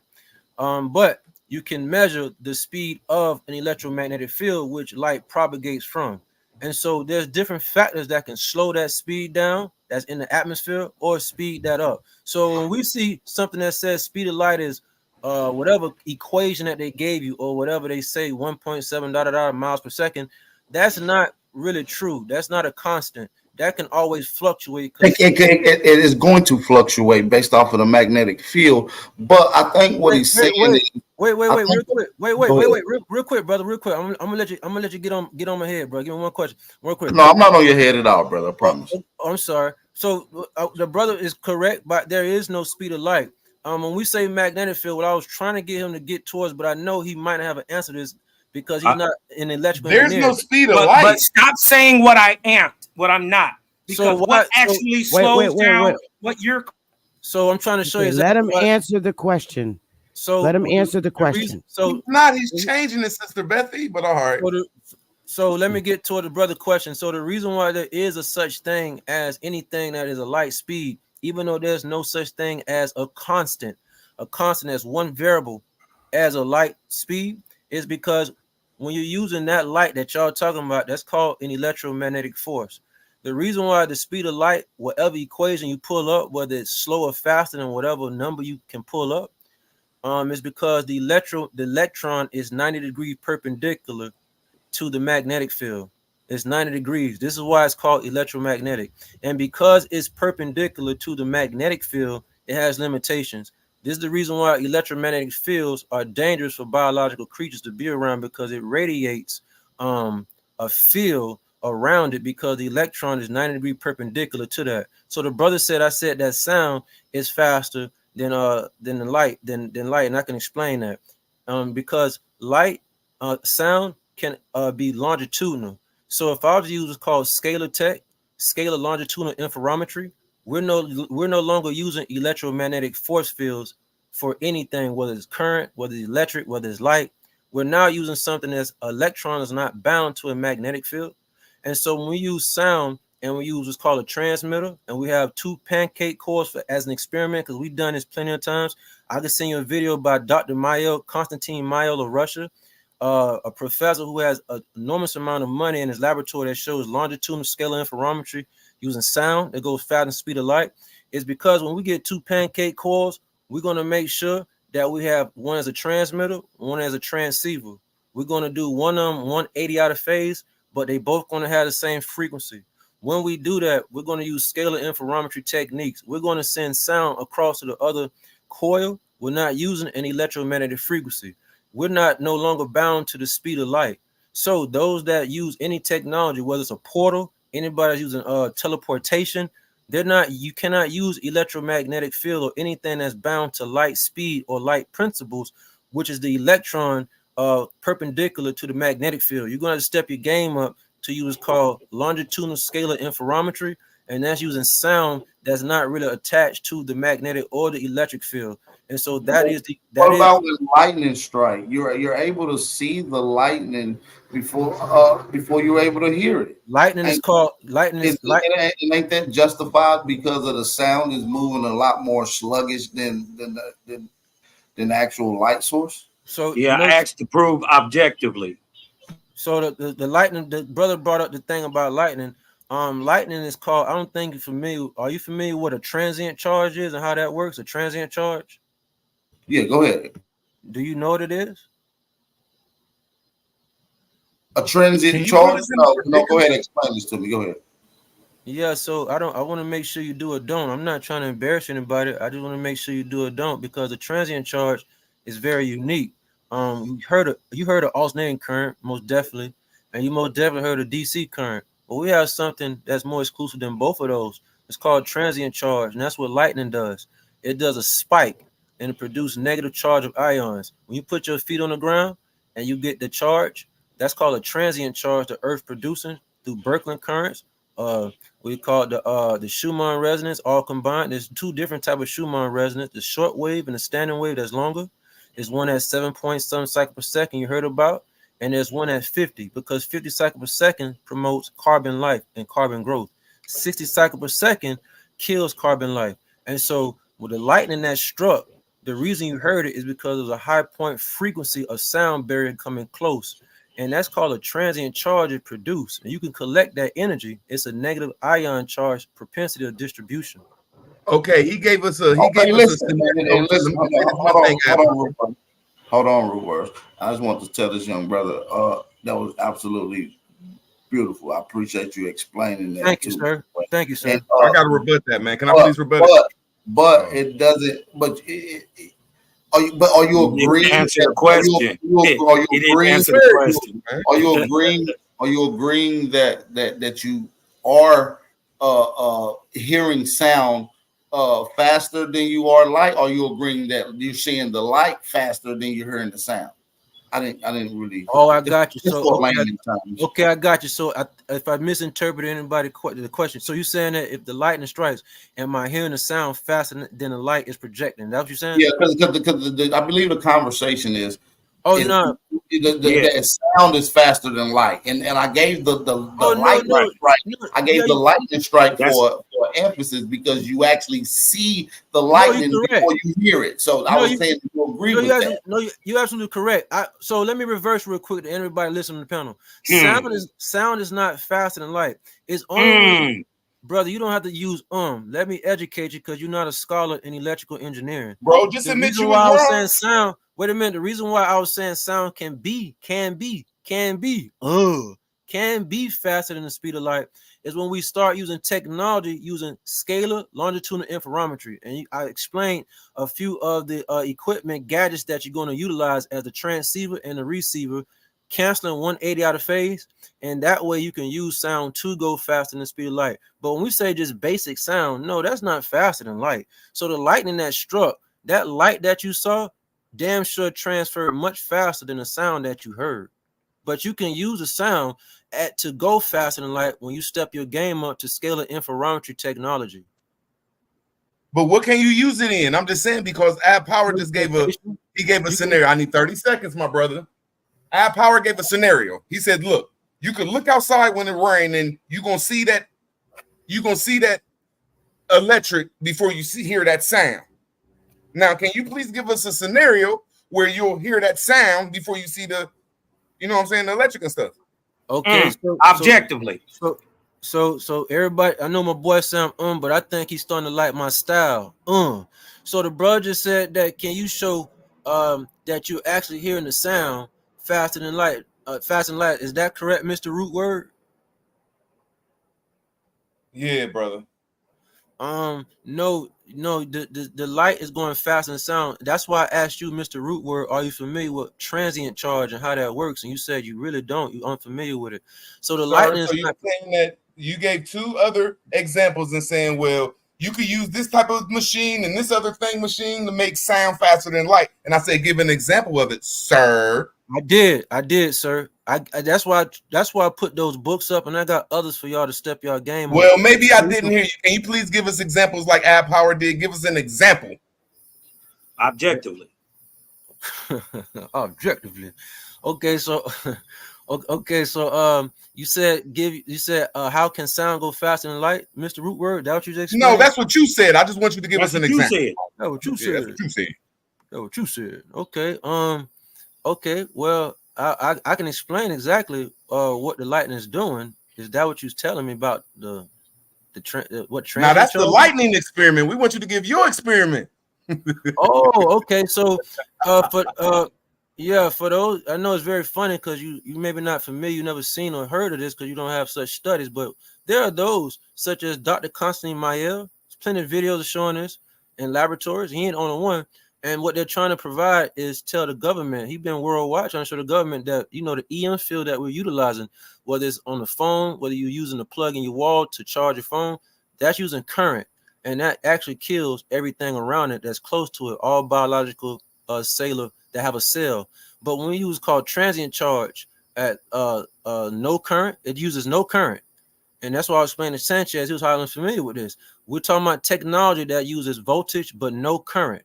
And so when we use transient charge, now you're talking about getting things faster than the speed of light, because now we can also use what's called electrostatics without the magnetic field.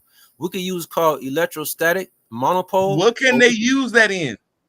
You could use that, and you could use, for example, you could use that for teleportation. Your phone right now that we're communicating off of, the phone that you're using is using transverse waves, electromagnetic fields. This is very dangerous. Yeah, what it is, it's stopping the electrons from flowing, pretty much. This is cutting edge technology. He's going power. Is it the speed of sound, or is it the speed of electric light?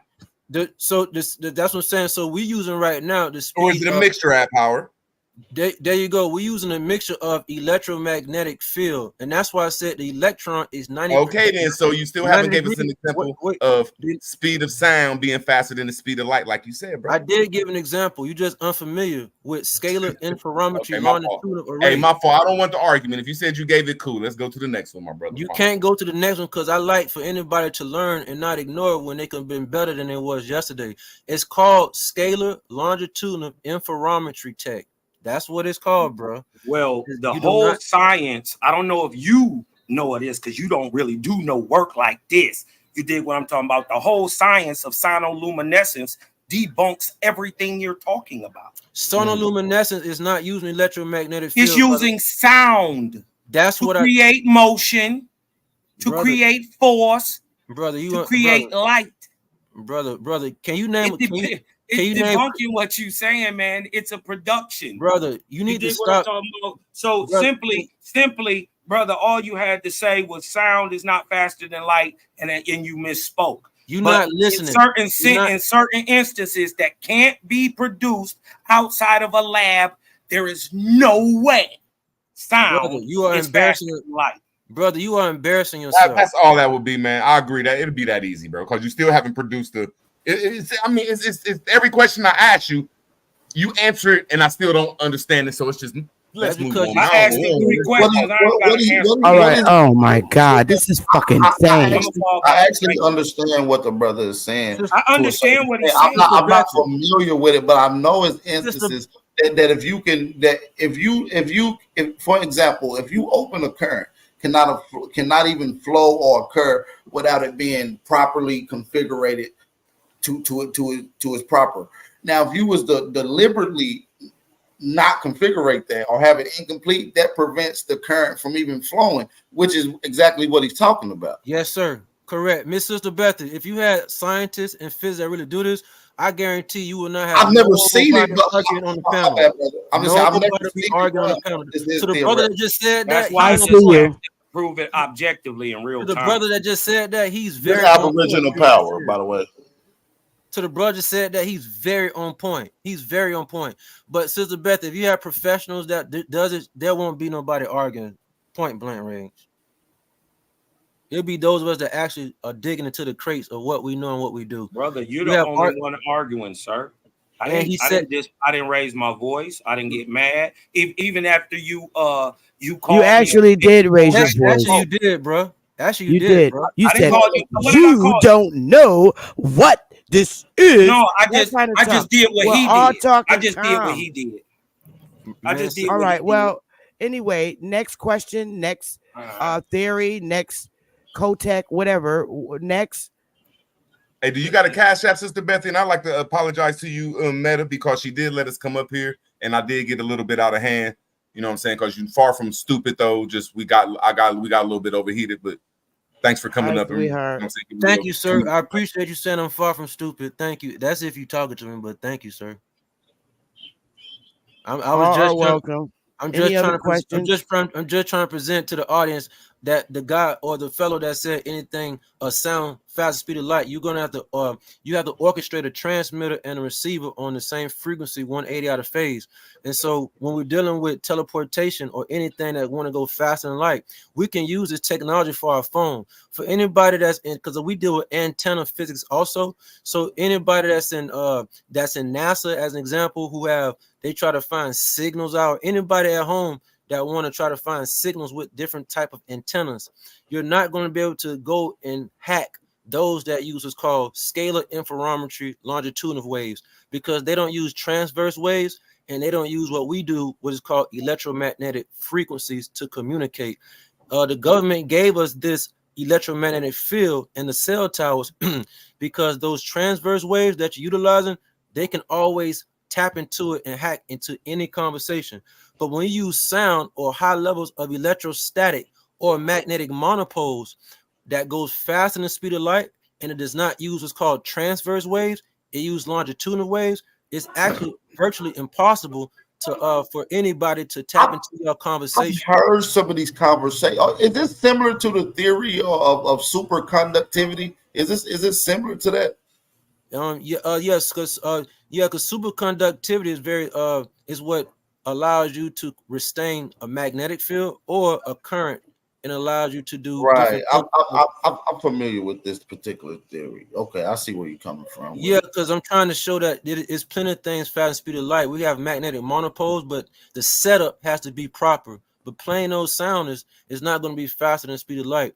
But we're using electromagnetic fields, and it's actually killing us. When you charge your phone in a wall socket, your phone charge up fast and you like it, but it's doing current, and current is actually radiating the field. And if you're close by it, it's going to penetrate your epithelium, your skin, and it's going to damage your cells. You're supposed to charge your phones with what's called transient charge. I can show you plenty of videos of somebody like John Bedini and how they can charge a battery and make the battery charge the other battery with just a magnetic wheel spinning. And the reason why they're charging a battery with the other battery and it never runs out is because the wheel that's spinning that have magnets on it, there's a coil up under it, and it's absorbing what's called the transient charge. It's a spike. If you look on an oscilloscope, you'll see a spike go up on the oscilloscope. That spike, like the heartbeat you've seen at a hospital, that spike is saying there's no current. It's high voltage and negative charge. That's what you want. That's the free energy, that spike. So you can capture that spike and you can store it in a supercapacitor and you can transfer that to a battery and you can keep charging your battery and never have to recharge the battery. But you have to stop using what's called current. So the government have us using what's called current, and that's coming from electromagnetic fields. And electromagnetic fields use transverse waves, but you don't want that. You want what's called negatropic technology. Negatropic technology is not entropy based. Entropy, it uses energy, and you're being parasitic, and you need energy off something else to do it again and again and again. That's what mainstream have put mathematics behind, because they don't teach geometric mathematics. Everything in mainstream based off entropy. We want what's called negatropic technology. And so that's dealing with high dielectric fields. And so you're using longitudinal scalar interferometry when you step into negatropic. That's how me and you, the bugs, the animals, your brain is sending thoughts through each compartment. It's not using transverse or electromagnetic field. Your brain is using scalar longitudinal interferometry. Sometimes it's electrostatic monopole. Sometimes it's a magnetic monopole. And sometimes it's sound.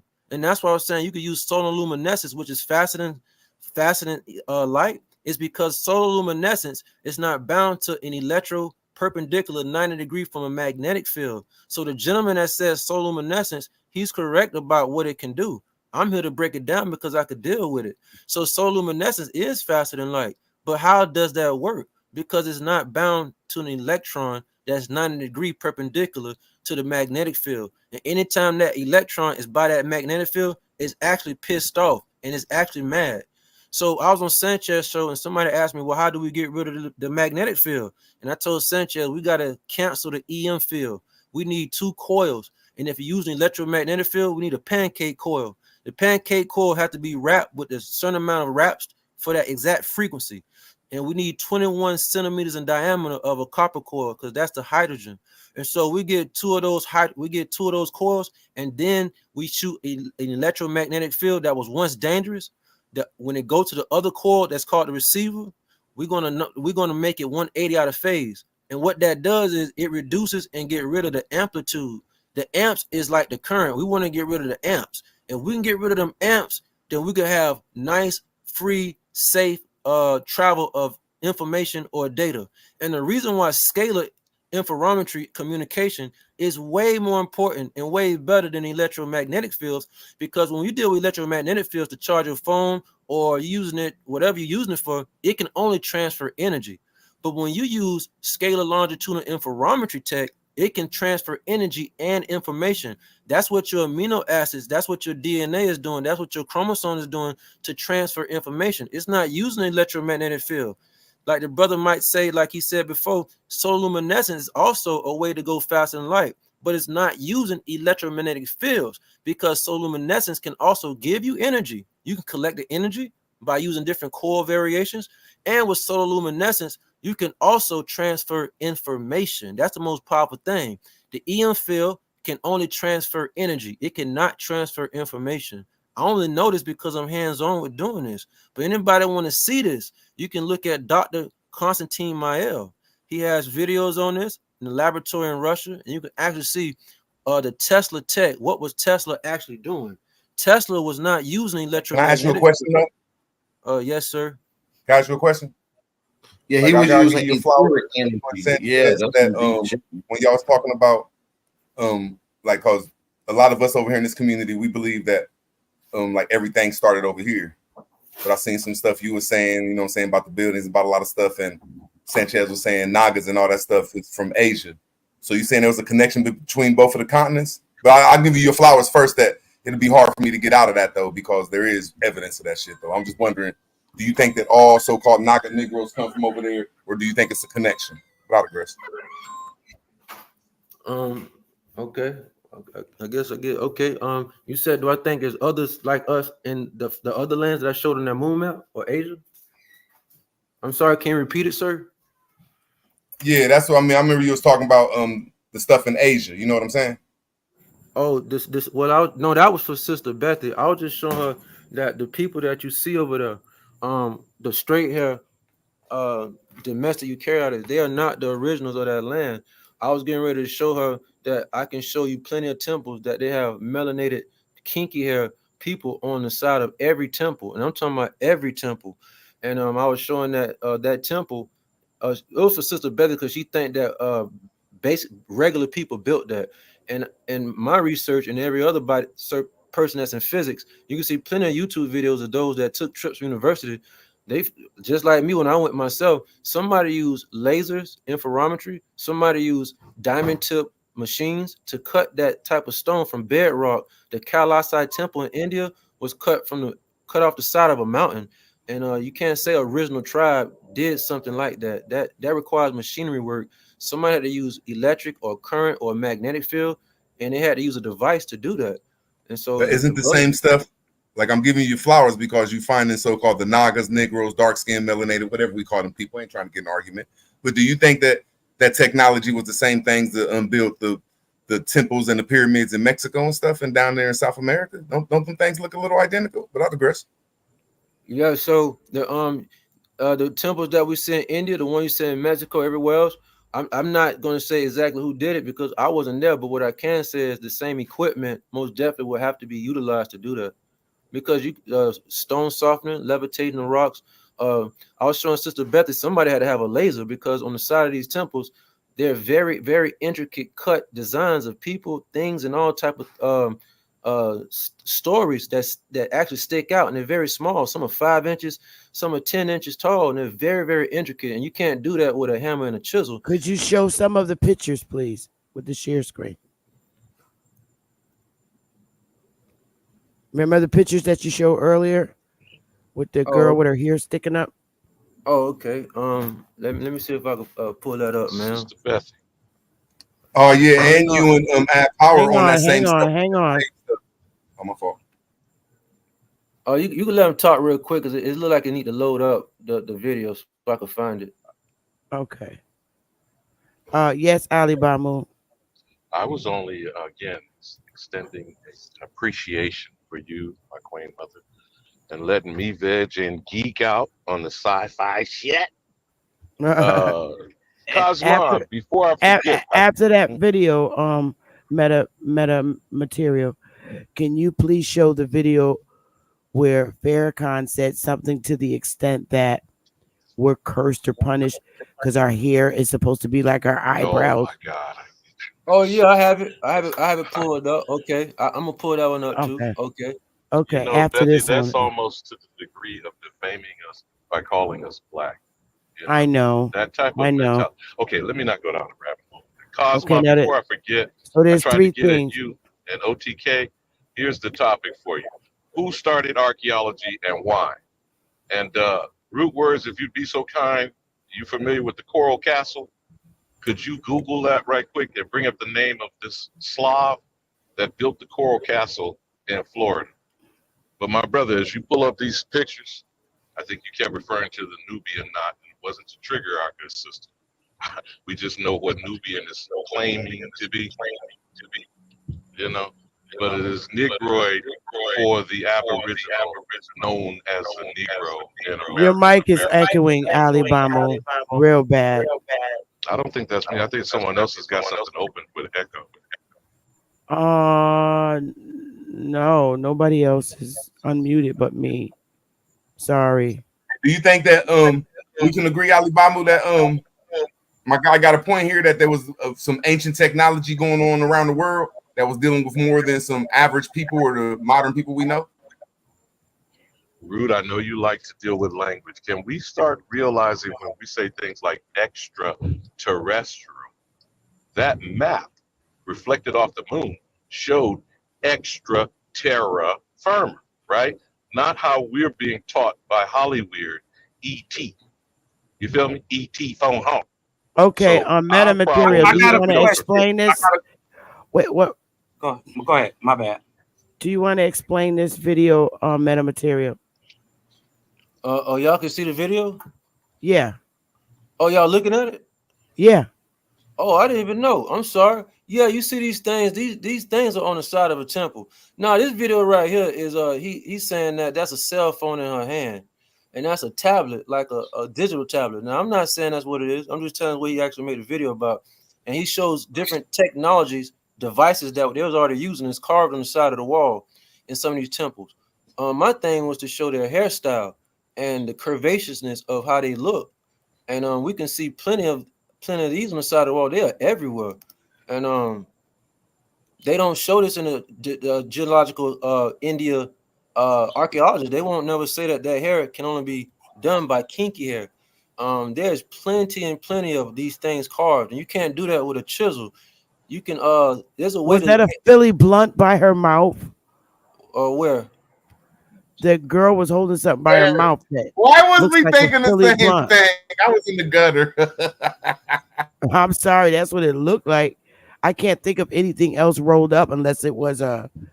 Well, it looked like it might have been a cigarette or a pipe. A pipe Could have been a stem. toothpick.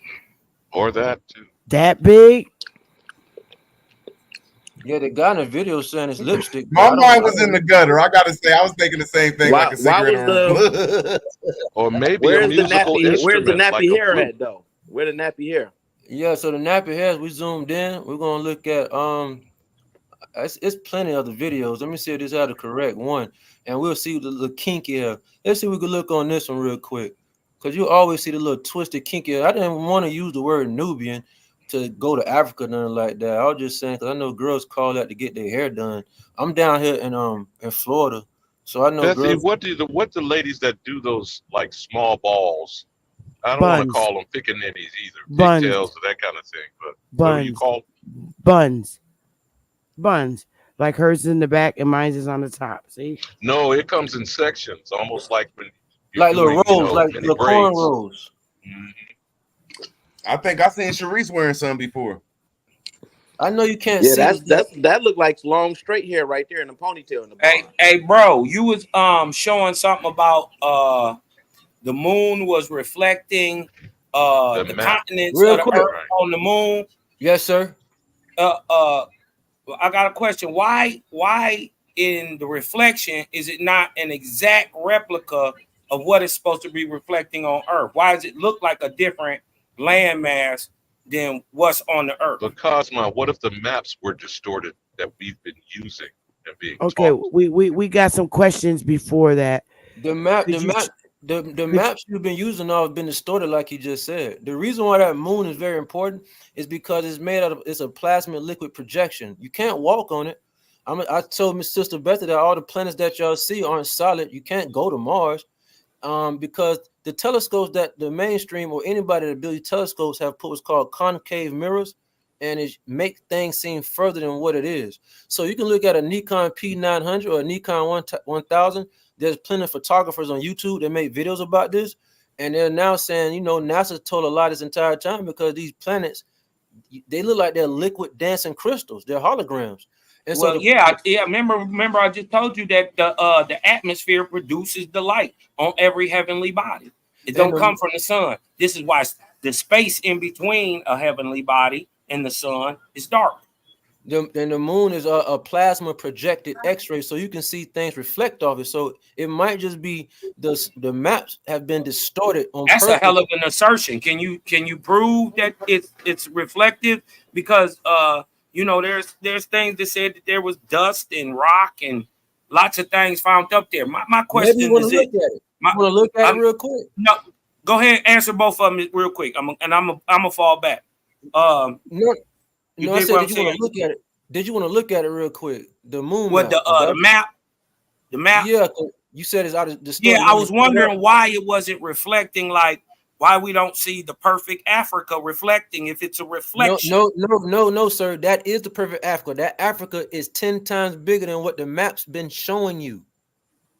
How on a planet that's this right here, 1/3, or you know, the moon is like 1/3 the size of the Earth. No, sir. I need you to forget everything you ever learned, bro. That's what I had to do. I don't know. I can't say what the size of something is. What I'm telling you is, we finna play this from the beginning. You'll see how this thing is showing Africa. This thing right here, I'm circling with my arrow.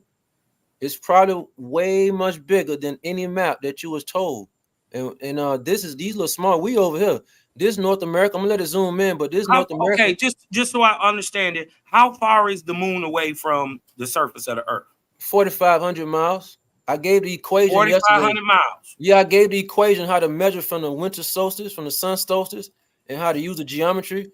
And I sent the video. I could send it again. It's a 4-minute video. It's 2 of them, and you can use simple trigonometry, and you'll be able to see that the sun and the moon. The sun is about 4,500 miles up, and then we have the moon that fluctuates from 4,500 miles up on below that. So it's actually very close. So you see this right here? It didn't. The moon map didn't store anything. I'm gonna play it from the beginning right here. 5 seconds. Here we go. Now take a look at this. Ain't nobody finna store nothing. That's what you're looking at. We finna play this, and it's, all you're gonna do is blend it in. Boom. That's really all you're doing. This thing, Africa, that we looking at, we've been told a lie. This is probably why they couldn't colonize Africa, because it's so huge. Yeah, they went to a little bit of American colonization. How you know it's Africa, bro? Well, you put the pieces to the puzzle. And even the countries are much larger than what the maps are showing. So that's what we're zooming in. And I looked at each one of these pieces he put, and it actually fits the actual fake map that we've been looking at. And he goes through each and every last one of them. And I know that I deal with plasma. You know, plasma actually have the ability, when it's in X-ray mode and that wavelength, it actually reflects things back towards it. And so I'm going to show you something called moon bounce. How you can send a signal with an antenna, and I could be way over here, and you could be way over there in Egypt, for example. I can bounce the signal off the moon, and you'll receive it. It's called moon bouncing, because that thing project and it can transmit.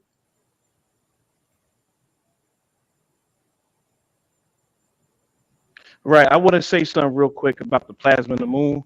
When the moon becomes full, it gives the plasma back to the Earth. So bigger your relationship to the moon and the Earth when it comes to plasma. So while it's becoming full, half and quarter and all that stuff, sickle, it's building up the plasma. Go ahead.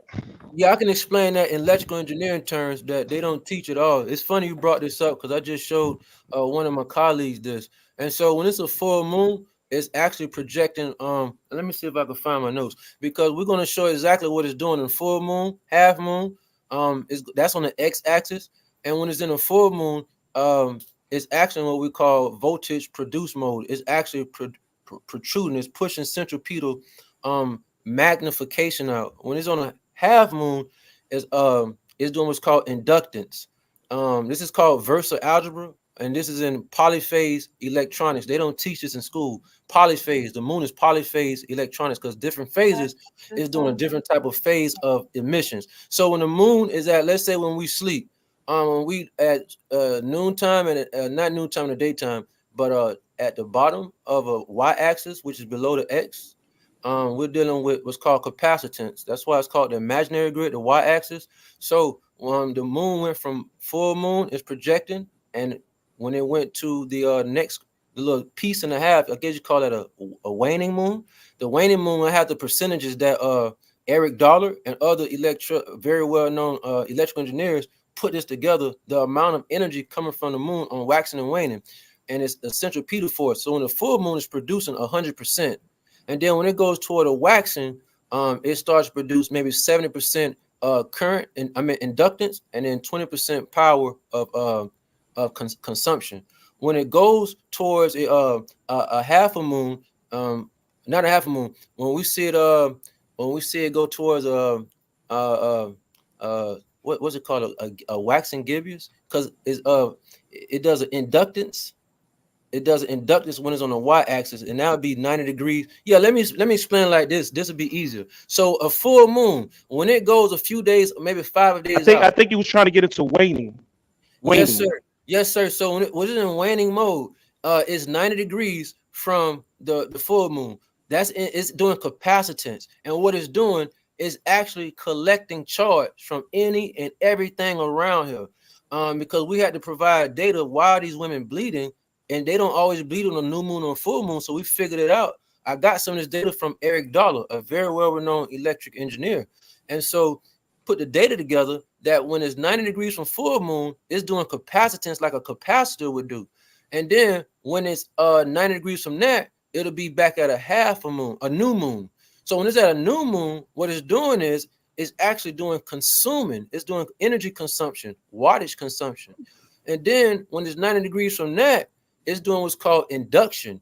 So induction is opposite of capacitance. Because when we're doing capacitance, we're storing an electrostatic charge or something similar.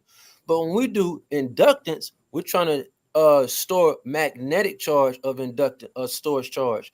So when it's in full moon, it's produced. That's why we feel so much energy when it's full. It's pushing it. It's pushing it. It's pushing it. And so Yeah, it's called flux. Because when the moon is out, we become in a fluctuation state. It's called flux. Flux. Well, when we deal with magnetic engineering, the flux means the spreading of a magnetic field. So that's what a flux means, a magnetic flux. The flux is how it spreads on the field. So yeah, you on point whether you knew what flux was or not correctly, but you're absolutely on point because it actually spreads the field on the full moon. And it hit that flux and we all feel it and we could prove it because we're more energetic, but it's not what we're supposed to be around because your cells is only supposed to be around 1/1,000,000th of a millivolt of a magnetic field. Let me try to repeat that what I just said. When you have strong magnets around you, like a neodymium magnet, it's probably why governments made this very, very popular. It's very dangerous to have neodymium magnets around you if they're not opposing each other, because they can go up to 10 or 15 milligauss. They're very strong, and the cells in your body, it only does 1/1,000,000th of a millivolt, and so the magnetic field to your cells is very crucial to know what is around. So when that moon's in full moon, it's dangerous. I told Sister Bethy, we have those like Dan Winters and other those in physics. He's a very old individual. He found out, he had the studies and showed the experiment that when the eclipse happens and that moon goes in front of the sun, it stops life everywhere for seconds because the seeds stop germinating. And we figured out that because when the moon goes in front of the sun, it stops the dielectric distribution. And you want dielectric charge. Your dielectric is a reason why you're able to even be alive, for cells to communicate. The trees are high dielectric. Dielectric does not produce current. It does not even enforce it. It just handles it. And so when the moon goes in front of that sun, y'all call it eclipse, and people out here celebrating like it's a cool thing. But they designed it to actually stop and kill life just for that second. But the moon was projected 15 degrees than where it's actually at right now. Yeah. That's the original void. That's the original void space. Go ahead. Yeah. That sounds similar to sneezing. Your heart stops for a moment. Yeah. Can I walk with Wakanda? Because that's Yes, how sir. I met you. I'm always going to say that. And thank you, Cosmon, for explaining the antiquity of Wakanda. Can I walk with you a bit just for a moment? Forgive me, Lightman Z. You can take the baton when I hit him with this electric. Actually, I have questions. But Yeah, go ahead, please, Alibama. Go ahead. Well, I just wanted to explain for a moment, just briefly, why we have the electrical circuits that we do in our home and why they run on copper. Could you explain quickly about how the electrons run across the copper that gives us current and have electricity work for our devices, and then compare it to radiating, like you said earlier about the feet in the soil, and where we're getting the difference between radiated energy, The radiant charge, negative ion. Yeah, the radiant charge. Yeah, so they teach electrical engineering in mainstream highly incorrect. Everything that's taught in mainstream is actually incorrect and wrong. There's no electrons running across no wire. They can't prove that at all. They never did. So there's no electrons going across no wire to give a charge. It's actually bulging around the coil itself or the wire. So there's no electrons following anything. And so it's actually dangerous to use an electromagnetic field on a wire because, like I said earlier, it's carrying that magnetic field 90 degrees, and it's very dangerous to be around that. Now, if you want to use pure electrostatic with no magnetic field, now you're talking, because that goes faster than the speed of light also. So hold pause right there for a moment. So the electrons, for the average person that was in school, you're told the nucleus of a molecule as a proton, a neutron, and an electron that orbits around the so-called molecule, right? Yeah. So then how are those electrons either separated from a molecule or radiates in where you're going? It what radiates. You're describing as Go ahead, cook on it, brother. It's radiating where you're going. It's funny you brought this up because the electrical engineers on YouTube that are very popular, this just came up. The question is, does electrons go down a wire or does it go around the wire? And this caused havoc in the electrical engineering community lately. They're making plenty of videos, and now everybody that's non-conventional, we all know there's no electrons going down that wire. You can't prove it. You can't zoom in with an electron microscope and see it. That's because it's radiating around the wire and it's going straight to the receiver, wherever it's supposed to go. And it's very dangerous to use the electromagnetic field. That's why they gave it to you. But when you talk Tesla tech, you're not talking electromagnetic field no more. You're not talking about electrostatics or magnetic monopole or using sound or luminescence to carry information and charge. So the radiant charge that the earth produces when you put your feet on the ground, that's giving negative ions. That's why it does not do nothing to you. But I think, Wakanda, you need to explain what a negative ion is. It's not an electron. What is a negative ion? So a negative ion or the negative charge is high dielectric, and what it does is it doesn't force, it doesn't dislocate any charge around you. It actually gives you charge. It supports life. Everything that's living is running off negative ions. And so when we hear about the world say think positive, we know everybody is going crazy because positive charge and positive ions will take you out. It takes charge distribution away from you. You can use positive charge in a device, but biological creatures shouldn't be around positive ions. If you put your feet on concrete, that's not negative ions. So let me give you this example. You cooking, but let me just speech for people that listen. So you're breaking up real bad. Having your energy drawn. It's like being drawn away from you, which is, if I'm understanding you. I can't hear him. His mic breaking. Yeah, he broke up. Let him fix his mic first. Mic check. Mic yeah, check. Mic check. Yeah, you're still broken up. Yeah, it's broken up bad. Maybe you need to go out and come. Yeah. Okay. Maybe go back and come back in. But anyway, could you two things?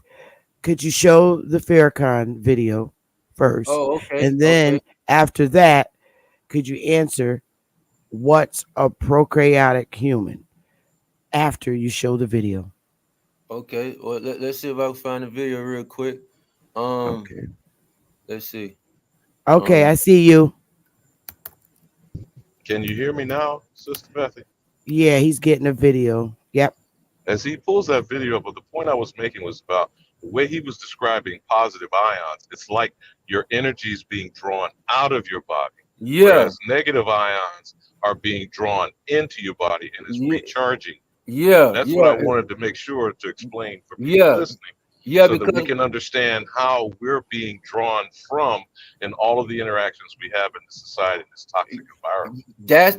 We're not being reinforced. But go ahead, cook on the bread. So that's why I was explaining to the crowd yesterday, everybody on demon time. This is what I was talking about because everybody's around positive charge. And now we have people that does not study non-mainstream engineering, and majority of people are not electrical or magnetic engineering. So we know as electrical engineers, whether it's mainstream or not, that the positive ion charge is not what you want as a biological creature. You want the negative ion charge. That's the free energy. You want the transient charge. It's non-harmful.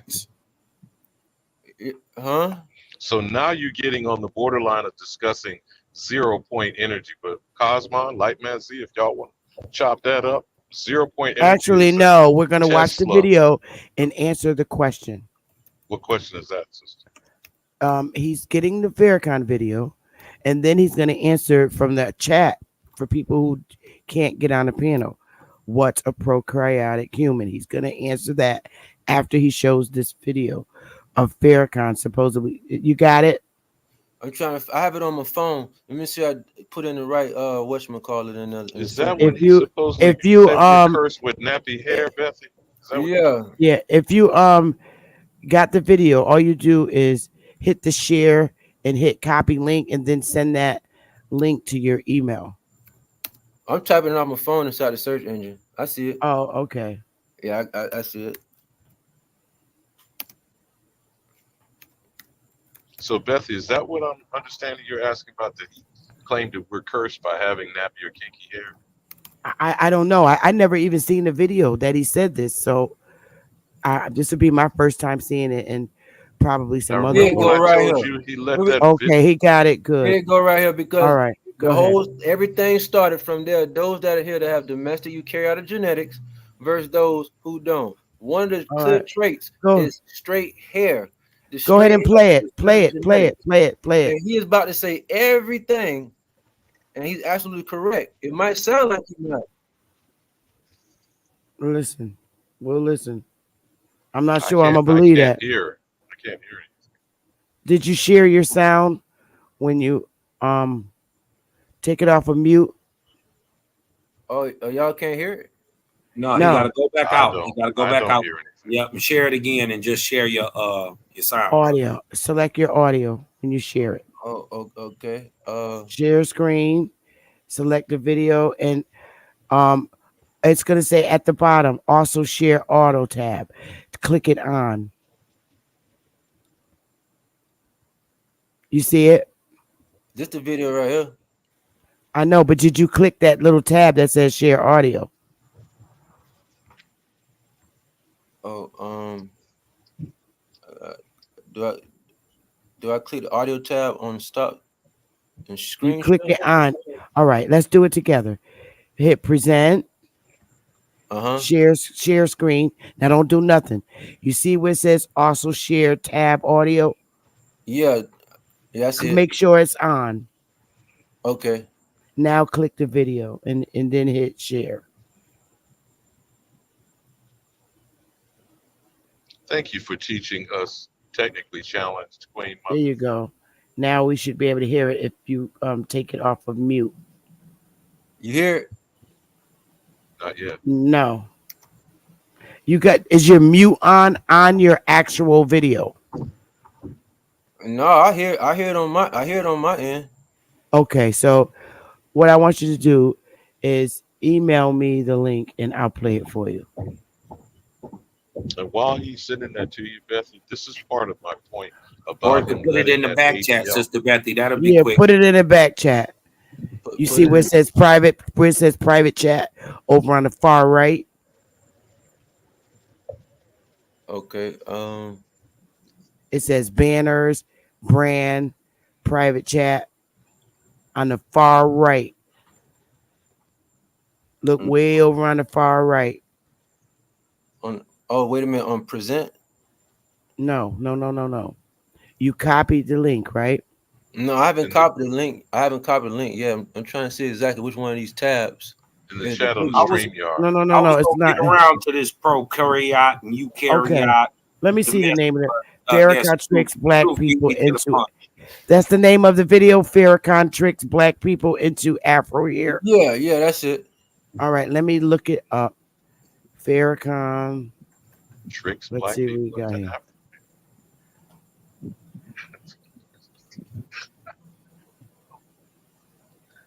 Tricks black people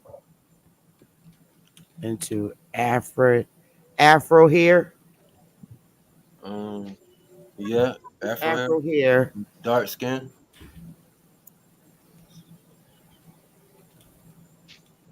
Okay, I think. All right, I got it. He looks mighty young on that. How old is that? Okay. Here we go. Let me stop yours and I'm going to share it for you. All right. So he took his family into the jungle of East Asia, which we now call Africa, to make a people close to nature. And the Honorable Elijah Muhammad said, this is the origin of kinky hair. Because we didn't have kinky hair prior to that. The hair on our head was like the hair on our eyebrows. The hair on your eyebrows straight, the hair on your head is not the same as the hair on your eyebrow. But the hair of every other people is the same as their eyebrow. Your eyebrow straight, your hair something different. Wouldn't you like the hair on your head to be as straight as the hair on your eyebrow? That's why you're so busy frying it. That's why you're so busy pulling it. Because your nature tells you that the kink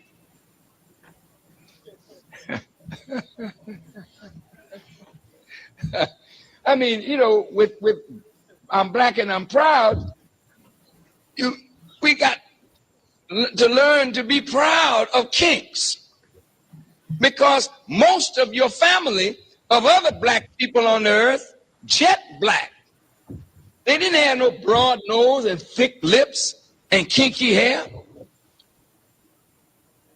They were dark-skinned people, jet black, but they had straight hair, a thinner lip, a thinner nose. But we are marked as a different kind of black person. And we were rejected and despised, not only from the circle of the gods, but we were despised and rejected by all the other dark people of the earth. This is why today black people with kinky hair and broad nose and thick lips are rejected in every society. I want you to hear me well tonight. Yes, sir. Why are we rejected? Because the essence of beauty is in obedience and submission to God. And the essence of ugliness is when you rebel against God. And when you rebel against God, in your rebellion, you...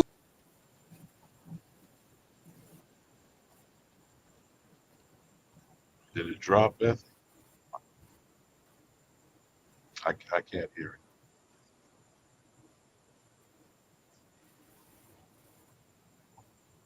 it. Mic check.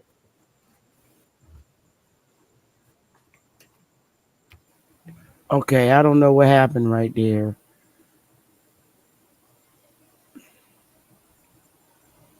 Yeah, last thing I heard was about rebelling. Did the video drop? Whatever it was, it's some bullshit.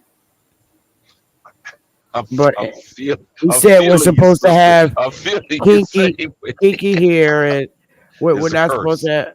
That sounds like that Hamitic curse that these small hats try to put on us too. Well, perhaps his yellow ass is mad because he ain't got no kinky afro. But anyway, let me see. Anyway, this is my point about. Remember when he did that? And maybe it was for a stunt. That supposed defamation lawsuit against the ADL, and then continue to defame us by being called black, when it's a condition that is taxing the American known as Negro, because we are being forced to live a black existence against our will. But can I ask you one more thing, Wakanda, as far as on the radiating, the difference? But wait, Ali Bamu, please. There's a question from the audience. What is a prokaryotic human being? That's what 111 Truth asks. Can you please explain what a prokaryotic human is? So what I want to do to the listener, those that really want to get in depth with that, I showed a few books on prokaryotic versus eukaryotic, and there's a big controversy going on in the genetic community. No one wants to say no one here is prokaryotic, but in the prokaryotic world, you read the literature and you dig inside the crates of some of this stuff, you'll start to find out that a prokaryotic has the ability to absorb energy from radiant sources, such as it could be any of the planets projecting from afar.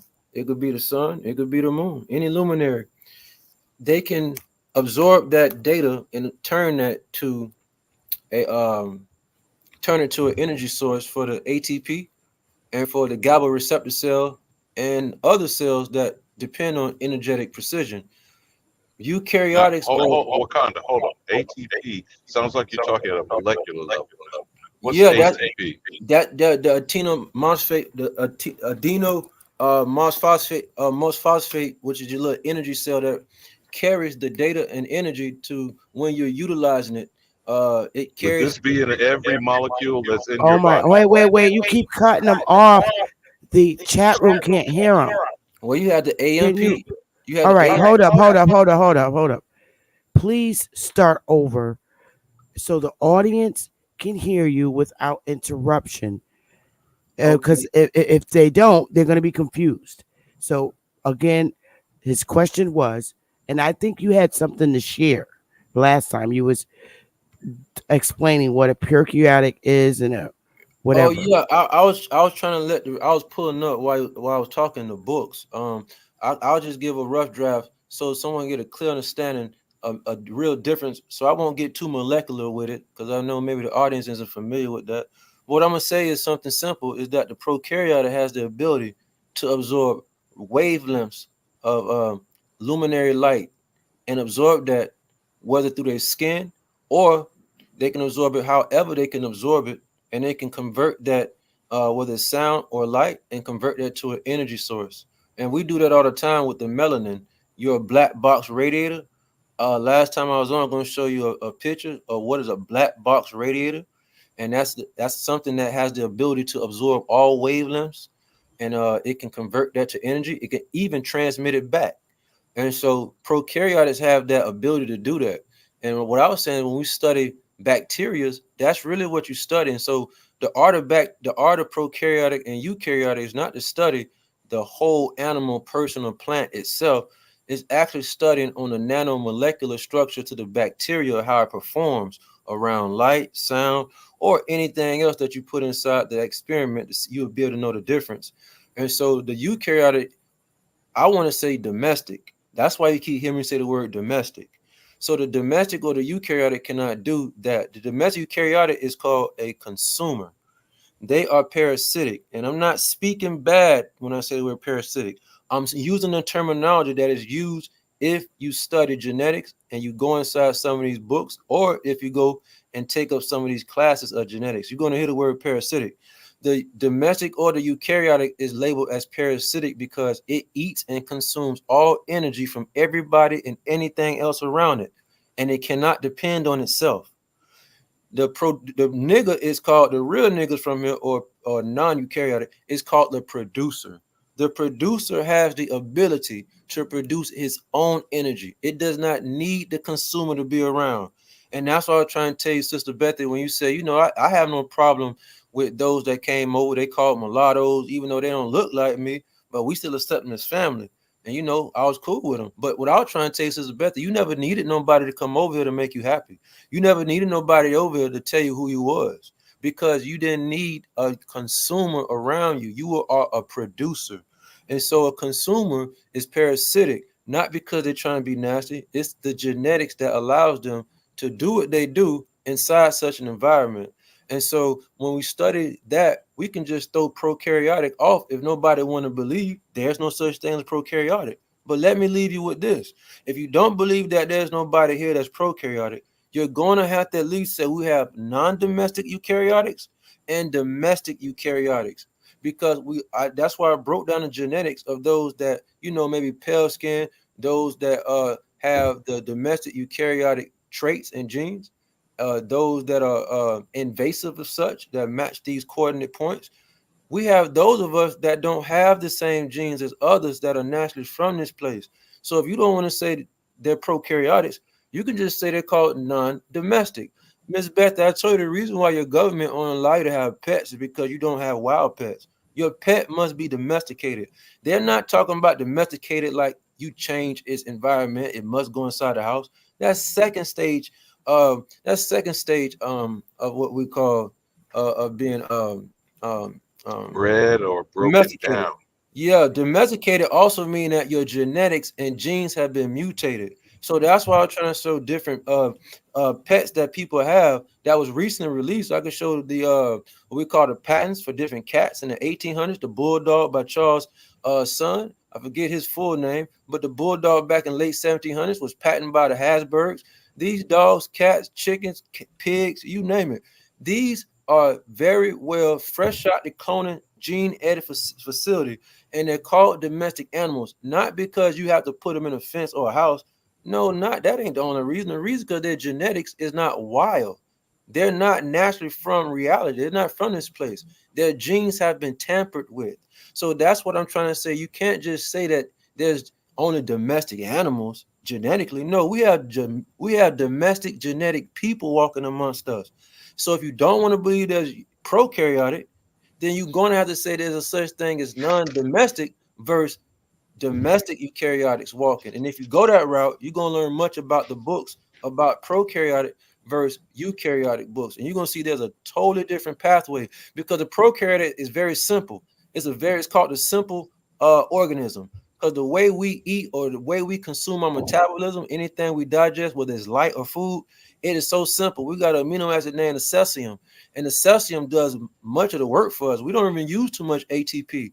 But the complex organism, those that are domesticated, especially the pale skin, if you zoom inside his nucleus, it is far, far, far away from the mitochondria. Like his nucleus is so large, and the way his body metabolizes food, you have to see maybe 15 or 20 different steps that it has to go through just to break down the sugars that he just digested to give him glycogen. It's very difficult. So when you study the eukaryotic or the domestic eukaryotic, the terminology using that I just said, they're not mine. You're going to find inside these 400 to 600 page books when you break them down. They're called the complex organism because everything about them is complex. When I first started getting inside mathematics and I started getting inside calculus 1, calculus 2, vector calculus, calculus 3, I had to get inside direct equations, all of this difficult math. When I found out and it hit me, all this stuff is complex. That don't mean it make you smart. So I say, oh, I get why the mathematics in mainstream is so difficult because they made it complex, because they made the mainstream mathematics subject for complex eukaryotics. You have to learn geometric mathematics. The hypotenuse in trigonometry and the denominator is way different when you learn geometric mathematics. It is totally different. It is way simple if you just learn geometric mathematics. But now you have over 50, I'm not exaggerating because I studied these things. There's over 50 different types of mathematics, from set theory, from probability theory, from different types of algebra. You got geometric algebra. These things are very complex. It does not mean that you're dumb. It don't mean you stupid. I'm telling you, if you just go on YouTube and look at some of these videos, these people, the majority you're going to see is white boys and white men. You're going to see that it only looks like they know what they're talking about. But I've questioned them. They don't even know why does the equation even work. They don't even know if it really works or not. What they've done in mathematics, it made a complex situation. They know how to memorize stuff. They are very good at memorizing. So when they go on the board and draw an equation, that don't mean they really understood it. They wrote it so many times because they are called the complex organism. They're used to doing things very complex, and they think that complexity is nice. No, simplicity is the best way. The prokaryotic is known as a simplistic organism because what we try to do is find the most simplistic way to get the job done, not the complex way. So when it hit me about the genetics of those that's teaching mathematics or those that's teaching physics and nuclear physics, when I got into it, I say, oh, I get why this shit or this is complex because look who's teaching it.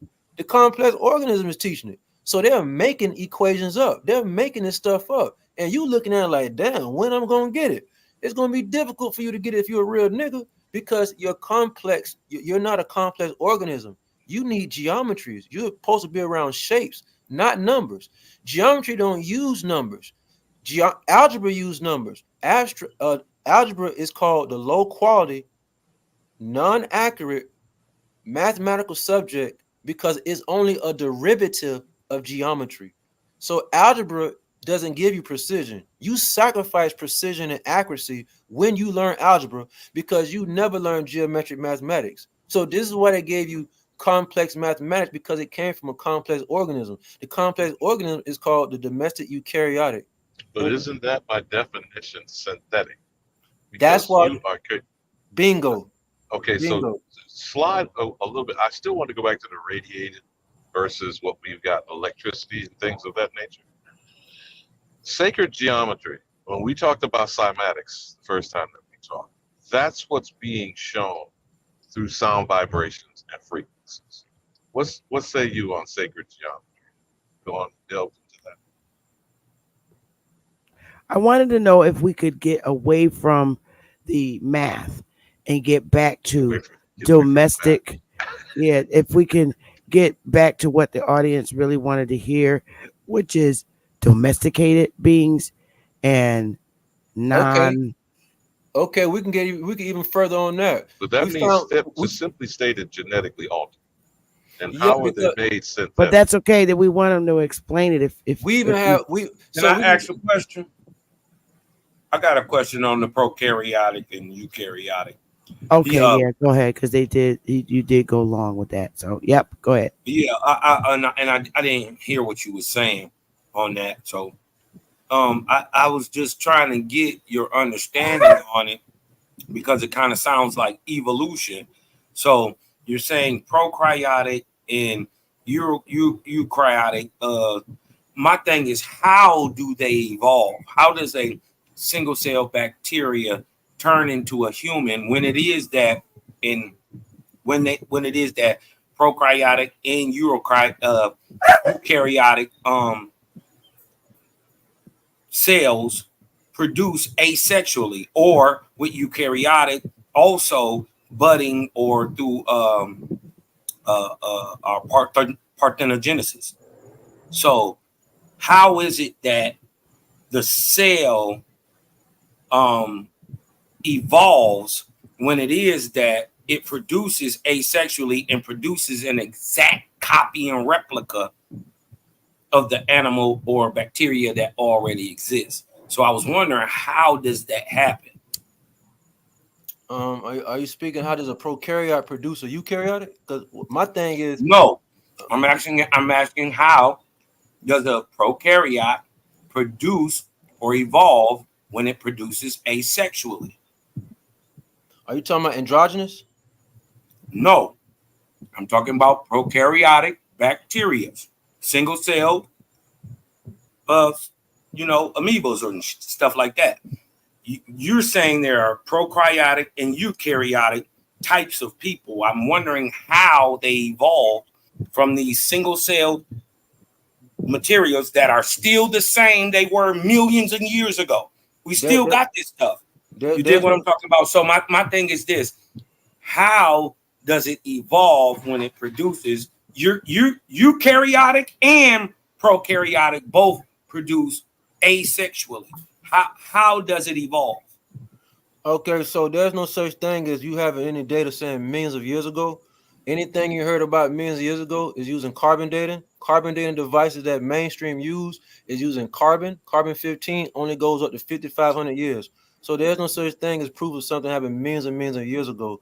As far as asexual happening, but I don't know what you mean by it's going happening asexual. But if you want to know the stages of a bacteria as it evolves, because my thing is, I'm saying prokaryotes are naturally from this place called reality, unless one clone one, and you could also be a clone prokaryotic. And then we have those that were never from this place called reality, and the only way they can be in this reality is someone did gene editing from a prokaryotic. They took genes away from it, and now they're nowhere near naturality, and we're going to call that what's called a domestic eukaryotic. So that's what I was trying to get the difference between the two. So can you explain domestic eukaryotic? I guess you said that was making people or dogs Yeah, or because whatever. let's say you want to make a cat. The cat that you're looking at is not from the wild, but someone took the genetics of something from the wild and they spliced it. They did gene splicing. So Can you now, prove that? What, sir, can we you do. let him Sir, answer how it's done You know what? before My you cut bad. him off? Sir, Go start over again so we can understand it. I start with the brother left off at. I don't dodge no smoke. The brother said, can you prove that?"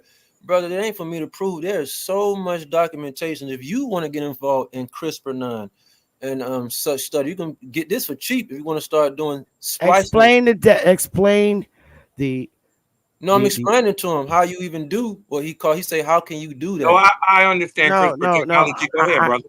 I would like to. We would like to know the 1,200 people in the chat how a cat is created. How you take a wild animal and make it a domestic It's called thing gene. from it. We in genetics we call that gene splicing. We're going to splice the genes from the wild animal, and we're going to insert what we want in there. That's why I start this whole video of giving you the 9-step process, because Sister Betty, you thought that Queen Elizabeth changed her genetics by changing No, her. no, no, no, no. Go with the animals, like you told the This is story the same. yesterday. Please wait. That's No, tell the story how you told it yesterday, if you don't mind. Where that's why when you move in houses, wild animals can't be out, but domestic ones can. Can you explain that story scenario? I don't It's remember much. saying. I I, just think it's much more easier to understand. I You remember. I remember saying that exactly what you just said, but Well, you said they took it from. That's why you have your wild animals and your domestic one. The domestic ones you can leave outside and let roam, but oh, the oh, wild oh, ones you can't. oh, I That. got you. So I said, okay, I didn't say that verbatim, but I said something similar. What I was saying is, you cannot take these domestic animals that you call your pet, dog, cat. They have junk DNA for starters, and they don't have any memory. They don't have any survival in them to know how to what to do. If I throw them inside of a jungle, if I throw them in the wildlife, which means you won't find chicken, roosters, cows. You won't find none of them in the wildlife. And so it's not me saying this. There's geneticists that already have the data about the cow, about the pig. They know it's spliced. We know it's spliced. And so gene splicing is basically making something from a wild genetic petri dish, and then you're splicing and you're putting what you want to put in there, deleting genes, adding genes, and all of that. And so that will now make that a domesticated animal. That animal is not naturally from the soil. It does not have leverage. It's not from here. What you've done is took something that was from here and you played with the genetics. You mutated some genes. You gave it blonde hair. You gave it pale skin with SLC452A gene. You put that gene called SL452A in the other one. That's what gives the pale skin. That's not a natural thing that happened, because if you was here on this planet and the sun is shining with all its rays and it did not give you the protection and the genetics that you needed to be here, that is a clear indication that you're not wild. You may not be naturally from here.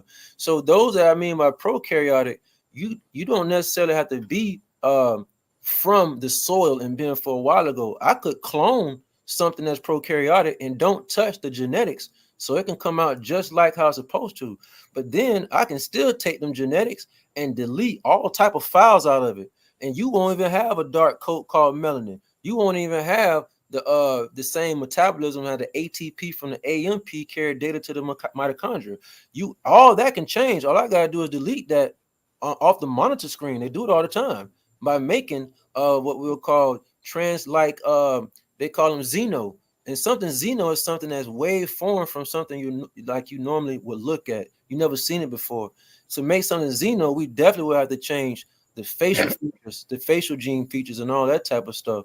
And so domestic eukaryotics had gene tampering going on. There was no evolution. The only thing that evolved was the realest nigga that was on the plane, the prokaryotic. That's why. Could the comparison be between a wild boar and a pig? Bingo. And a bison and a bingo, cow? bingo, bingo. That's exactly. If you study genetics and open one of these 400 to 600 page books up, you'll see some very. It doesn't matter which one of these books you open up, as long as it's about genetics, and you'll see very similar terminologies. And you'll go to back and you'll say, "I want to learn about that cow. What are the genetics about that cow?" I guarantee you're gonna see what he just said. That hog came from the genetics of that wild boar somewhere. And each gene and chromosome that you want to know that it has and it don't have, you'll better figure that out, and you'll see it when you study genetics. But Bessie, in that example, could you say that that's de-evolution? Boom. With the genetic splicing. Could you see it that way, Bessie? Yes. I mean, now, if he could explain it from a human perspective. Yeah, I haven't seen it. Yeah. How they made the human. But you know what they do in political speech, Bessie? They say things like reset and the fall of civilization. So how many times have we been drugged down, Cosmo? To whatever my timeline knowledge, you want to use, how many times we've been drugged down and then trying to get back where we were? To my knowledge, 25 times. Okay. As a whole society, rising and collapsing. So if you can explain the human, how they made the human that only been here a couple of 100 years that you said. Ma'am, I know I can't explain that in one show, but if we want to get, we can get. I'm talking about what you said yesterday, how they took this and made a domestic person and uh, a person Yeah. that's actually from here. You Yeah, explain. yeah, yeah. That's even what Farrakhan was saying. I know anybody heard Farrakhan would totally disagree. Like, what the hell he talking about? No, no, no. I understood what he was saying. He is saying that those that have straight hair like him and everybody else in the world. No, no, no, no. You're not. That's not it. Yesterday No, you spoke about how yeah, how he Queen transferred. Elizabeth, how they took genes to make a white person or something like that. That's what Farrakhan was talking about. He just said it backwards. Queen Elizabeth, like you brought up, you will have to take the gene, like the brother just said. He said the hawk came most definitely from the gene splicing of a wild boar. Absolutely correct. That is no different from me taking the genetics of something that's like a real nigga that's really from the soil, that's really from here, who has not been gene edited. They're natural. I would take that, and all I would have to do is remove chromosomes, remove and add what genes I would like, put what enzyme and proteins I would like. What? Because that's He called right here in the cage. Huh? You can do that with CRISPR-9 also. It's a cheap little package that you can buy, and you can get your hands wet, and you can skip the talking, and you can get a CRISPR-9 set. They don't cost that much, and you can start using the CRISPR-9 enzyme, and they now allow you to insert genes, cut genes, remove genes. You can do it to plants, you can do it to animals, and so that's showing you You right know there. the real problem, Bethy, with conversations like these, when people don't either watch science fiction or preferably have read many of the books that the sci-fi movie is based on. These are given bits and pieces of what he's attempting to explain scientifically, but it's packaged as if it's fiction. You see, Beth? That's why I try to lead people to these books or those that's not in college to study the genetics. You don't have to go to college to get your scholarly on, but you will have to sit down and digest one of these very thick books on that subject and get quite a few of them so you be very well known with the terminology. The next step is to get hands-on and invest in some of this equipment so you can be an engineer. And you'll see none of this stuff is far-fetched at all. And once you do that, like when we talked the last time, or the first time that I met you, Wakanda, that all of this supposed scholarship and science, which by definition, when Darwinism was first proposed by the community that existed, academia then, was described as pseudo. And all scientific supposed knowledge and scholarship today is based on that pseudo foundation, which excludes the American known as the Negro. But So, does that include evolution, though? So no, he doesn't believe in evolution. So All right. does Well, how are we getting from prokaryote humans now? Okay, my bad. no. So is it fair to say that No, Sister people Beth, that Sister no, Beth, let's cut you off. The gentleman that just said evolution. No. What I said, the only thing that evolved is the real nigga. Everybody else was not a part of anything that evolved. So there's a split decision of the contract of evolution. Somebody did evolve, and somebody really did not evolve. I don't believe in evolution at all. So my thing is this: you believe that a dog was once a wolf? So when you say that, I don't believe anything. I believe in the chromosome and the genetics that match with something where he came from. Right. So just because they are the same phylum and can breed doesn't mean that they evolve. For instance, if you mix a wolf with a dog, the resulting animal is always 100% sterile. If you make a donkey, a horse and an ass, and make a donkey, it is always 100% sterile. You mix a lion and a tiger, even though they are the same phylum, they are both felines, right? They can reproduce, but the offspring is always, without fail, a hybrid, not like the mother or the father, and is sterile. So I'm wondering you how. just described. That's exactly what he's been talking about, these knockoffs. You just described how alterations and synthetic existence ends in death. But cook, brother, cook. God damn it. Some people don't know that. I'm actually trying to agree with them. Some people don't. I'm not worried about if you disagree with it. I'm just saying I was giving objective proofs as into why I'm saying what I'm saying. I'm not trying to get nobody to believe nothing, brother. I know you don't know me, but I'm not like that. I'm not pushy. I ain't trying to, you know what I mean, push what I'm saying off on you. I let anything that you say that I don't believe in, it just flies over my shoulder. You did what I'm talking about. So but I wanted to back up why I was saying what I was saying. Hey, Sister Bethy, could you show my screen? Right. This is from the book of Jehovah, or the book of the Creator, 5 and 9, right? It says, each and every living thing I created new upon the earth, of a kind each to itself, and not one living thing did I create out of another. Let a sign be upon the earth.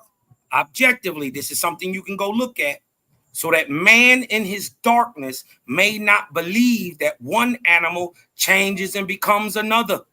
And so Creator gave permission for different animals to bring forth new living animals like dogs and wolves, which would be unlike either its mother or father, but he caused the new product to be barren. And this, okay. You dig what I'm talking about? So, you know, this is objective proof of what I was saying. So I was wondering, how does that, the prokaryote? Let me, because I may got it twisted, brother. Are you saying that we were once a prokaryote cell floating in the ocean somewhere and we turned into humans? I don't float in the ocean. Somebody actually, Sister Betty, pull my page up so he could see this. Okay, yeah, I'm really asking, brother. I'm just being, I don't know. You telling me this? I don't believe it, because objectively that's not what we see in real time in nature. But okay, so do your share screen. What you show me. So, Sister Beth, do you see my screen? No, you haven't shared it yet. Oh, I'm sorry. We finna put this. We have to put this on blast right about now, because this have to stop. This right here. Yeah, because that's only if you believe in a person that you can't see. But go ahead. Yeah, we finna stop that. That's we can't do that. So can y'all see my screen? Yes. I want everybody in the chat, all 1,000 plus of y'all, please, don't do what you just saw somebody just did, what he just did. I'm not speaking bad about his brother. We have so many niggas that read the book and the Bible, but they can't break down none of these books that y'all see right here. He just broke down a verse, and he's using that as proof that he know for a fact how a prokaryotic bacteria operate. Its metabolism. Yeah, this is sad. This is very sad. I do know for a fact they asexual. He didn't cut you off. You got it. No, this Go is ahead. This is embarrassing, because we talk about this in the lab about the majority of all niggas, especially religious people. The only book they ever picked up is the Bible. This is all they do. But you ask somebody, how many times you read that Bible? That nigga read it 300 times. How many times you read that prokaryotic book? He ain't read it not one time. And they have the same amount of pages. So this is very embarrassing when someone goes and read a scripture and try to relate that to a bacteria. You are going to have to study bacteriology, brother. If you want to talk about viruses, you're going to have to study virology. You cannot read a scripture that's showing illiteracy and low class projection, bro. You need to talk from one of these things that you just broke open, and then go toe to toe with me and say, bro, I broke down this thing that's called prosynthetic prokaryotic, and I disagree with what you said, man. Material. I'm be like, what? Okay. I read some chapter that's talking about the cell of the melanopsin. When it goes through this process, it does this. You cannot do that low class thing that you just did, and you want this audience to raise their consciousness off of that. You need to say, I broke one of these down, because all niggas do is break down the Bible, but they won't break down one of these books. This is that you can't do that, bro. And then you trying to show like you have authority. You're man, this verse say this. but the verse is not breaking down. The verse is not breaking down the metabolism and chain of command of a prokaryotic, of a eukaryotic. Why would you come on this live screen with so much power in your voice and you're gonna go to a scripture? Nigga, please listen. Stop buying Air Jordans and putting $200 on your feet and invest in $100 book instead of putting the shoes on your feet. That's what you need to do, my nigga. There's a whole bunch of these books that you could have got by different authors, but you ain't want to do it. For everybody that want to get us, they can't afford this. Go to scribe.com. This is scribe.com. Let me type it in so people can see it. This has to stop when people use a verse and they're trying to use that to show that they souped up in science and physics. Nigga, please go right here. This costs $10 a month. And if you go to scribe.com, they have ebooks. The same ebooks that cost $200-300. You can get this for actually $10 a month. I'm gonna click this button right here that says visit Everin. And Everin is also going to show you the books that also cost $400-500 a month. Each one of these, it now costs $12 a month. They give you 30 days for free. So to the nigga that read a low-class Bible to try to define reality, go over here and spend $10. You ain't much got to spend $150 on those shoes. Go spend $10 and come back to her chat and then talk to me and then say, nah, bro, I really disagree with what you saying about prokaryotic. I'm going to say, why, my brother? Well, because I broke down the book and it was 600 pages. And this saying something a little bit different about what you talking about. Don't do what you just did in front of all these people again, bro. Anybody want to talk about laser light? Don't just talk about it. Learn about spectroscopy. Here's plenty of books on spectroscopy. It shows you how lasers work. All I did was type in laser spectroscopy book. This is what those that have money and laboratories at universities or their private labs like me, they're getting their data from these type of things that you're looking at. They're not looking inside no weak religion that was just promoted during the Renaissance era that does not give you any of this type of data. I say the word spectroscopy, you won't even know what I'm talking about because it's not in this little Bible. If I say the word photon electron, he don't know what I'm talking about because it's not in his little Bible. So if you go inside these type of Bibles, you're going to soup up your awareness and get away from nigger land. You're going to soup yourself up. I'm not trying to make you look dumb, but you're trying to talk about virology and bacteriology, and you just read a paragraph like you just learned how to read. That is a Bible, bro. Whoop-de-doo. You ain't break down spectroscopy for material and introduction. This is $70. But the question is that me in the chat want to know, is you ever going to spend $70 on a book? Or are you going to spend it on your pair of shoes and go to the club and drink liquor, nigga? That's what we want to know. Firstly, I don't drink, right, and I don't eat meat, and I bet you my library is bigger than yours. Right. So listen. Firstly, hold on, share my screen because I'm not about to go back and forth with them. If y'all notice, he was so hurt and stuck in his ego. He tried to attack me when I wasn't attacking him. Now, listen, hold on. I know, hold on. You told me to share your damn screen. I'm looking for you share screen. Now, I asked him a very simple question. How are these prokaryotic cells producing or evolving in any way, right, when they produce asexually? So he keeps saying that I don't know what I'm talking about. I don't know what I'm talking about. Hold on. Listen, if you don't know what asexual is, type it in your dictionary, sir. I'm asking you, what is asexual? You get what I'm talking about? I don't think you know what it means. It is to produce without any other genetic input and to produce a clone. Okay, so stop right there. I have two colleagues by me right now. I have a female that's practicing what we call getting pregnant without no dick and no sperm. Women can actually do this. We also have those called androgens that can also produce without the sperm. Bro, you lost in the sauce. Hey, sweetie, come here real quick. These boys read Bibles instead of spectroscopy books. Hey, sweetie, come here real quick. He act like spectroscopy is They go to Google and read a sentence off of Google and think they scholars, but can't break down a book for 400 pages about the same subject. but they'll go buy Air Jordans and put on their feet. Stop it. Hold on, give me 1 second. Let me get my colleague here. I'm at the office. Give me 1 second. Wait a minute. I mean, it's cute, right? It's cute, Both of y'all are funny. but look, Both it's of cute, y'all are right? funny as hell. Look, it's cute, right? But when you take the legs from up under a nigga with his whole prokaryotic, domestic this, and listen, doesn't matter if it's eukaryote or prokaryote. I want to see. I want to see that asexually. I want to see that pregnancy without a wee wee. Right. That is called parthenogenesis. And guess what? Eukaryotes can do that too. And guess what? Guess what? I can get pregnant without a wee wee. Hey, hold on. Listen. Hold on. If wait, no. If you a single cell entity, you can. If you a bacteria, if you a fungi, yeah, you can do that. And then my question is this: how are you a prokaryote human when you got prokaryotes in your body? How are you a eukaryote domestic when your whole body is made out of eukaryotes? That you can get pregnant about? They don't evolve to anything without a wee wee.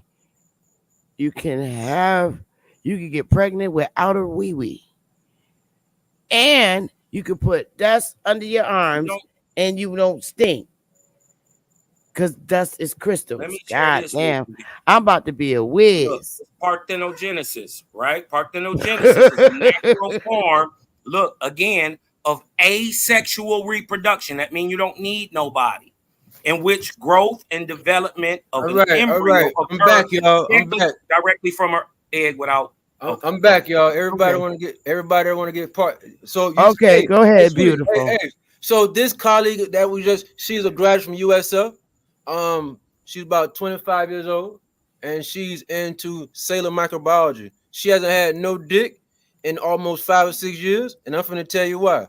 Hey, sweetie, come and tell them what you're trying to do real quick, or what you're doing and what you're studying. Peace. Well, just to say, peace, love. Peace. Just to say in sufficient words, one does not have to have sperm, or you don't have to go through that process if you want to bear a child. So the process of parthenogenesis is you bearing a child, but it's not through the sexual act of needing someone to put sperm in, because sperm is like a fertilizer. The woman contains everything she needs in order to create, produce, and have the baby. It's, we've been taught in mainstream that 50% of DNA is coming from the man and the woman. And from my perspective and research, I've come to understand that the woman is capable of doing it herself. But when a man comes in, it's like that spark charge. It's like fertilizer. This is the reason why someone can get impregnated and have multiple sperms can attack an egg. And that you'll see the genetics of these different men if it's different men from different sperms. But multiple sperms can impregnate one egg. It's like fertilizer. It's not something as far as only a genetic code. So this is what I'm practicing right now. And I know that the process of doing so, we live in a world that is highly sexualized, and the women are constantly being pushed and taunted into sexual endeavors. And so she spends a lot of her life looking for sexual stimulation and sexual penetration, not realizing that her womb space can be used for different creativity. Because when you talk about sexuality and spirituality, you're looking at the same thing. So when you don't use your body in a sexual way, you can use that energy in a creative way. And you can create other things just like you can create a baby. So yeah, what I'm doing right now is in the process of parthenogenesis. So you'll get pregnant eventually? Yes, and there's processes to do so. See, we live in a domesticated world, so this is not something that I would say a domestic woman can do. This is something that still, this is not like a new thing. Those in tribal areas and that are off grid are capable of doing this. And you can see this in Africa. You can see this in areas that are just remote areas. It doesn't only have to be Africa, but remote tribes. You know, you can see this type of activity happening among the woman because she's in an area that is pure. She's in an area that she's not being affected by artificial magnetic fields. And even if she is experiencing the moon cycle, you have a different reaction to nature. And when a woman is in nature, not visiting nature, but when she is a part of nature, she can create by herself. And there's a process to go through that. But it's not something that I would say a woman in a domestic environment can do, because there's so many things that is attacking her fertility and that is also trying to keep her off her cycle. It's affecting her natural cycle. Would you come back tomorrow and give a segment with me on that? We can talk about this in a future time. Yeah, that's what I mean. Yeah, we can talk about this in a future time. We'll definitely do that. That's gonna be awesome. Hey, Sister Beth, can I ask the sister a question real quick before she leave?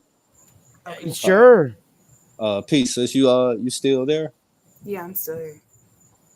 So like just listen to off what you're saying, what you was explaining.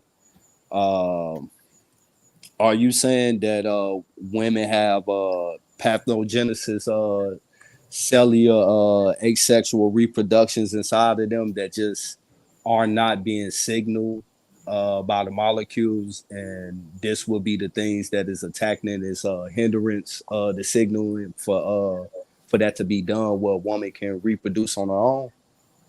Yeah, I would. That's exactly what I'm saying. I'm saying that when you're in a domesticated space, you are you're looking at the world from a patriarchal perspective. Women, from the time that you're a child, you're thinking of getting married or finding that man and then having babies. Well, that's a very domestic view of the world, and that is not the natural view of the wild, melanated carbon woman. She is not a domestic being. And when she's put into that space, when she's forced to be a wife, when she's forced to be a girlfriend, she's put in this domesticated view, because now her life is surrounded around being, one, consistently sexual, and two, breeding. But these are not the two sole roles that a woman, the melanated woman, plays. She is a wild woman. She creates when she's in the wild. So when you talk about the womb space, like I said before, these different things that we think of you can do with the womb is just limited to having a child. But when you can allow yourself to step away from sexual stimulation and sexual penetrations, what you will do is you will allow yourself to go into a more meditative state. And these meditative states will allow you to attach to nature in a way that you wouldn't even think of before. Now, it could sound like a fairy tale. It could sound like a woo-woo. But really what it is that everything in our environment, it detaches us from what we already knew when we were children, when we were outside, when we were running in the grass with your feet on the ground. You were never supposed to disconnect from that and go inside of a house and play house. Nature was supposed to be your resting space, your active space. And so when a woman gets back into her wild environment, you see wild attributes. But the things that are in your environment right now, it hinders your body from being able to show those genetic codes like parthenogenesis. So this is not something that I think is limited to only a few women. I would say that, in fact, melanated women carry this capability, and they don't want you to know this, because this would allow you to be truly, in a perspective, independent in your mind, because now you're like, wait, I can create by myself. I mean, imagine if women really knew that. It's not of the man being of importance or not. That's not the question. Men have their role in society, in nature, of course, but for a woman to know that she holds that that gift to create, and she can do it by herself. To me, this is something that would allow a lot of women to unlock a self-confidence that would allow them to leave the matrix and see that this is just a game, because what I'm capable of doing in my own body shows me that I can do greater in off-grid areas as well. So, what I'm planning on doing is going off-grid 4 years again, so that I'll be able to go through these processes, because this is not something that one can do while being on the grid. I don't think so. Right. You Yeah. think Okay, so I got a question. Mhm. All right, because I know you're tired and you got to go, but we're going to meet up in a few days. But I'm going to ask a crazy question, okay? Don't get upset. I just want to know for my own mental. Is there any way possible that this woman that can get herself pregnant, perhaps, is she an hermaphrodite where at some point the wee wee goes in the hole and do it itself? I don't even think that's necessary. Like the whole dick going No, in the hole. That but part, I'm talking about the hermaphrodite, because women, there are some people that are born hermaphrodites and they have yeah. both organs. And I'm just wondering if you get so relaxed where that wee wee goes in the coochie and make that baby, and therefore you didn't do it, you did it by yourself because it's your wee wee and your coochie. So I've been studying the processes of menstruation. I'm going to tie this to the question. And what I've come to learn with these processes is that the woman, she controls a lot of her experience with her mind. It's not something that's just a chemical reaction that's happening. It's also a psychological. And so what that has shown me in my research with that is that a lot of what we do as women, especially when it comes to the womb space, is psychological.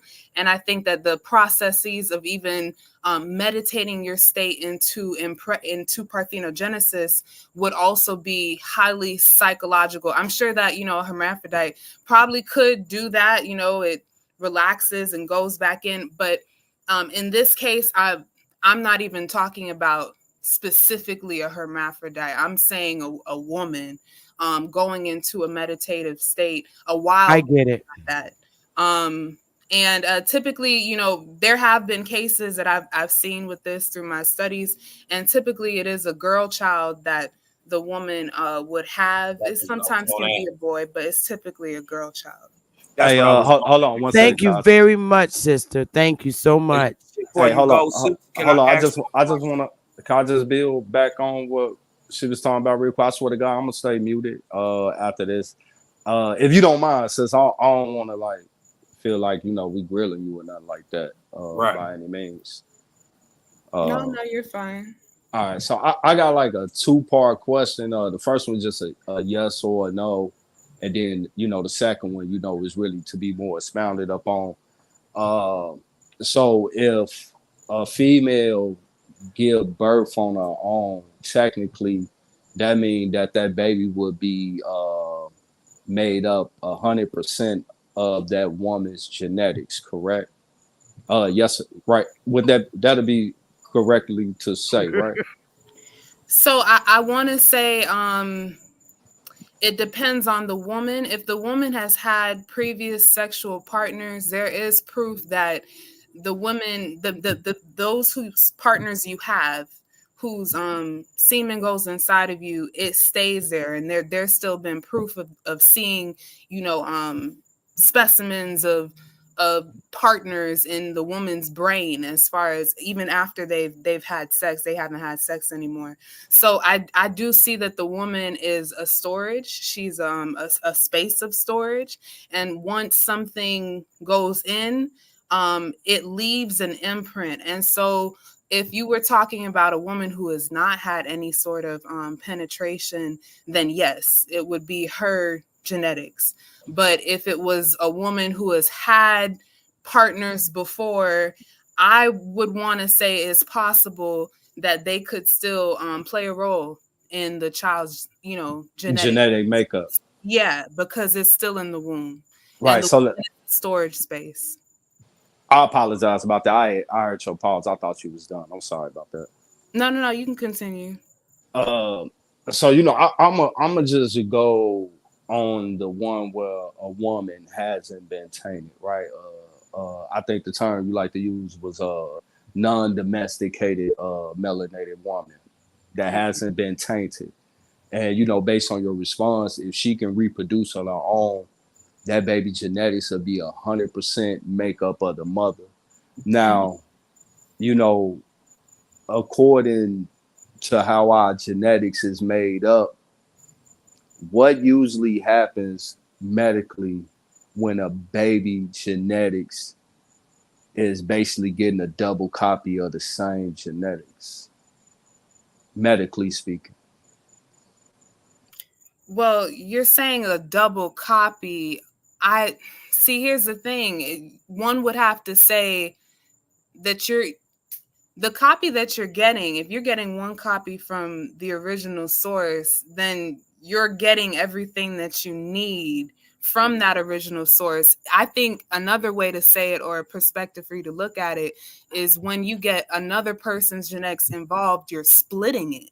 So who's to say I didn't even need no one else's genetics. I could have Right. just did it with my own. But then when I allowed different fertilizers to come into that garden, then now you have split genetics. So I don't think that it starts with the split. It starts with one. And then from there, if you allow different genetic codes into your area, then it will become split. Right. So, but if that means that, all 46 chromosomes would be all the copies from the mother, right? Everything. I apologize, my bad. You were saying 46 chromosomes comes from the mother? Well, I mean, yeah, the genetic makeup of the baby, the 46 chromosomes that's inside of our body, that will all be strictly genetic material of the mother. Is that safe to say? She contains a library. And Okay. from that library, you can take from that source. I appreciate it. I'm gonna let somebody else get it. Thank you for answering my question.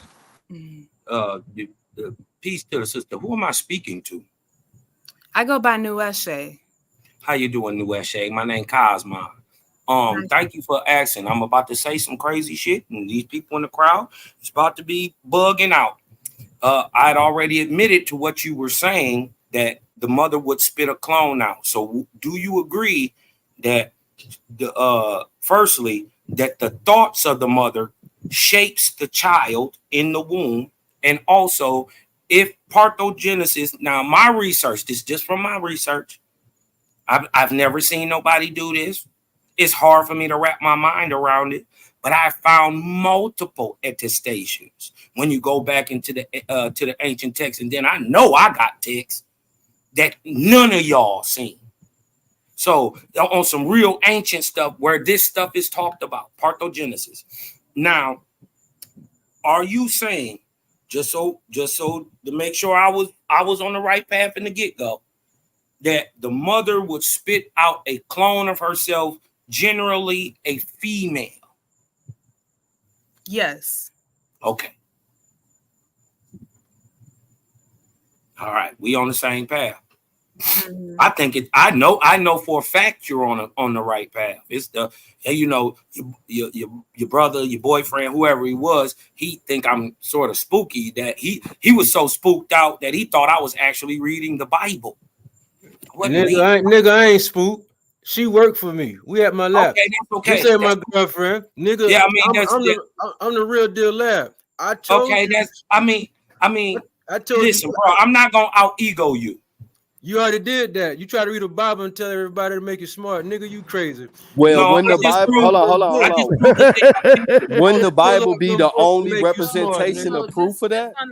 Just on the comment of the Bible, because I just always find this interesting. What Bible? That's the book that people call the Bible. It's a woman in the book that they call Mary, and she did exactly what I'm talking about.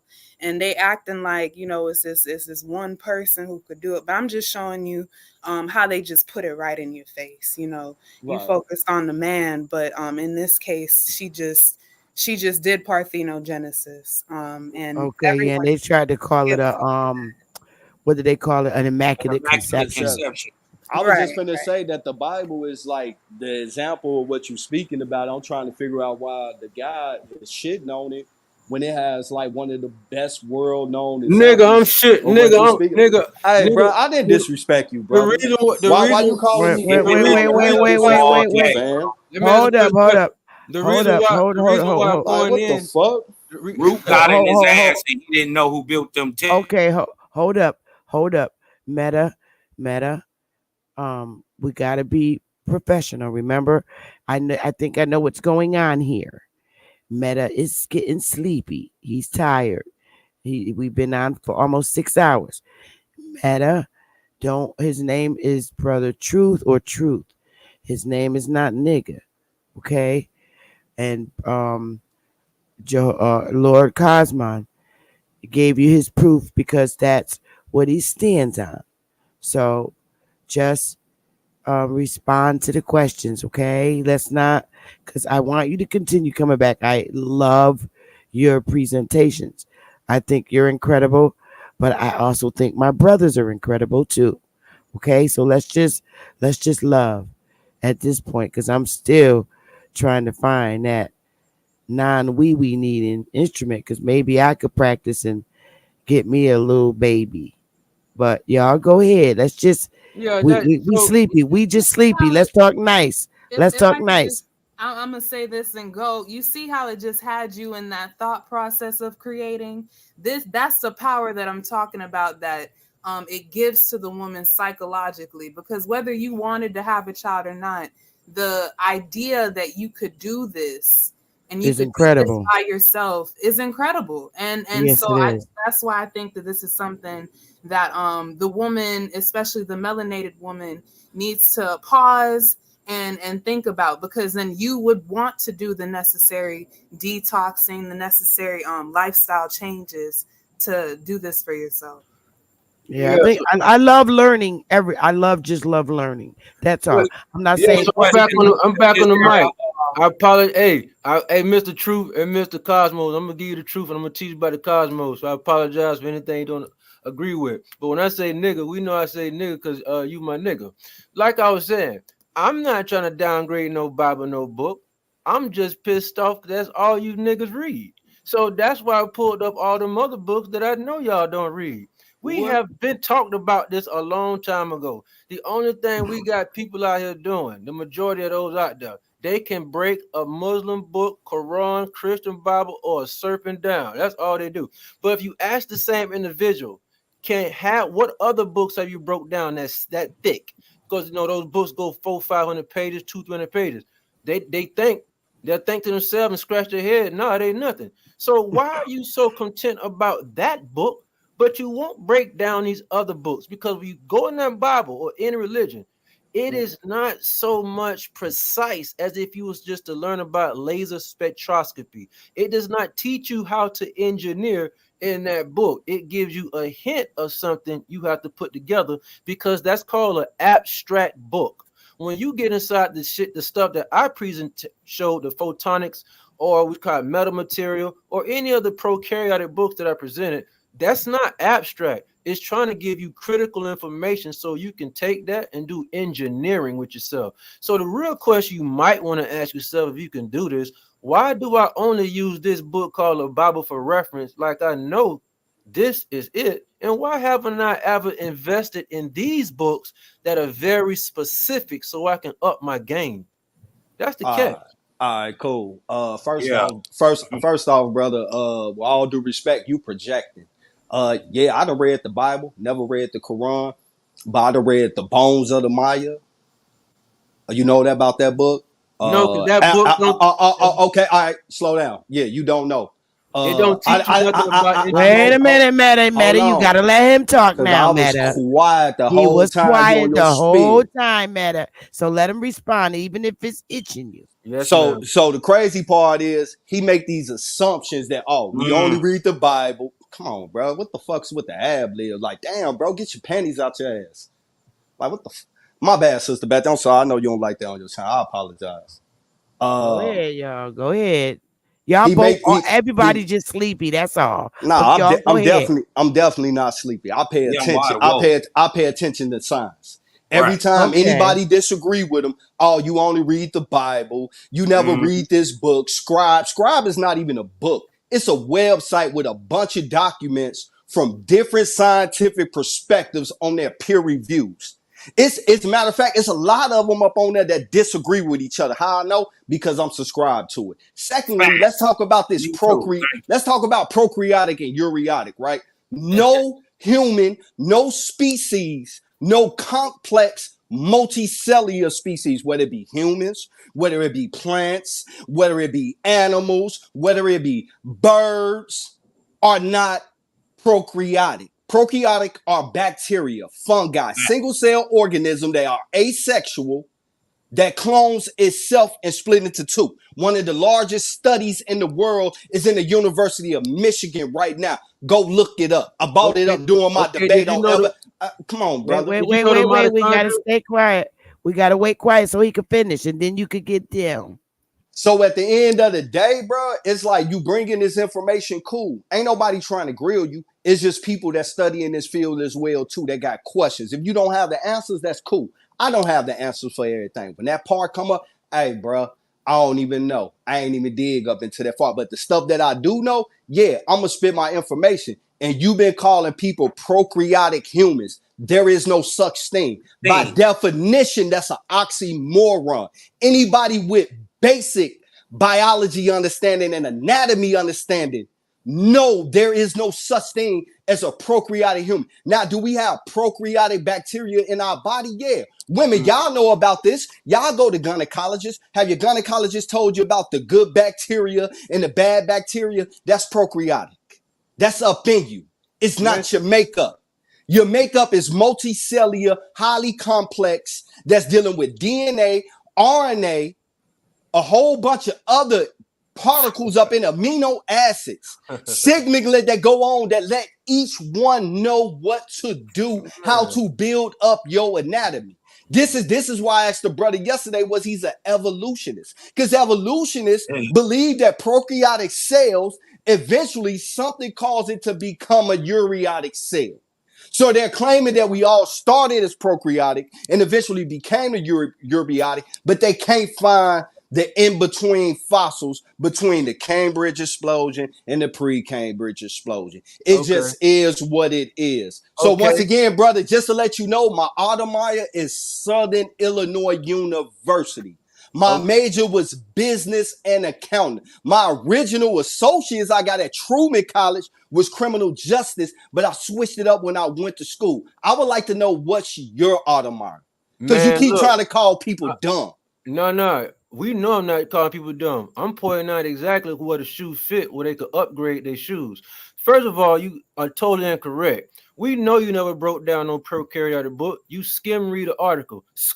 Scribe shows documents. The other company that's hooked to it called Everin gives you all the books that you might not be able to afford in the physical form. So you would have known that if you was actually breaking down them books. That Everin gives the ebooks, Scribe gives the documents. You incorrect there. You're also incorrect because guess what the mitochondria is? Because you don't break down none of this stuff other than the little book you call the Bible. The mitochondria is labeled a bacteria. See, you wouldn't know this because you don't have any of the tools. And these tools is what I presented on the page of those different books by those that have the equipment to study the bacteria in its nano form. You are so incorrect that all the terminology you use is not in none of them books. You use very surface level stuff to describe your MO or to describe the little bit of stuff you're trying to say that you know. You went to school for stuff that did not have anything to do with what you're talking about. Didn't make no sense to bring it up to say you went to college. I'd rather tell somebody I didn't go to college and say I went for business and try to relate it to physics. You can't do the two. So it doesn't really impress somebody if you went for business, but you're talking about genetics. So another thing is if you want to soup up your learning, you're going to have to crack one of them books open and get hands-on with equipment. I don't know what type of stuff you use with your money invest in, and I'm not telling you to invest a bunch of money into stuff you're unfamiliar with. But spending a few $100s here and there to buy, a few pieces of equipment at a time while you break down some of these books and these lectures, it'll make you entirely less aggravated. You can go toe-to-toe with those that are geneticists. Not saying you're going to outcompete them and outdo them as far as what they're doing. However, the little bit of stuff that you're presenting is very surface level that you can just read off a couple sentences or two, bro. You have not broken down any of these lectures. You have not broken down anything near close to it, because you would have been souped up on this panel, and me and you have been going toe to toe, not against each other, but we'll be describing the different pathways. We'll be describing different molecular structures, whether not the non-eukaryotic versus the eukaryotic. And I start the conversation for people like you that say ain't no such thing as prokaryotic. So I went over your head. You know what I did? I say, how about those say they're non-domestic versus domestic? Because we finna separate the real niggas that's supposed to be here from those that came across that European border and they came over here that ain't supposed to be here. We call most of those people invasive species because they come over here and they damage everything over here. They damage everything that was natural. They start wearing hats on their head. They start saying, you know what, I'm Moors. But the Moors were never tribals over here, so why are you in this land wearing something that niggas over here was never wearing? We call that invasive species. So put the Bible down and start getting inside these books that might run it up, run that bag up, run that check up, and spend some of that on these books. And then when you come on this show, I guarantee you better go toe-to-toe with somebody that really do this, bro. You don't do this. You just skim read a few things. You out there in the streets, boy. That's what you do. That's not what I do. You don't have nobody that's really hands-on these equipment. You don't know anybody in no laboratory. You not even been inside a laboratory lately. You don't have any hands-on equipment with nothing. You're just on this show to express the little bit that you know about this subject, and it's very surface level. And so if you want to up your game, bro, you found to spend some chips, not a bunch of money, but prove to yourself that you bought that book, or get the ebook for $10 a month on Everin, because Scribe give documents. That's the best you can do. Prokaryotics, you sleep because the mitochondria is a bacteria. See, you don't know nothing about that because whatever you Googled lately, it didn't show you that. This type of data that I'm talking about is on page 200 plus in that book. That book that you got, the Bible, that ain't nothing. That is very surface level abstract conceptuality. You can use that if you would like, but it ain't gonna get you nowhere as far as really engineering and understand spectroscopy. How does light work? How does any engineering work? So until you do that, I guarantee you'll be less aggravated. You won't be so pissed off. Man, I did this first. Man, that nigga know what you talking about. You never even seen a microscope zoomed in at a bacteria before. You only seen Michael Jordan before you ever seen a bacteria before, bro. You never even seen a Petri dish with a bacteria on it before through a lens. You don't even know what I'm talking about. You don't even have a microscope. You don't have anything to compete with somebody that's in virology, bacteriology, or study this. But this is what I do. This is what you don't do.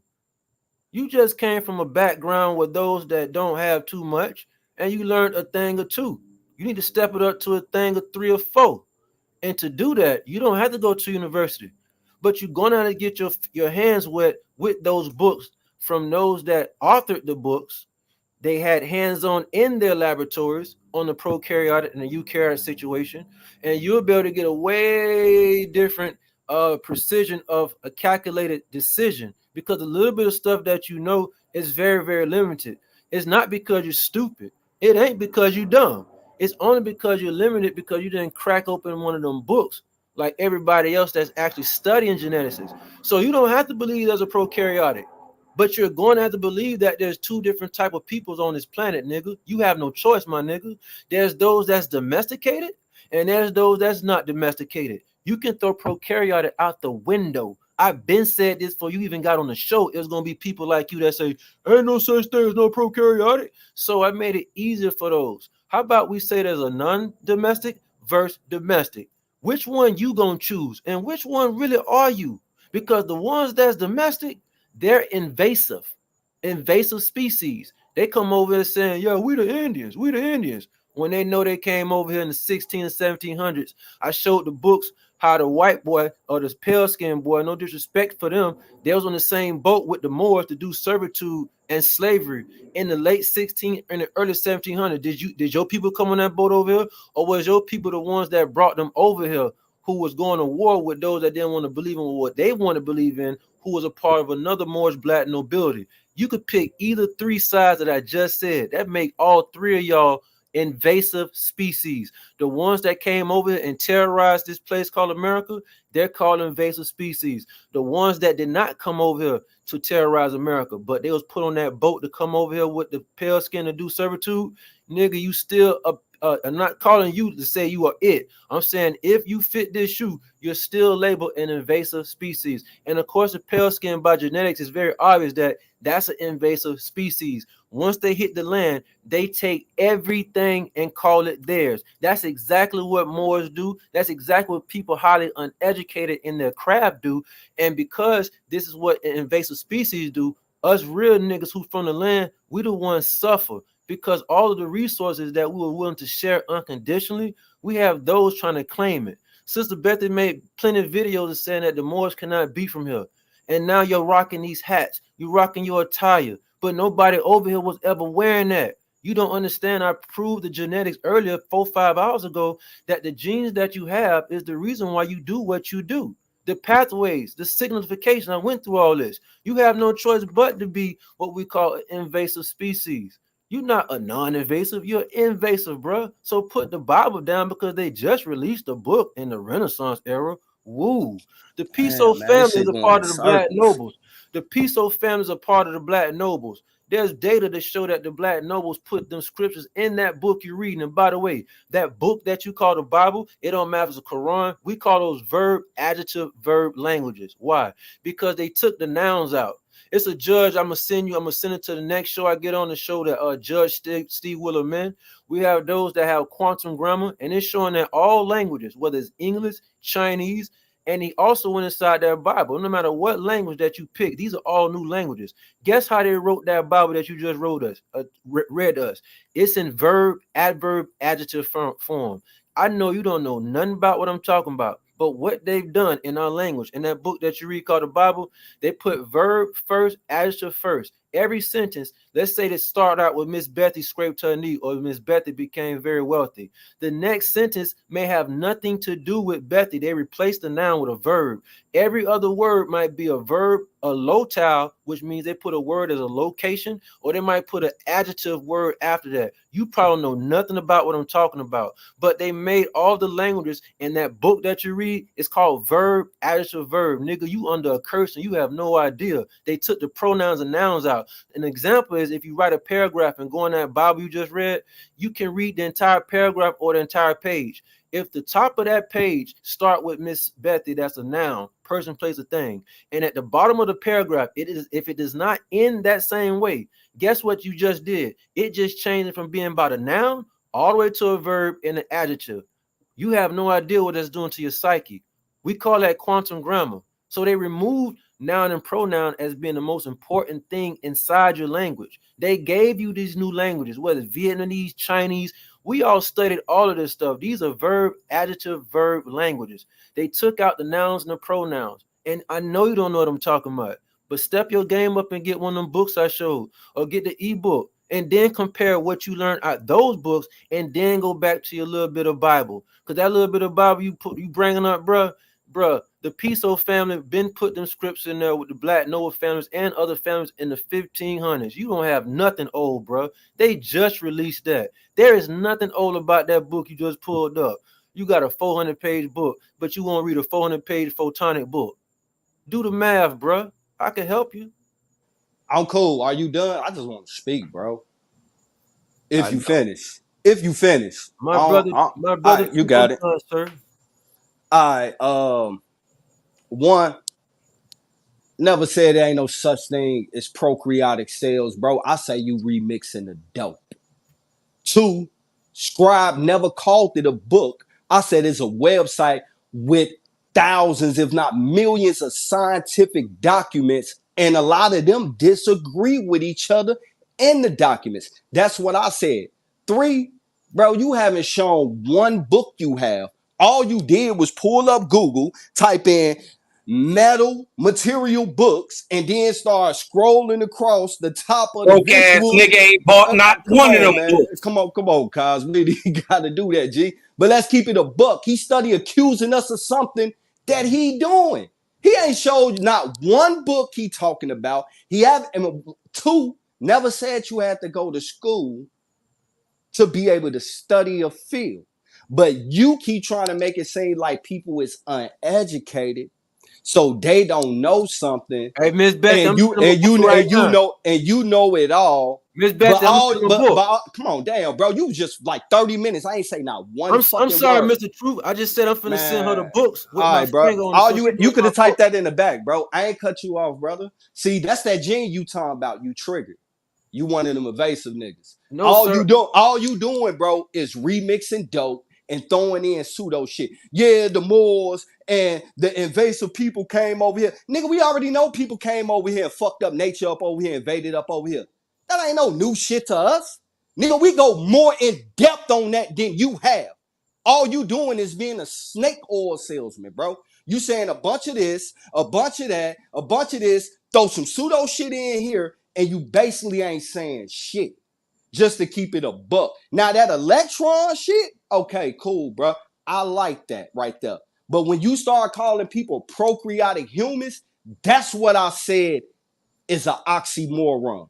No one never disagreed that they are prokaryotic organisms. They're just called fungi, bacteria. You never brought up about the part that the largest study on that is at Michigan University. If I don't know this, how I know that? Huh? How I know the difference between a prokaryotic cell and a eukaryotic cell? If I don't know this, how do I know the foundation of this or what it started at pre-Cambridge explosion into Cambridge? And they still can't figure out how the eukaryotic came from the prokaryotic. You want to know why? Because the prokaryotic is just a singular cell organism and its makeup don't even have things that we have. So you calling people prokaryotic humans, bro, that's an oxymoron. So at the end of the day, bro, don't tell me about what I don't know. I ain't no damn Bible thumper. First off, bro, have I read it? Yeah. That don't mean I'm a Bible thumper. I'm not religious or nothing. You just trying to project and just instead of showing us the evidence of the things that you saying. That's all we asking. We ain't even saying that you wrong, bro. You might have a research that we ain't seen yet or a research that you produce that hasn't been seen yet, which I would say, shit, you in the wrong place. If you doing your own research and you came with this amazing find and study and math equation according to this, you should be going to scribe and posting your shit. You supposed to be dropping the links to your shit, but we know you ain't got that. Just like you ain't got them books that you claim we ain't got. I can do it right now. All you did was just Google type and went scrolling across. And I was just like when you did earlier with the I could send what's the pale genetic? See the pale genetic. Right, damn, bro, come on. See, that's that shit. I'm saying I could send that's that shit you talking about. You triggered. It's okay, brother. That's what you talking about. You calling everybody else that, but you clearly triggered. It's okay. But just like earlier when you brought up pale genetics, see, this is the difference between us as evasive, but you left out the part. And shout out to Dr. Francis Quest Wilson. Honors and blessings and rest in peace to this sister that got me into looking into this. It's because it's a goddamn mutation on the gene, which is hindrance and blocking the signal for that gene to produce the melanin. It ain't just no gene without no mutation and they still got that pigment. No, there's blockage on it, which is a mutation, which is causing and diluting them from producing melanin. That's why I say, bro, all you doing is remixing dope, man. Hey, Cos, man, I'm done, bro. This, buddy, stick with the electromagnetic shit. All this other shit, bro, you pseudo as fuck. And I don't care what nobody think. If y'all believe this shit, then, hey, nigga, do you. You got it, Cosmo. I'm finished, bro. No, it is what it is, man. You dig what I'm talking about? He showed what type of dude he really is. You dig what I'm saying? You exposed yourself, son. But look, my thing is this: you made a fantastic sci-fi claim. You said that humans had a war in America with cyborgs. Now, we want you to go, since you like to talk so much, talk this movie script up that you just made up. Now, get us to believe this. You said humans had a war in America with cyborgs. Now, what year did that happen? And what war are we talking about? But before you go on that, I just want to show y'all how silly he is. He called Charles V a Moor and a domestic eukaryotic invader. Right? That's what he said. But his dumb ass didn't know that his father, Charles III, is the Indian right next to him. Charles III is Charles V's father. He's right next to him. So he's the son of an Indian. There it is. That's you don't even know what you're talking about. You sound retarded. So go ahead. Go ahead and okay. tell us this humans against the cyborg shit. What year did this happen? And what is this war called? I'm gonna fall back. Pseudos die. Okay. By their own sources. Go ahead. Okay. Show us some source. Source this up. Okay. So no, you ain't show us no source yet, but I'm gonna go what you just started with. Nigga, ain't no Charles III or Fifth or no Inca ruler empire picture. Shut up. That ain't his daddy, nigga. Shut up. Second of all, I didn't say nothing about no cyber war, no American. Bring nigga. your source up. Nigga, you ain't brought one source up. Shut up. Now, as far as the war happening in America, it didn't just happen here. It happened everywhere where you see a pyramid and mega monolithic structure and it's evacuated. You don't see any of that. You said what time zones take place? To all you niggas that got the Moorish background descent, you niggas wasn't even on Earth around 1050 to 950 AD. You niggas just came out of Columbus City around 1250, 1150 AD. The pale skin came out as a wild man as the late 1300s and the early 1400s. He didn't have no education. And the black nobility families is the ones that called the shots. You niggas weren't even around to see the war that actually happened. Y'all are called invasive domestic eukaryotic species. And here's one for you too, Mr. Lord Cosmos. If you niggas or the Moors were over there in Europe or North Africa, wherever you niggas claim, because y'all are all invasive, if you niggas was around there for so long, my question is, why would Salvatore Ferdinand Zarcos Colon, aka Chris Colombo, why would he come in 1496? Why did y'all come in? Why didn't y'all come 500 years before that? I'm gonna tell you, because 500 years before 14906, they was getting it on here. You see them things you call mountains? They cut those. Those trees are what you call mountains. Water came out. It flooded everything, nigga. Sorry that your book and your Bible don't have it. But the reason why your Christopher Columbus didn't come before 1492, and we never seen a pale skin in America, in Canada, or Australia, because that's what Charles sent them in 1740, it's because y'all were not around in reality. That's the only reason why y'all niggas came in the 1400s.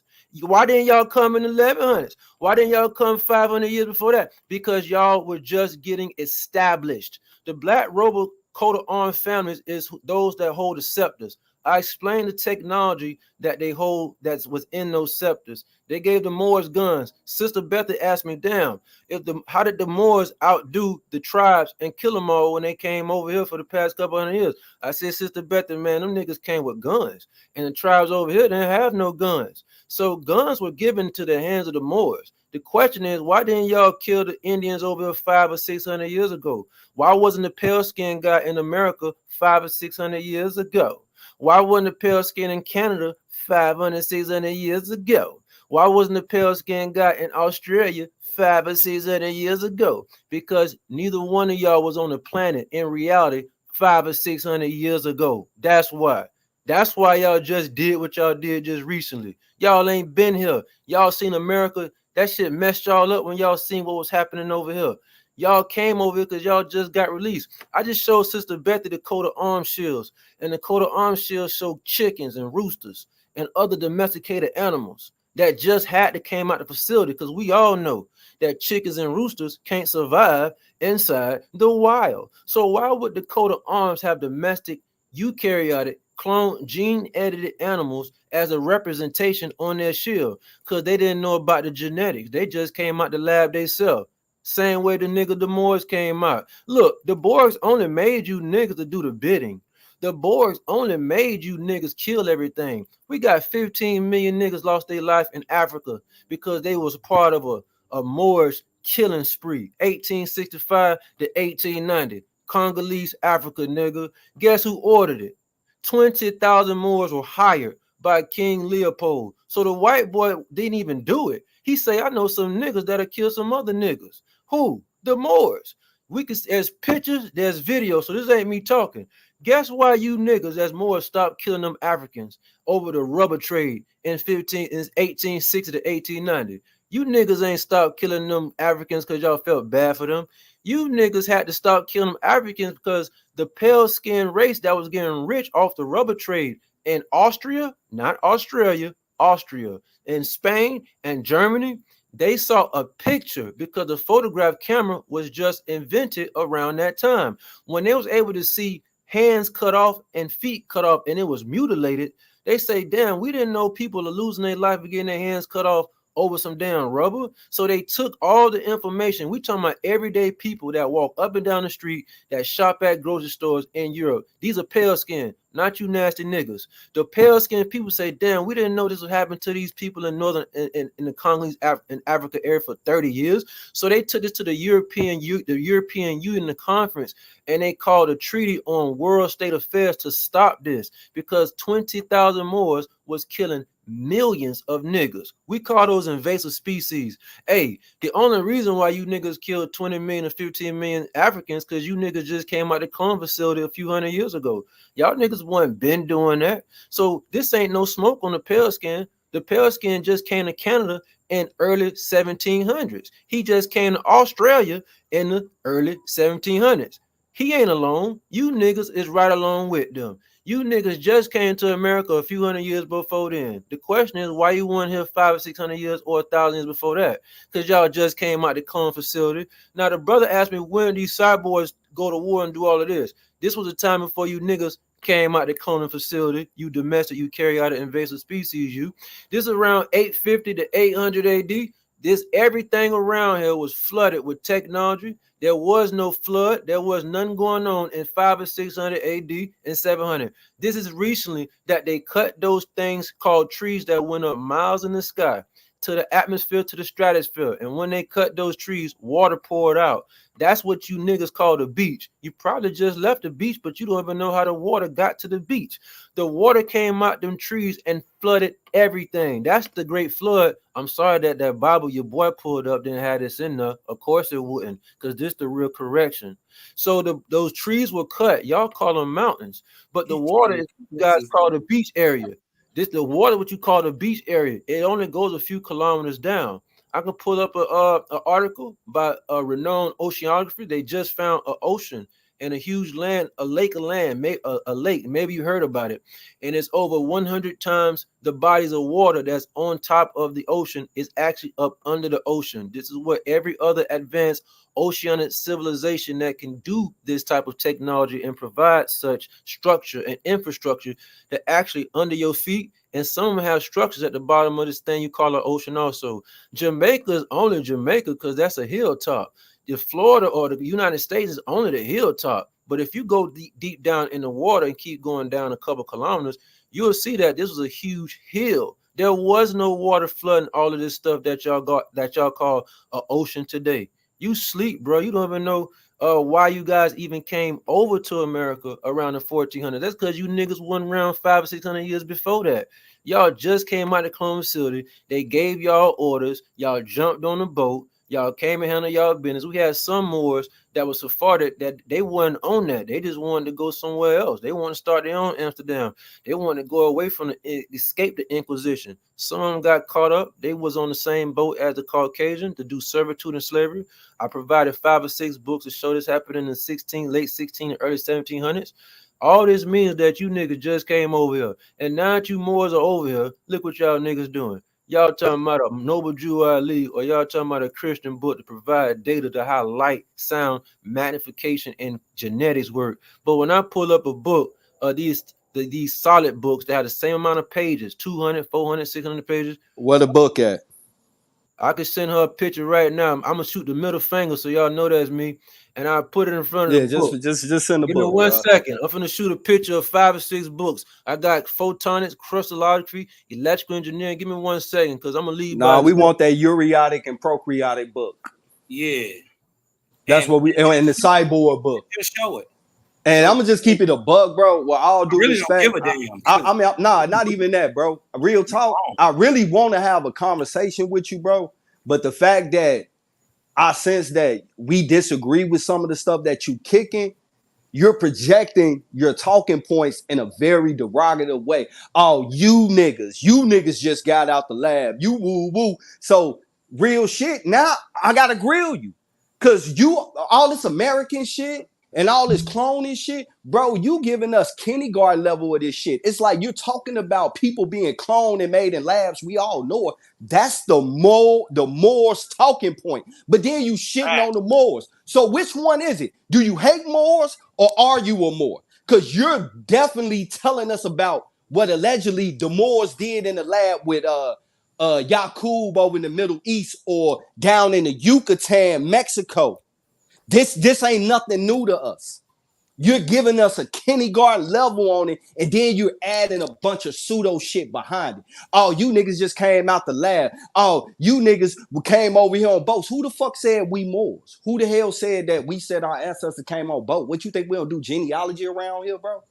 Like, so the shit you kicking is not nothing we never heard. It's just that you're giving it to us in an elementary way. And realistically, I don't even want to talk to you like that. I really want to have a conversation with you because I thought you was an intellect. But it seems like that when people disagree with you, that gene you accuse everybody else of having is coming out in you. Because now you want to start disrespecting people. Now you want to start being derogatory. You niggas this. You niggas only 300 years old. You niggas don't remember. I'm thinking your ass don't remember and you just learned. And that's why you giving us this shit in a kindergarten ass way.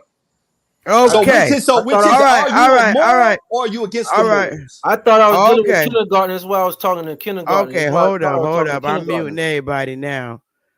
I'm muting everybody now, y'all. We all at this point, without the procreate and the okey doke and domestic and the non-domestic and the eukaryotes and the Shikarites and the Israelites and the Shittites and the bitchtites and the Kittites. I'm sleepy. You sleepy. And we up here like the seven does. I'm sleepy. Happy. Dopey. I don't know all the rest of their names. But let's call it a day. This was an excellent build on some real stuff. Negroes get sleepy. I'm sleepy. I've been up since 4 o'clock this morning. And I'm really, really tired. Meta, we gonna talk. You stay in the back because I'm getting ready to log off. BAP is still live. I think Smoking them gonna go live. And we're gonna have what is it, round 4? Round 4 meta material. Or if I call you metadata one more time, because I'm thinking about my day job where I do databases all day. So now I'm calling you metadata. So you stay in the back. I love you, Truth. I love you, Conman. Root were ass already sleepy. So we're gonna get up out of here, y'all. Okay. And meta material, stay on. Don't leave. So I love y'all. BAP is still on, y'all. So go to BAP channel. I love you, Truth. Y'all all crazy. Y'all Peace, all sister goofy. Becky. Man, salute to the Y'all, salute to the brother too. Like I say, man, I'd rather have a real conversation with him, but bro, you just can't be throwing insults like that because you're gonna get that shit in return. So like next time we get together, bro, we could just have a conversation. I ain't gonna insult you. We can just stick to the information. Cause I ain't there no you go. Bible thumper or I ain't no more. And I do my own research in this field. You same way as you do. Root word. Root word. All right, he sleep. He gone. So I'm gonna end the segment. Stay on in the back. Meta material. All right, Mr. Truth. Okay. And I love y'all. Go to Peace. BAP channel or Smoke. I don't know who live. But I love y'all all to the moon and back. Today was a great segment. It really was, and I appreciate it. Y'all, peace out. Oh damn, what I done did here? I don't know what I